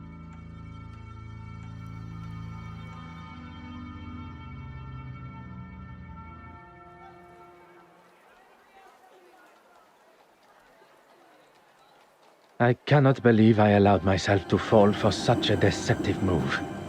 The killer knew I would ask for an alibi, and they knew how to cover their tracks perfectly. Now, though, I have the upper hand. The killer believes that I have extinguished all avenues of my questioning, unaware I know the truth of the fire. I wish Monsieur Hastings were here. I was perhaps too harsh with him. I know of his want for the same as I, the truth. But now I fear that I have lost him to my own tenacious demeanor. Now more than ever do I need my little grey cells working at full capacity. Monsieur Demire and Mademoiselle Babagna. I am glad to say that they both still have alibis, as the show had just reached its second act. I can be sure that neither was involved. Mademoiselle Farquhar. She claims that she was in the dark room developing pictures, and even with this new discovery, her alibi stands. Monsieur Dryden can confirm. Monsieur Christiansen, one of my key suspects, drinking alone except for a brief encounter with Monsieur Demire. But Madame Allen can substantiate his trip to see her at the theater to apologize during the intermission. Which leads us to the good Madame Allen, on stage performing. Innocent. A side note, I must make an effort to see her production. From what I have heard, she sounds quite captivating. The Honorable Bishop Mountjoy. His Compline prayers had not yet begun, but Mademoiselle Warbeck and he were together in what I can only imagine to be an uncomfortable meeting for them both. Her innocence has already been confirmed, although upon learning of how she has been treated, I would not have been surprised. Last but certainly not least, Monsieur Aylesworth, and the article in the newspaper documenting his, as some see, heroic speech amongst the House of Commons is alibi enough for the murder. And where are we left now? Every suspect seemingly as innocent as they were yesterday. But when one looks most innocent, that is when Detective Poirot is most suspicious.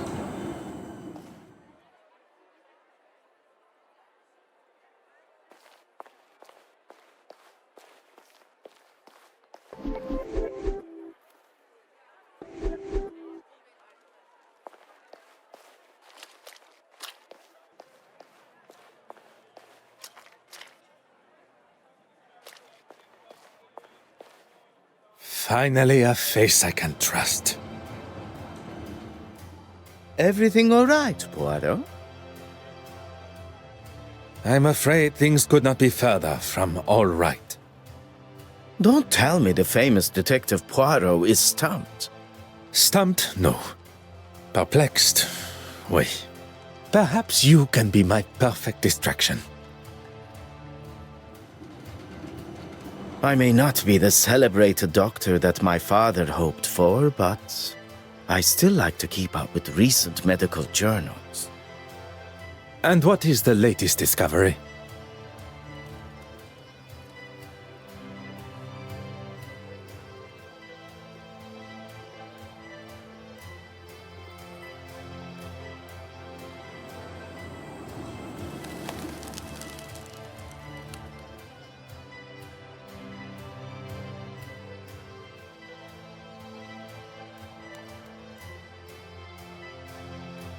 This particular article is about the effect of cocaine on the user's body. I thought I liked to have a good time, but that drug, too much for me. What makes you say that? I wouldn't want my heart beating at the speed of a locomotive. Here, read for yourself. I haven't actually. I gave him my office telephone number and said he could call anytime, but not a peep. You sound surprised. Yeah, he probably wants to keep his health issues out of the public eye. Hence me offering to help, but he seems to be just fine, surprisingly. Do you think there is a chance he could have faked it all? How those little gray cells of yours work sometimes. Amazing! Please, my friend. You're serious? Don't know why, but I suppose he could have. At this point, anything is a possibility. I think a visit to Monsieur Aylesworth at the Royal Society of Art is in order. Mademoiselle Babagna, a pleasure as always. Good morning, gentlemen. I'm afraid my pleasantries are to be cut short this morning. I have a most pressing matter.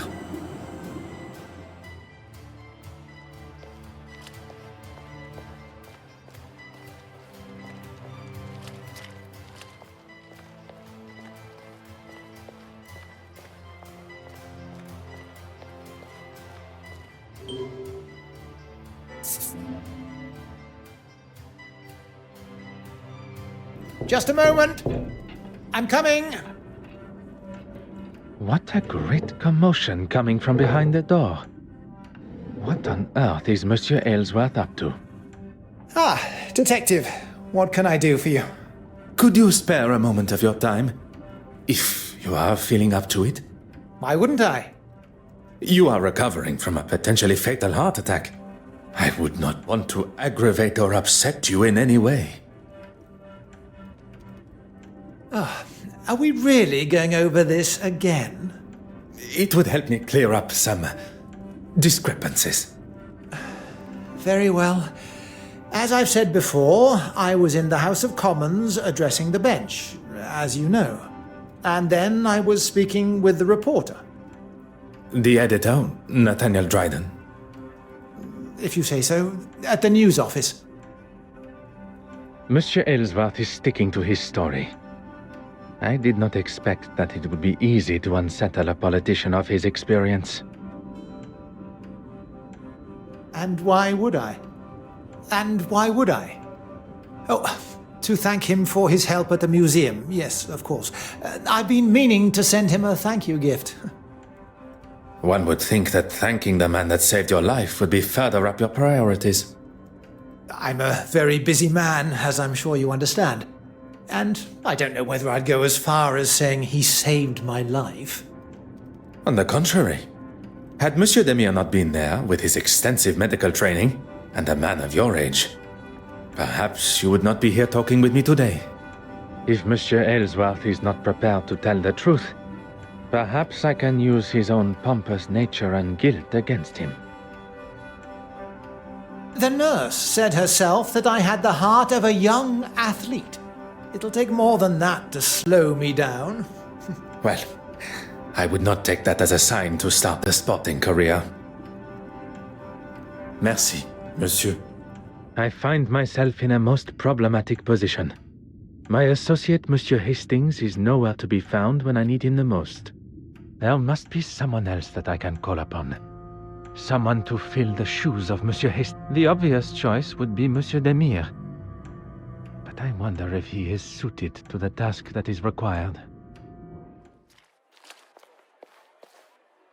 Whatever you need. I must get back to my investigation. Good morning, mademoiselle. My apologies for my earlier departure. That's quite all right. Mr. Demire informed me of the facts. The case has taken a direction I had not foreseen, and it now leaves me. I will not stand here and listen to you wallow. How can I help? Go on.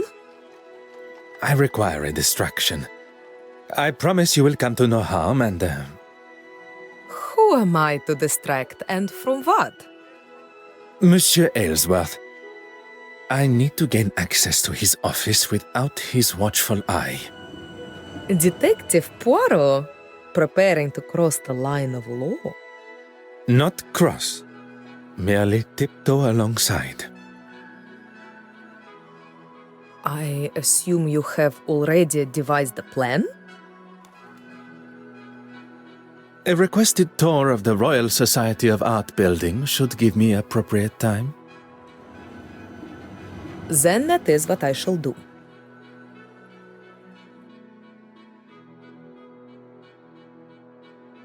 The door has been left ajar, exactly as required. I could hear Monsieur Aylesworth fumbling around behind his door on my last visit, and combined with his hesitation to open his door to me, I can presume he had something he did not want Detective Poirot to see.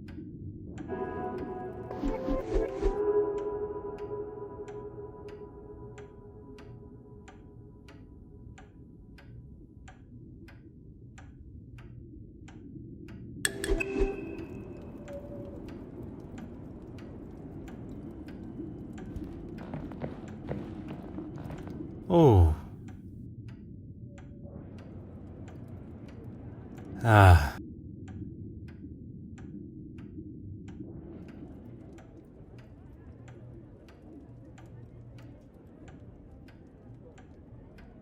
Hmm.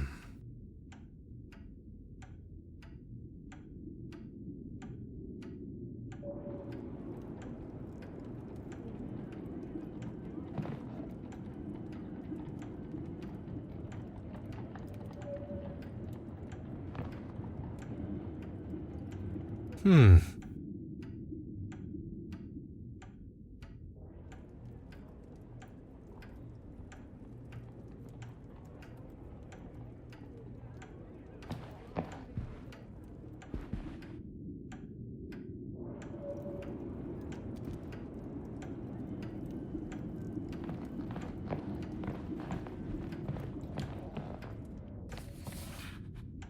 Aha.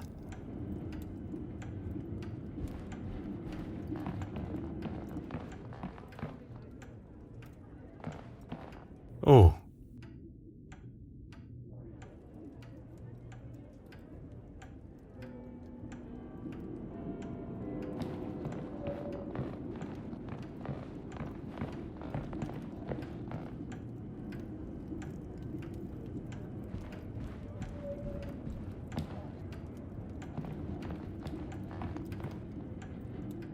Huh.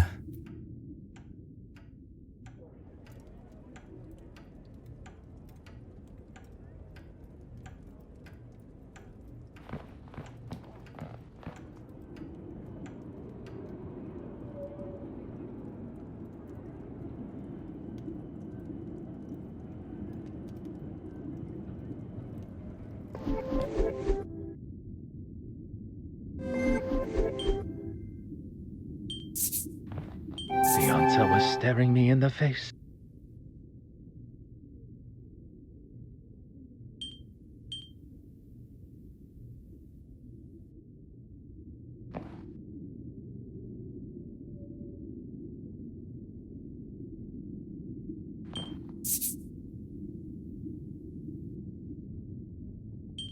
Some would say a lucky guess. I would say a moment of genius.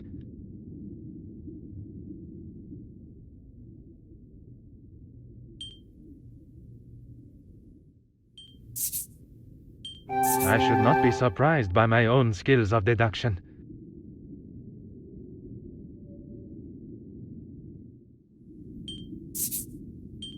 Another success. I never doubted myself.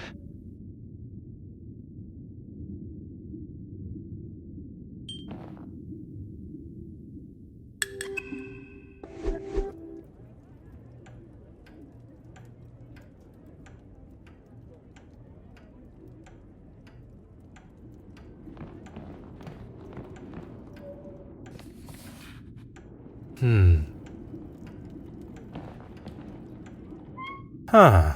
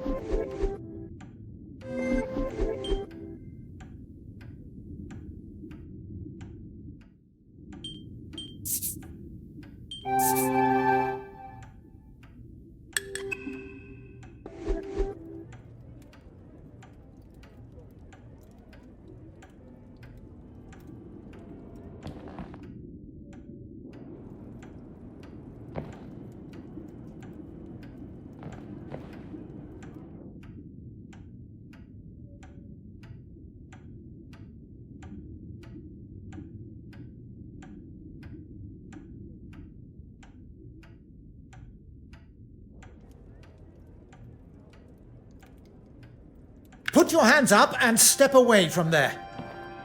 Monsieur, there is no need. Enough of your phony pleasantries. Let's see what the real police have to say. The first thing they would notice is the politician aiming his revolver at an officer while they are conducting official police business. I'm sure they would agree I have every right to protect myself from a foreign intruder. If you were to lower the gun, perhaps we could discuss the situation we find ourselves in. You may have authority in your own country, but not here. Now, explain yourself.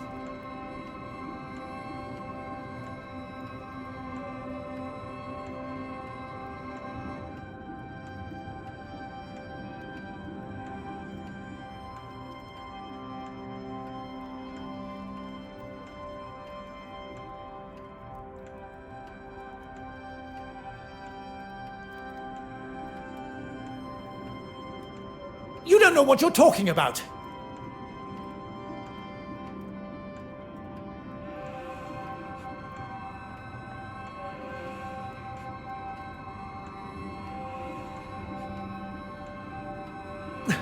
Enough! I need a second to think about all this. How has it all come to this? No, it's not my fault. It's... It is not too late. Your intentions were good. Scotland Yard will look sympathetically at... If you had just left that fool Hardwick to it, we wouldn't be here, and I wouldn't have to do this. I have done nothing but remain honorable to my oath to uphold the law. It is Monsieur's choices and actions that have brought us to this point. And he must accept responsibility for what is to come.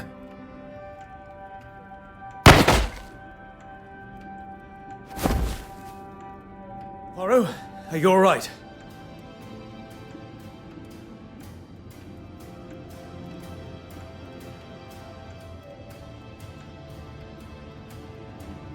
All the better for seeing you, Hastings. I was worried I was going to miss him. Your timing and accuracy could not have been more perfect. What do we do now? We take our leave. And what about him? Will he be okay? He shall be fine. Although I am not envious of the sore head he will awake to. Come, there is much to tell. Behind the bookshelf. But I never...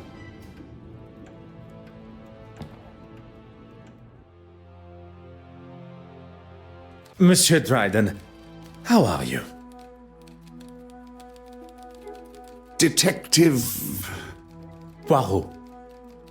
Yes, of course. What can I do for you? She is, but not here, I'm afraid.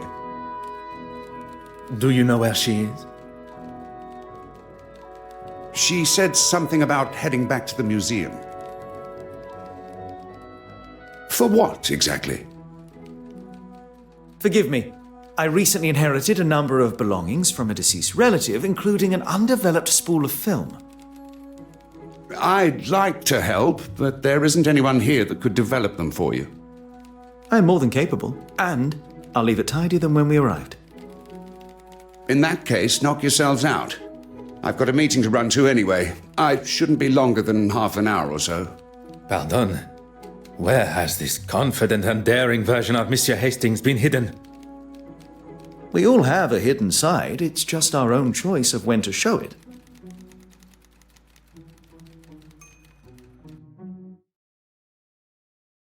So our first step is... Don't tell me there is something the great Detective Poirot doesn't know.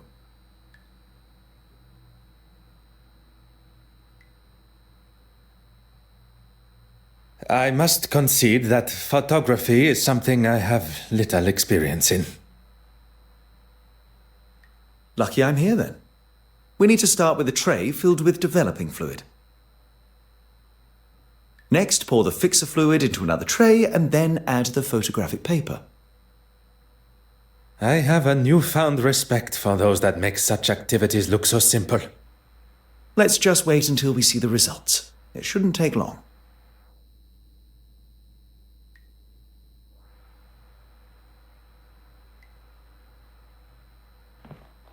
Aha.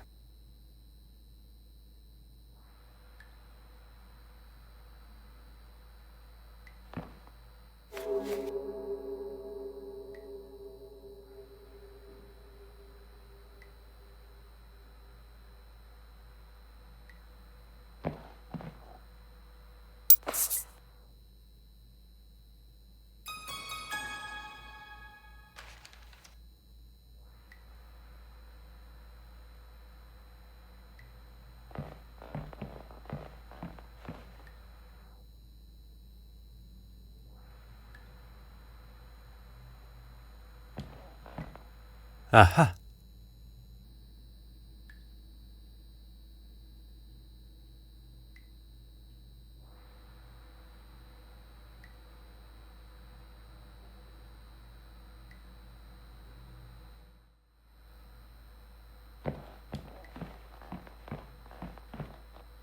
Oh.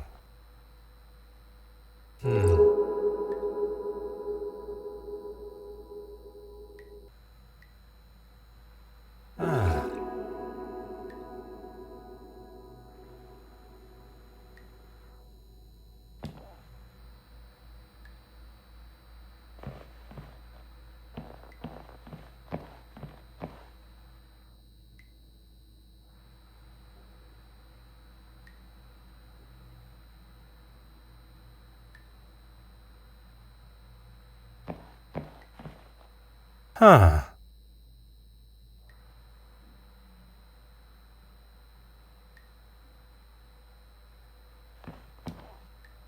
Oh.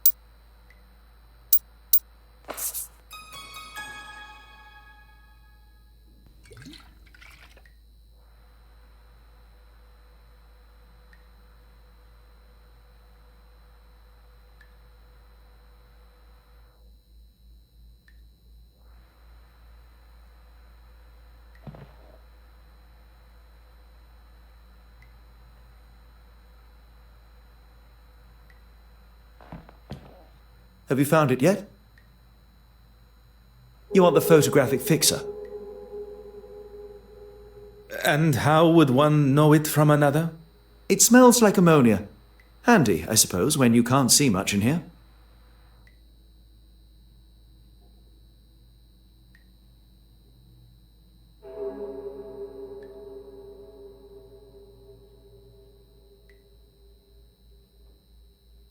We've already been over this, Poirot. I don't want to argue.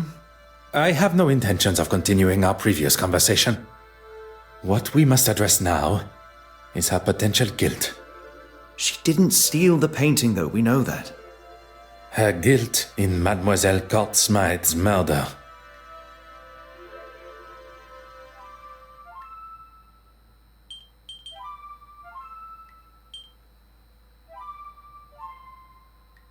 Merci, monsieur.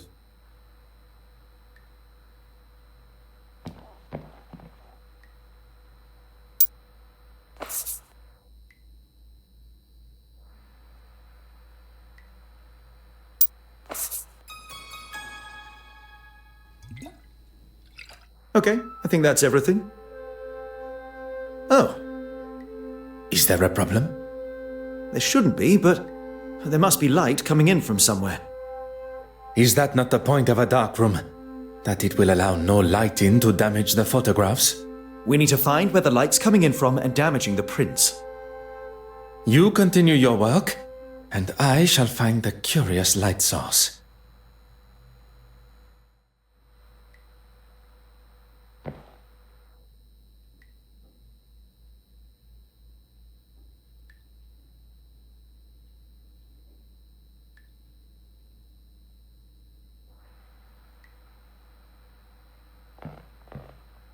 Monsieur Hastings, may we talk a moment?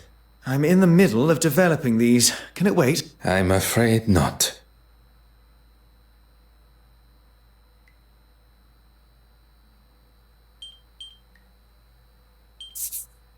Mr. Poirot, you are a genius.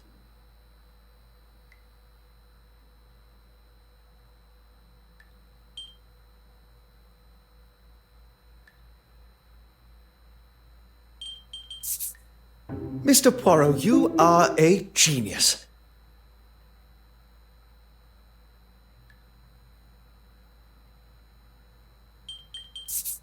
That would never have even occurred to me. I've got a lot to learn.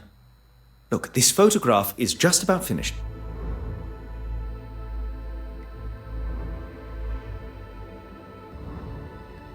Is that? It appears so. And what has she got in her hand? That can't be the same cigarette case. The cigarette case that was taken from Mademoiselle Farquhar's luggage on our voyage here. It appears Mademoiselle Farquhar had a much closer relationship with Mademoiselle Court Smythe. I would say they... Cousins. Oui, monsieur. Hastings, I must thank you. For what? Allowing myself to be enticed by Miss Farquhar's feminine nature.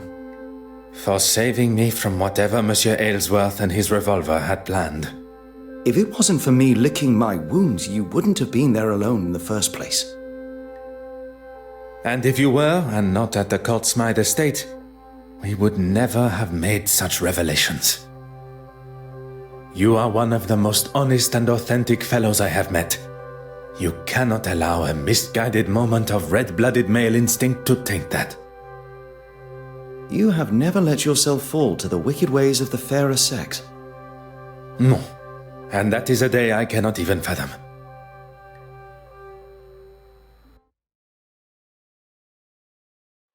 With Hastings' help at the Court Smythe estate, something I would have liked to have considered, we now know the reasoning behind Mademoiselle Farquhar's brutal actions towards her own cousin. The circumstances around the murder need no further consideration, but the location of the missing Benedent Magdalene still frustrates me.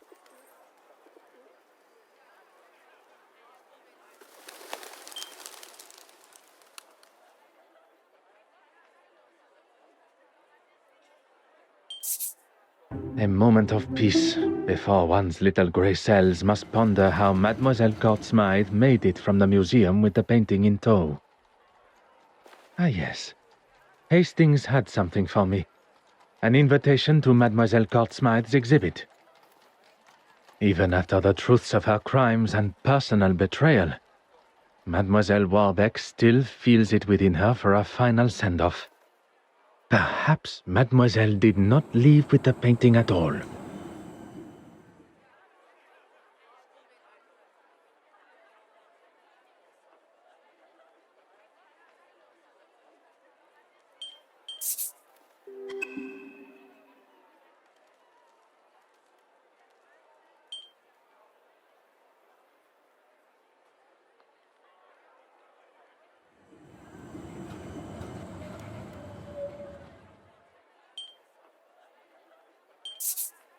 Poirot, there you are. What are you...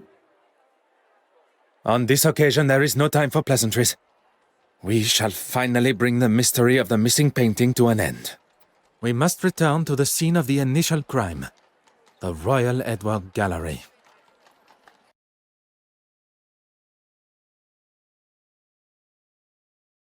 Is everyone present? Please ask them to convene in the exhibition room. Is there something you're not telling me? All will be revealed.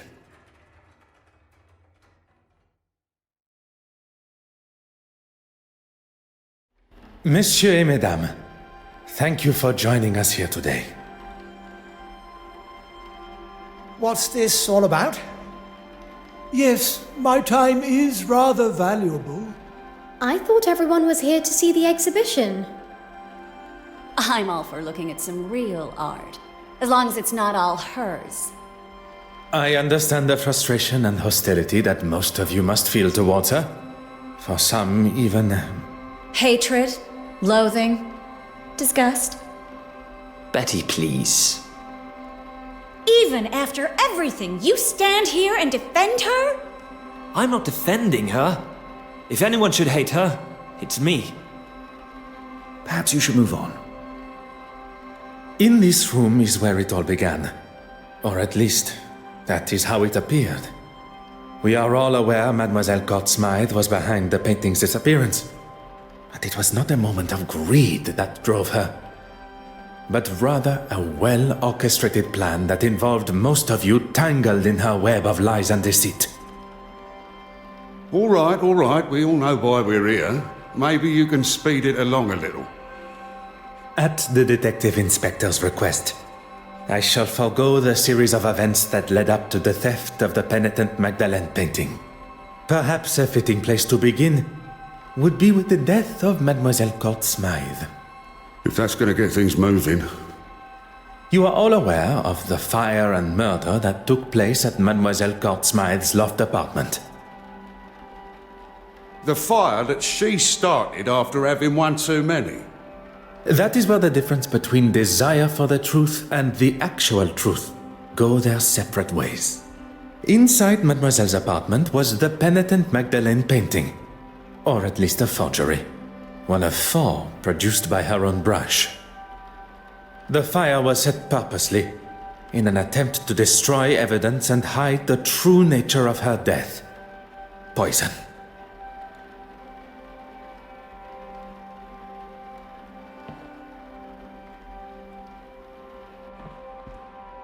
I have dedicated my life to serving God. I have no need to be involved in any of this.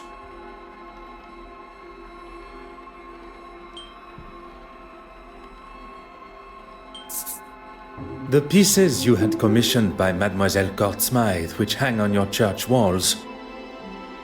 Why are we even standing here listening to this man? Has this got anything to do with, frankly, anything?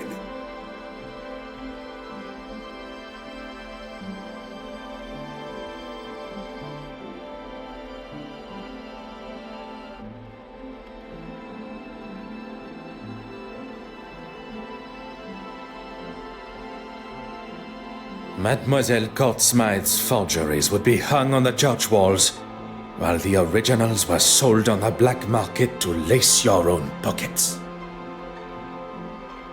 You have no proof of these accusations. Poirot, the penitent Magdalene. How could one forget? We have already discussed one of the multiple forgeries, and found amongst your hidden collection the second.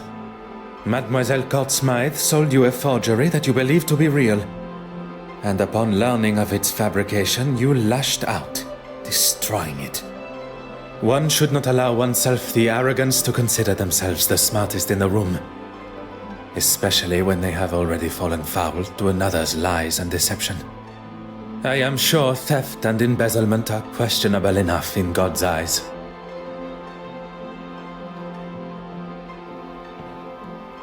I know things got out of hand, but it was you that broke into my office in the first place.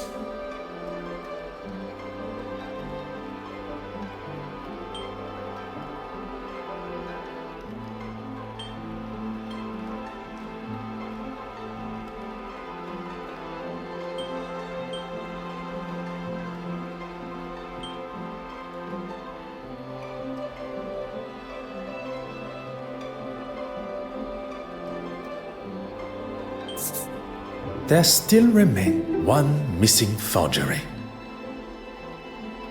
The image of the honorable and distinguished gentleman that you present yourself as has gone on long enough. It may seem like an alien concept to you, but we English, we take great pride in how we present ourselves.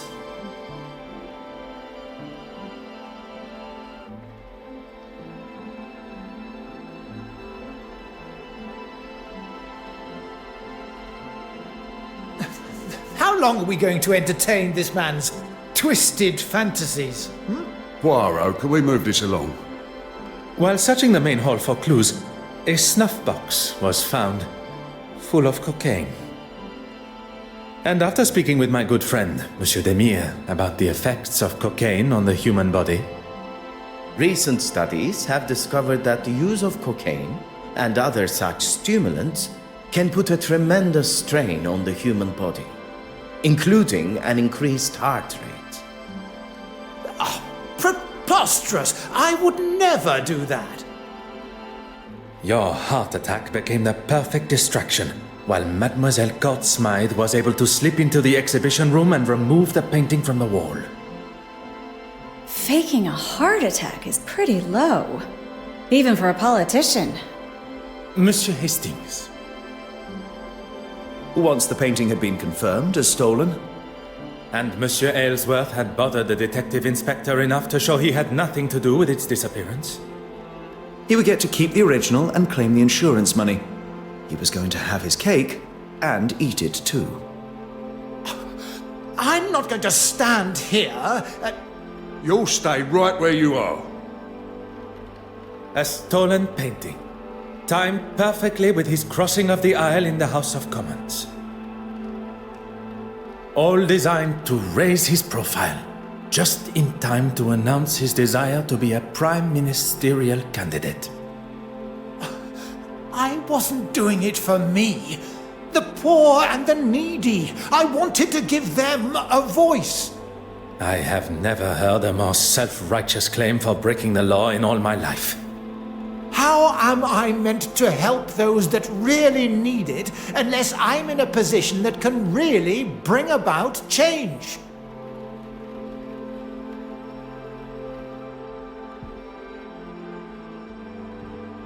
You know where the painting is, and who killed Irene.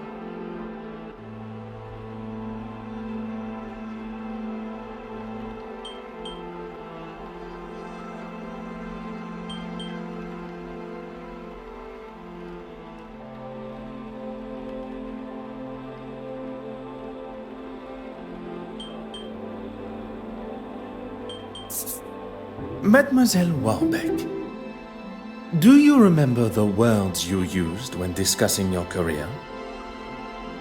No, I mean, yes. You're taking it out of context. On the contrary, Mademoiselle Court Smythe threatened your career by involving you in the theft. The exact context you described. I wouldn't kill her, though. I couldn't. You cleaned the key to the restoration room, did you not? You continue to deny your involvement with the deceased. A relationship that was nothing more than misplaced love. You think I don't know that now? I knew it had been her that took the key from my pocket. But when I confronted her... Behind bars, that's where she belongs. Give it a rest, old man. She can't speak to me like that. Before you continue riding your high horse, Your Grace, perhaps one should consider one's own actions. My actions? How dare you? You're making a mockery of me, the Church, and God Himself. It is you that makes a mockery, and I am sure God will forgive me for saying so.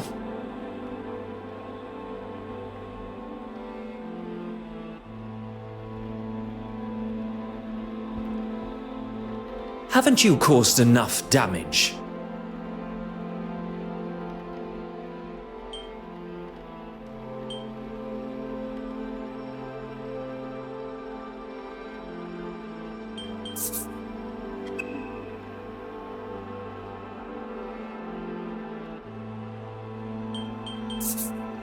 Madame Hélène, the famous actress and performer, your story is one I learned with a heavy heart.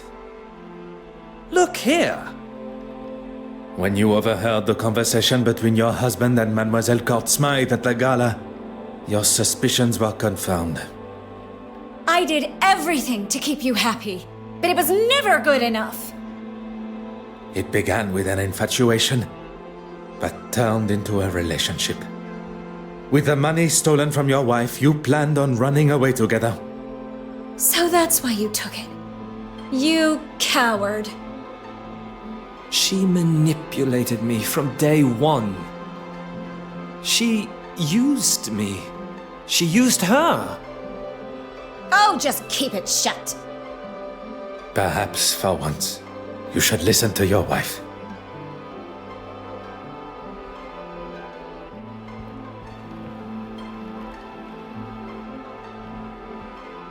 This is all going to make for some story.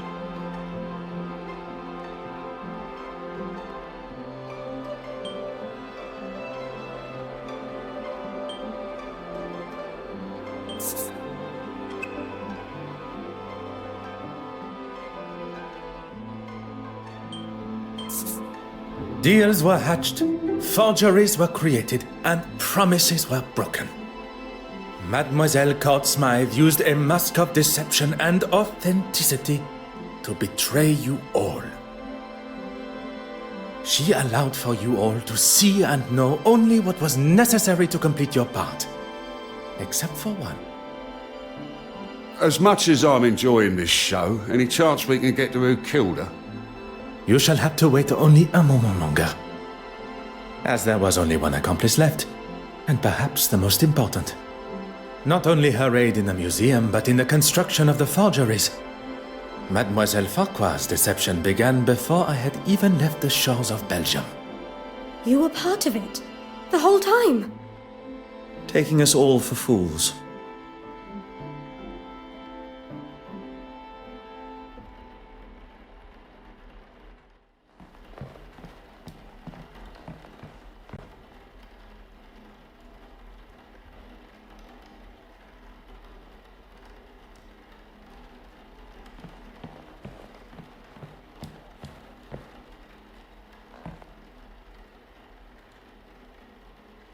Mademoiselle Court Smythe manipulated everyone.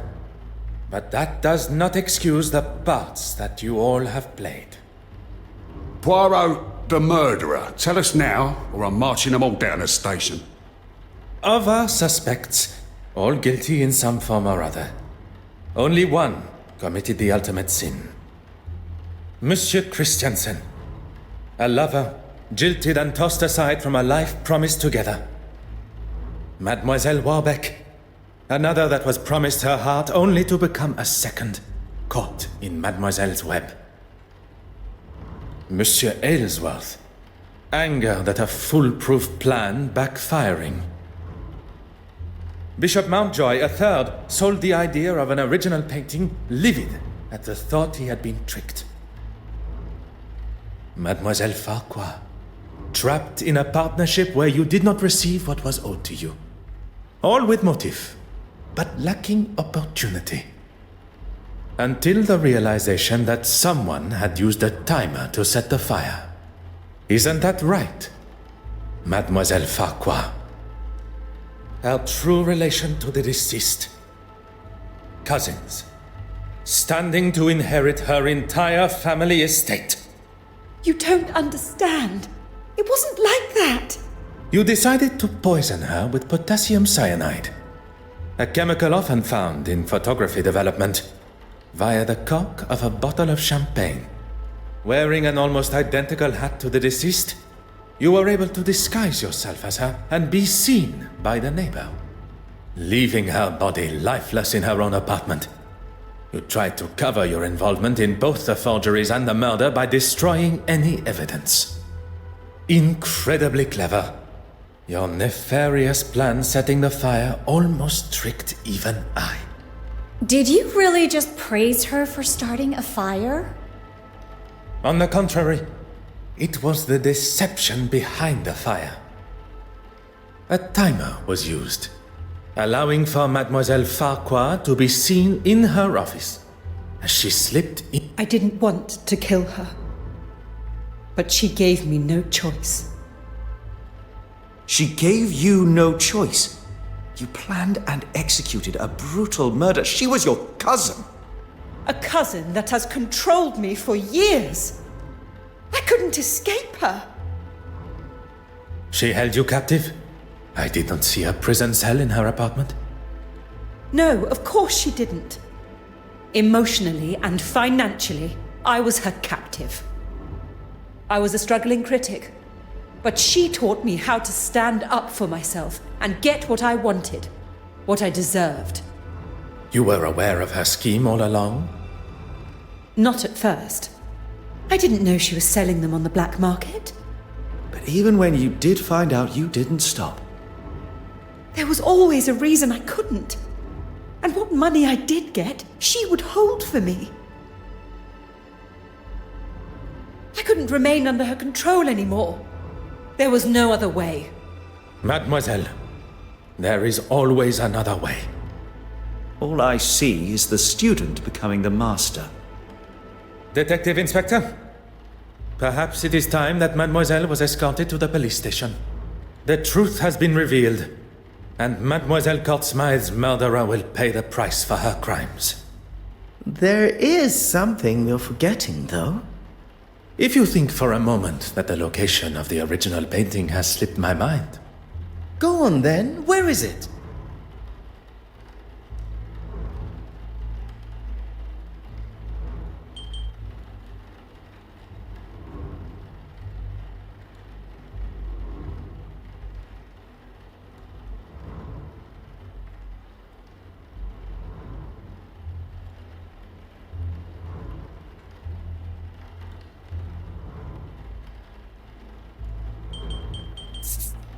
In this very museum.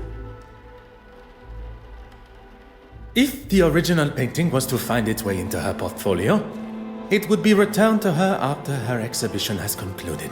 Meaning? It would be delivered to her on a plate. Exactement. She prepared one of her picture frames and made sure it would be in the restoration room. What on earth is he doing? You've got to be kidding me.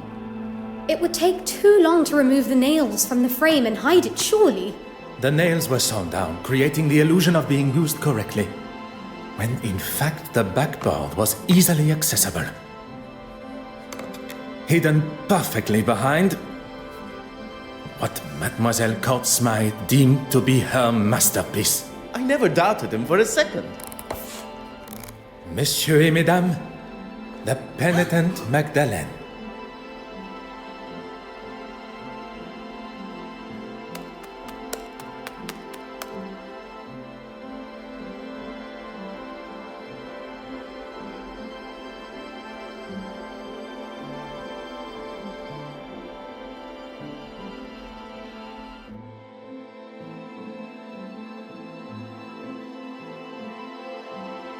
Well, detective, you've solved both the theft and murder.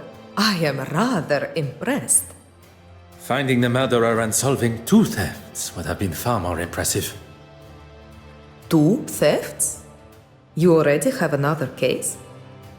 You have forgotten Mademoiselle Farquhar's missing cigarette case. Oh, of course.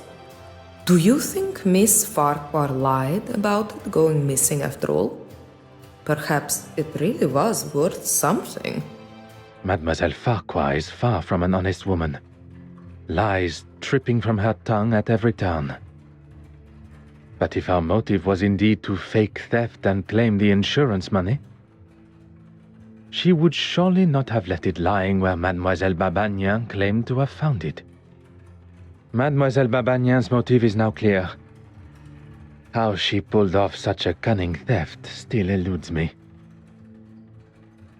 Something Hastings said has my little grey cells fired up. Nothing is ever quite what it seems.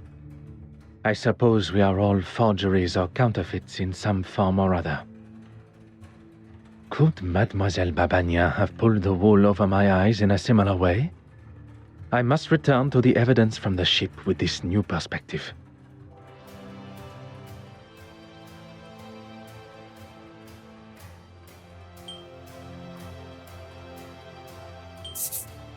It is you that should be happy, mademoiselle. With no effort at all, you are able to save the day with barely a second thought. You turned a stolen heirloom with a thief and a victim into nothing more than a misplaced item. A case of being in the right place at the right time. I do not believe in coincidence. You were where you were meant to be. Had you not boarded when you did, you would likely have not been invited to the gala at all.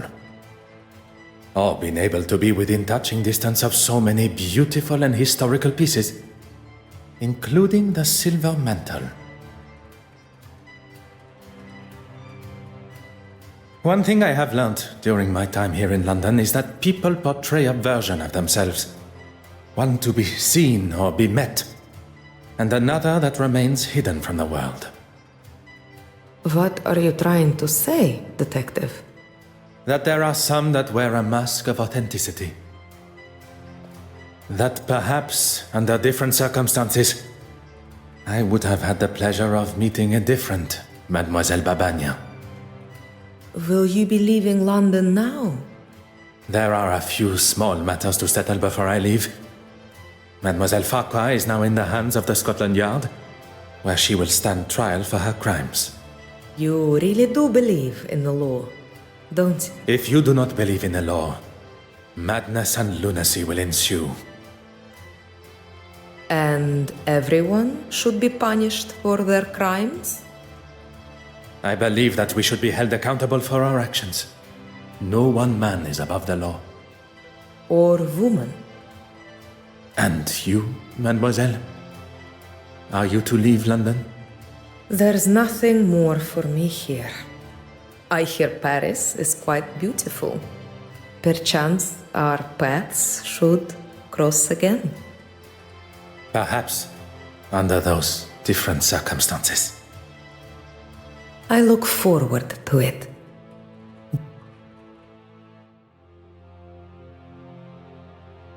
Well, that's that then. Oui, monsieur. The cases are closed and Mademoiselle Farquhar will shortly be behind bars. What of the others? Judging by the detective inspector's glare at Monsieur Aylesworth, he will not be escaping the law. And Bishop Mountjoy. Once news spreads of his connection with the black market, I would question his attendance come the Sunday service. I was hoping at least someone would get a happy ending. Monsieur Hastings, you have been by my side throughout this investigation. Without you, the guilty parties, would not be facing the consequences of their actions. I helped where I could, but it was mostly you. I know that. What you may not know, and I would kindly request you keep to yourself, is that I consider myself somewhat of a... loner? I would not go as far as that. But it appears you understand my sentiment. Good thing I was around to save you from a gunman. I fear I shall not live that down.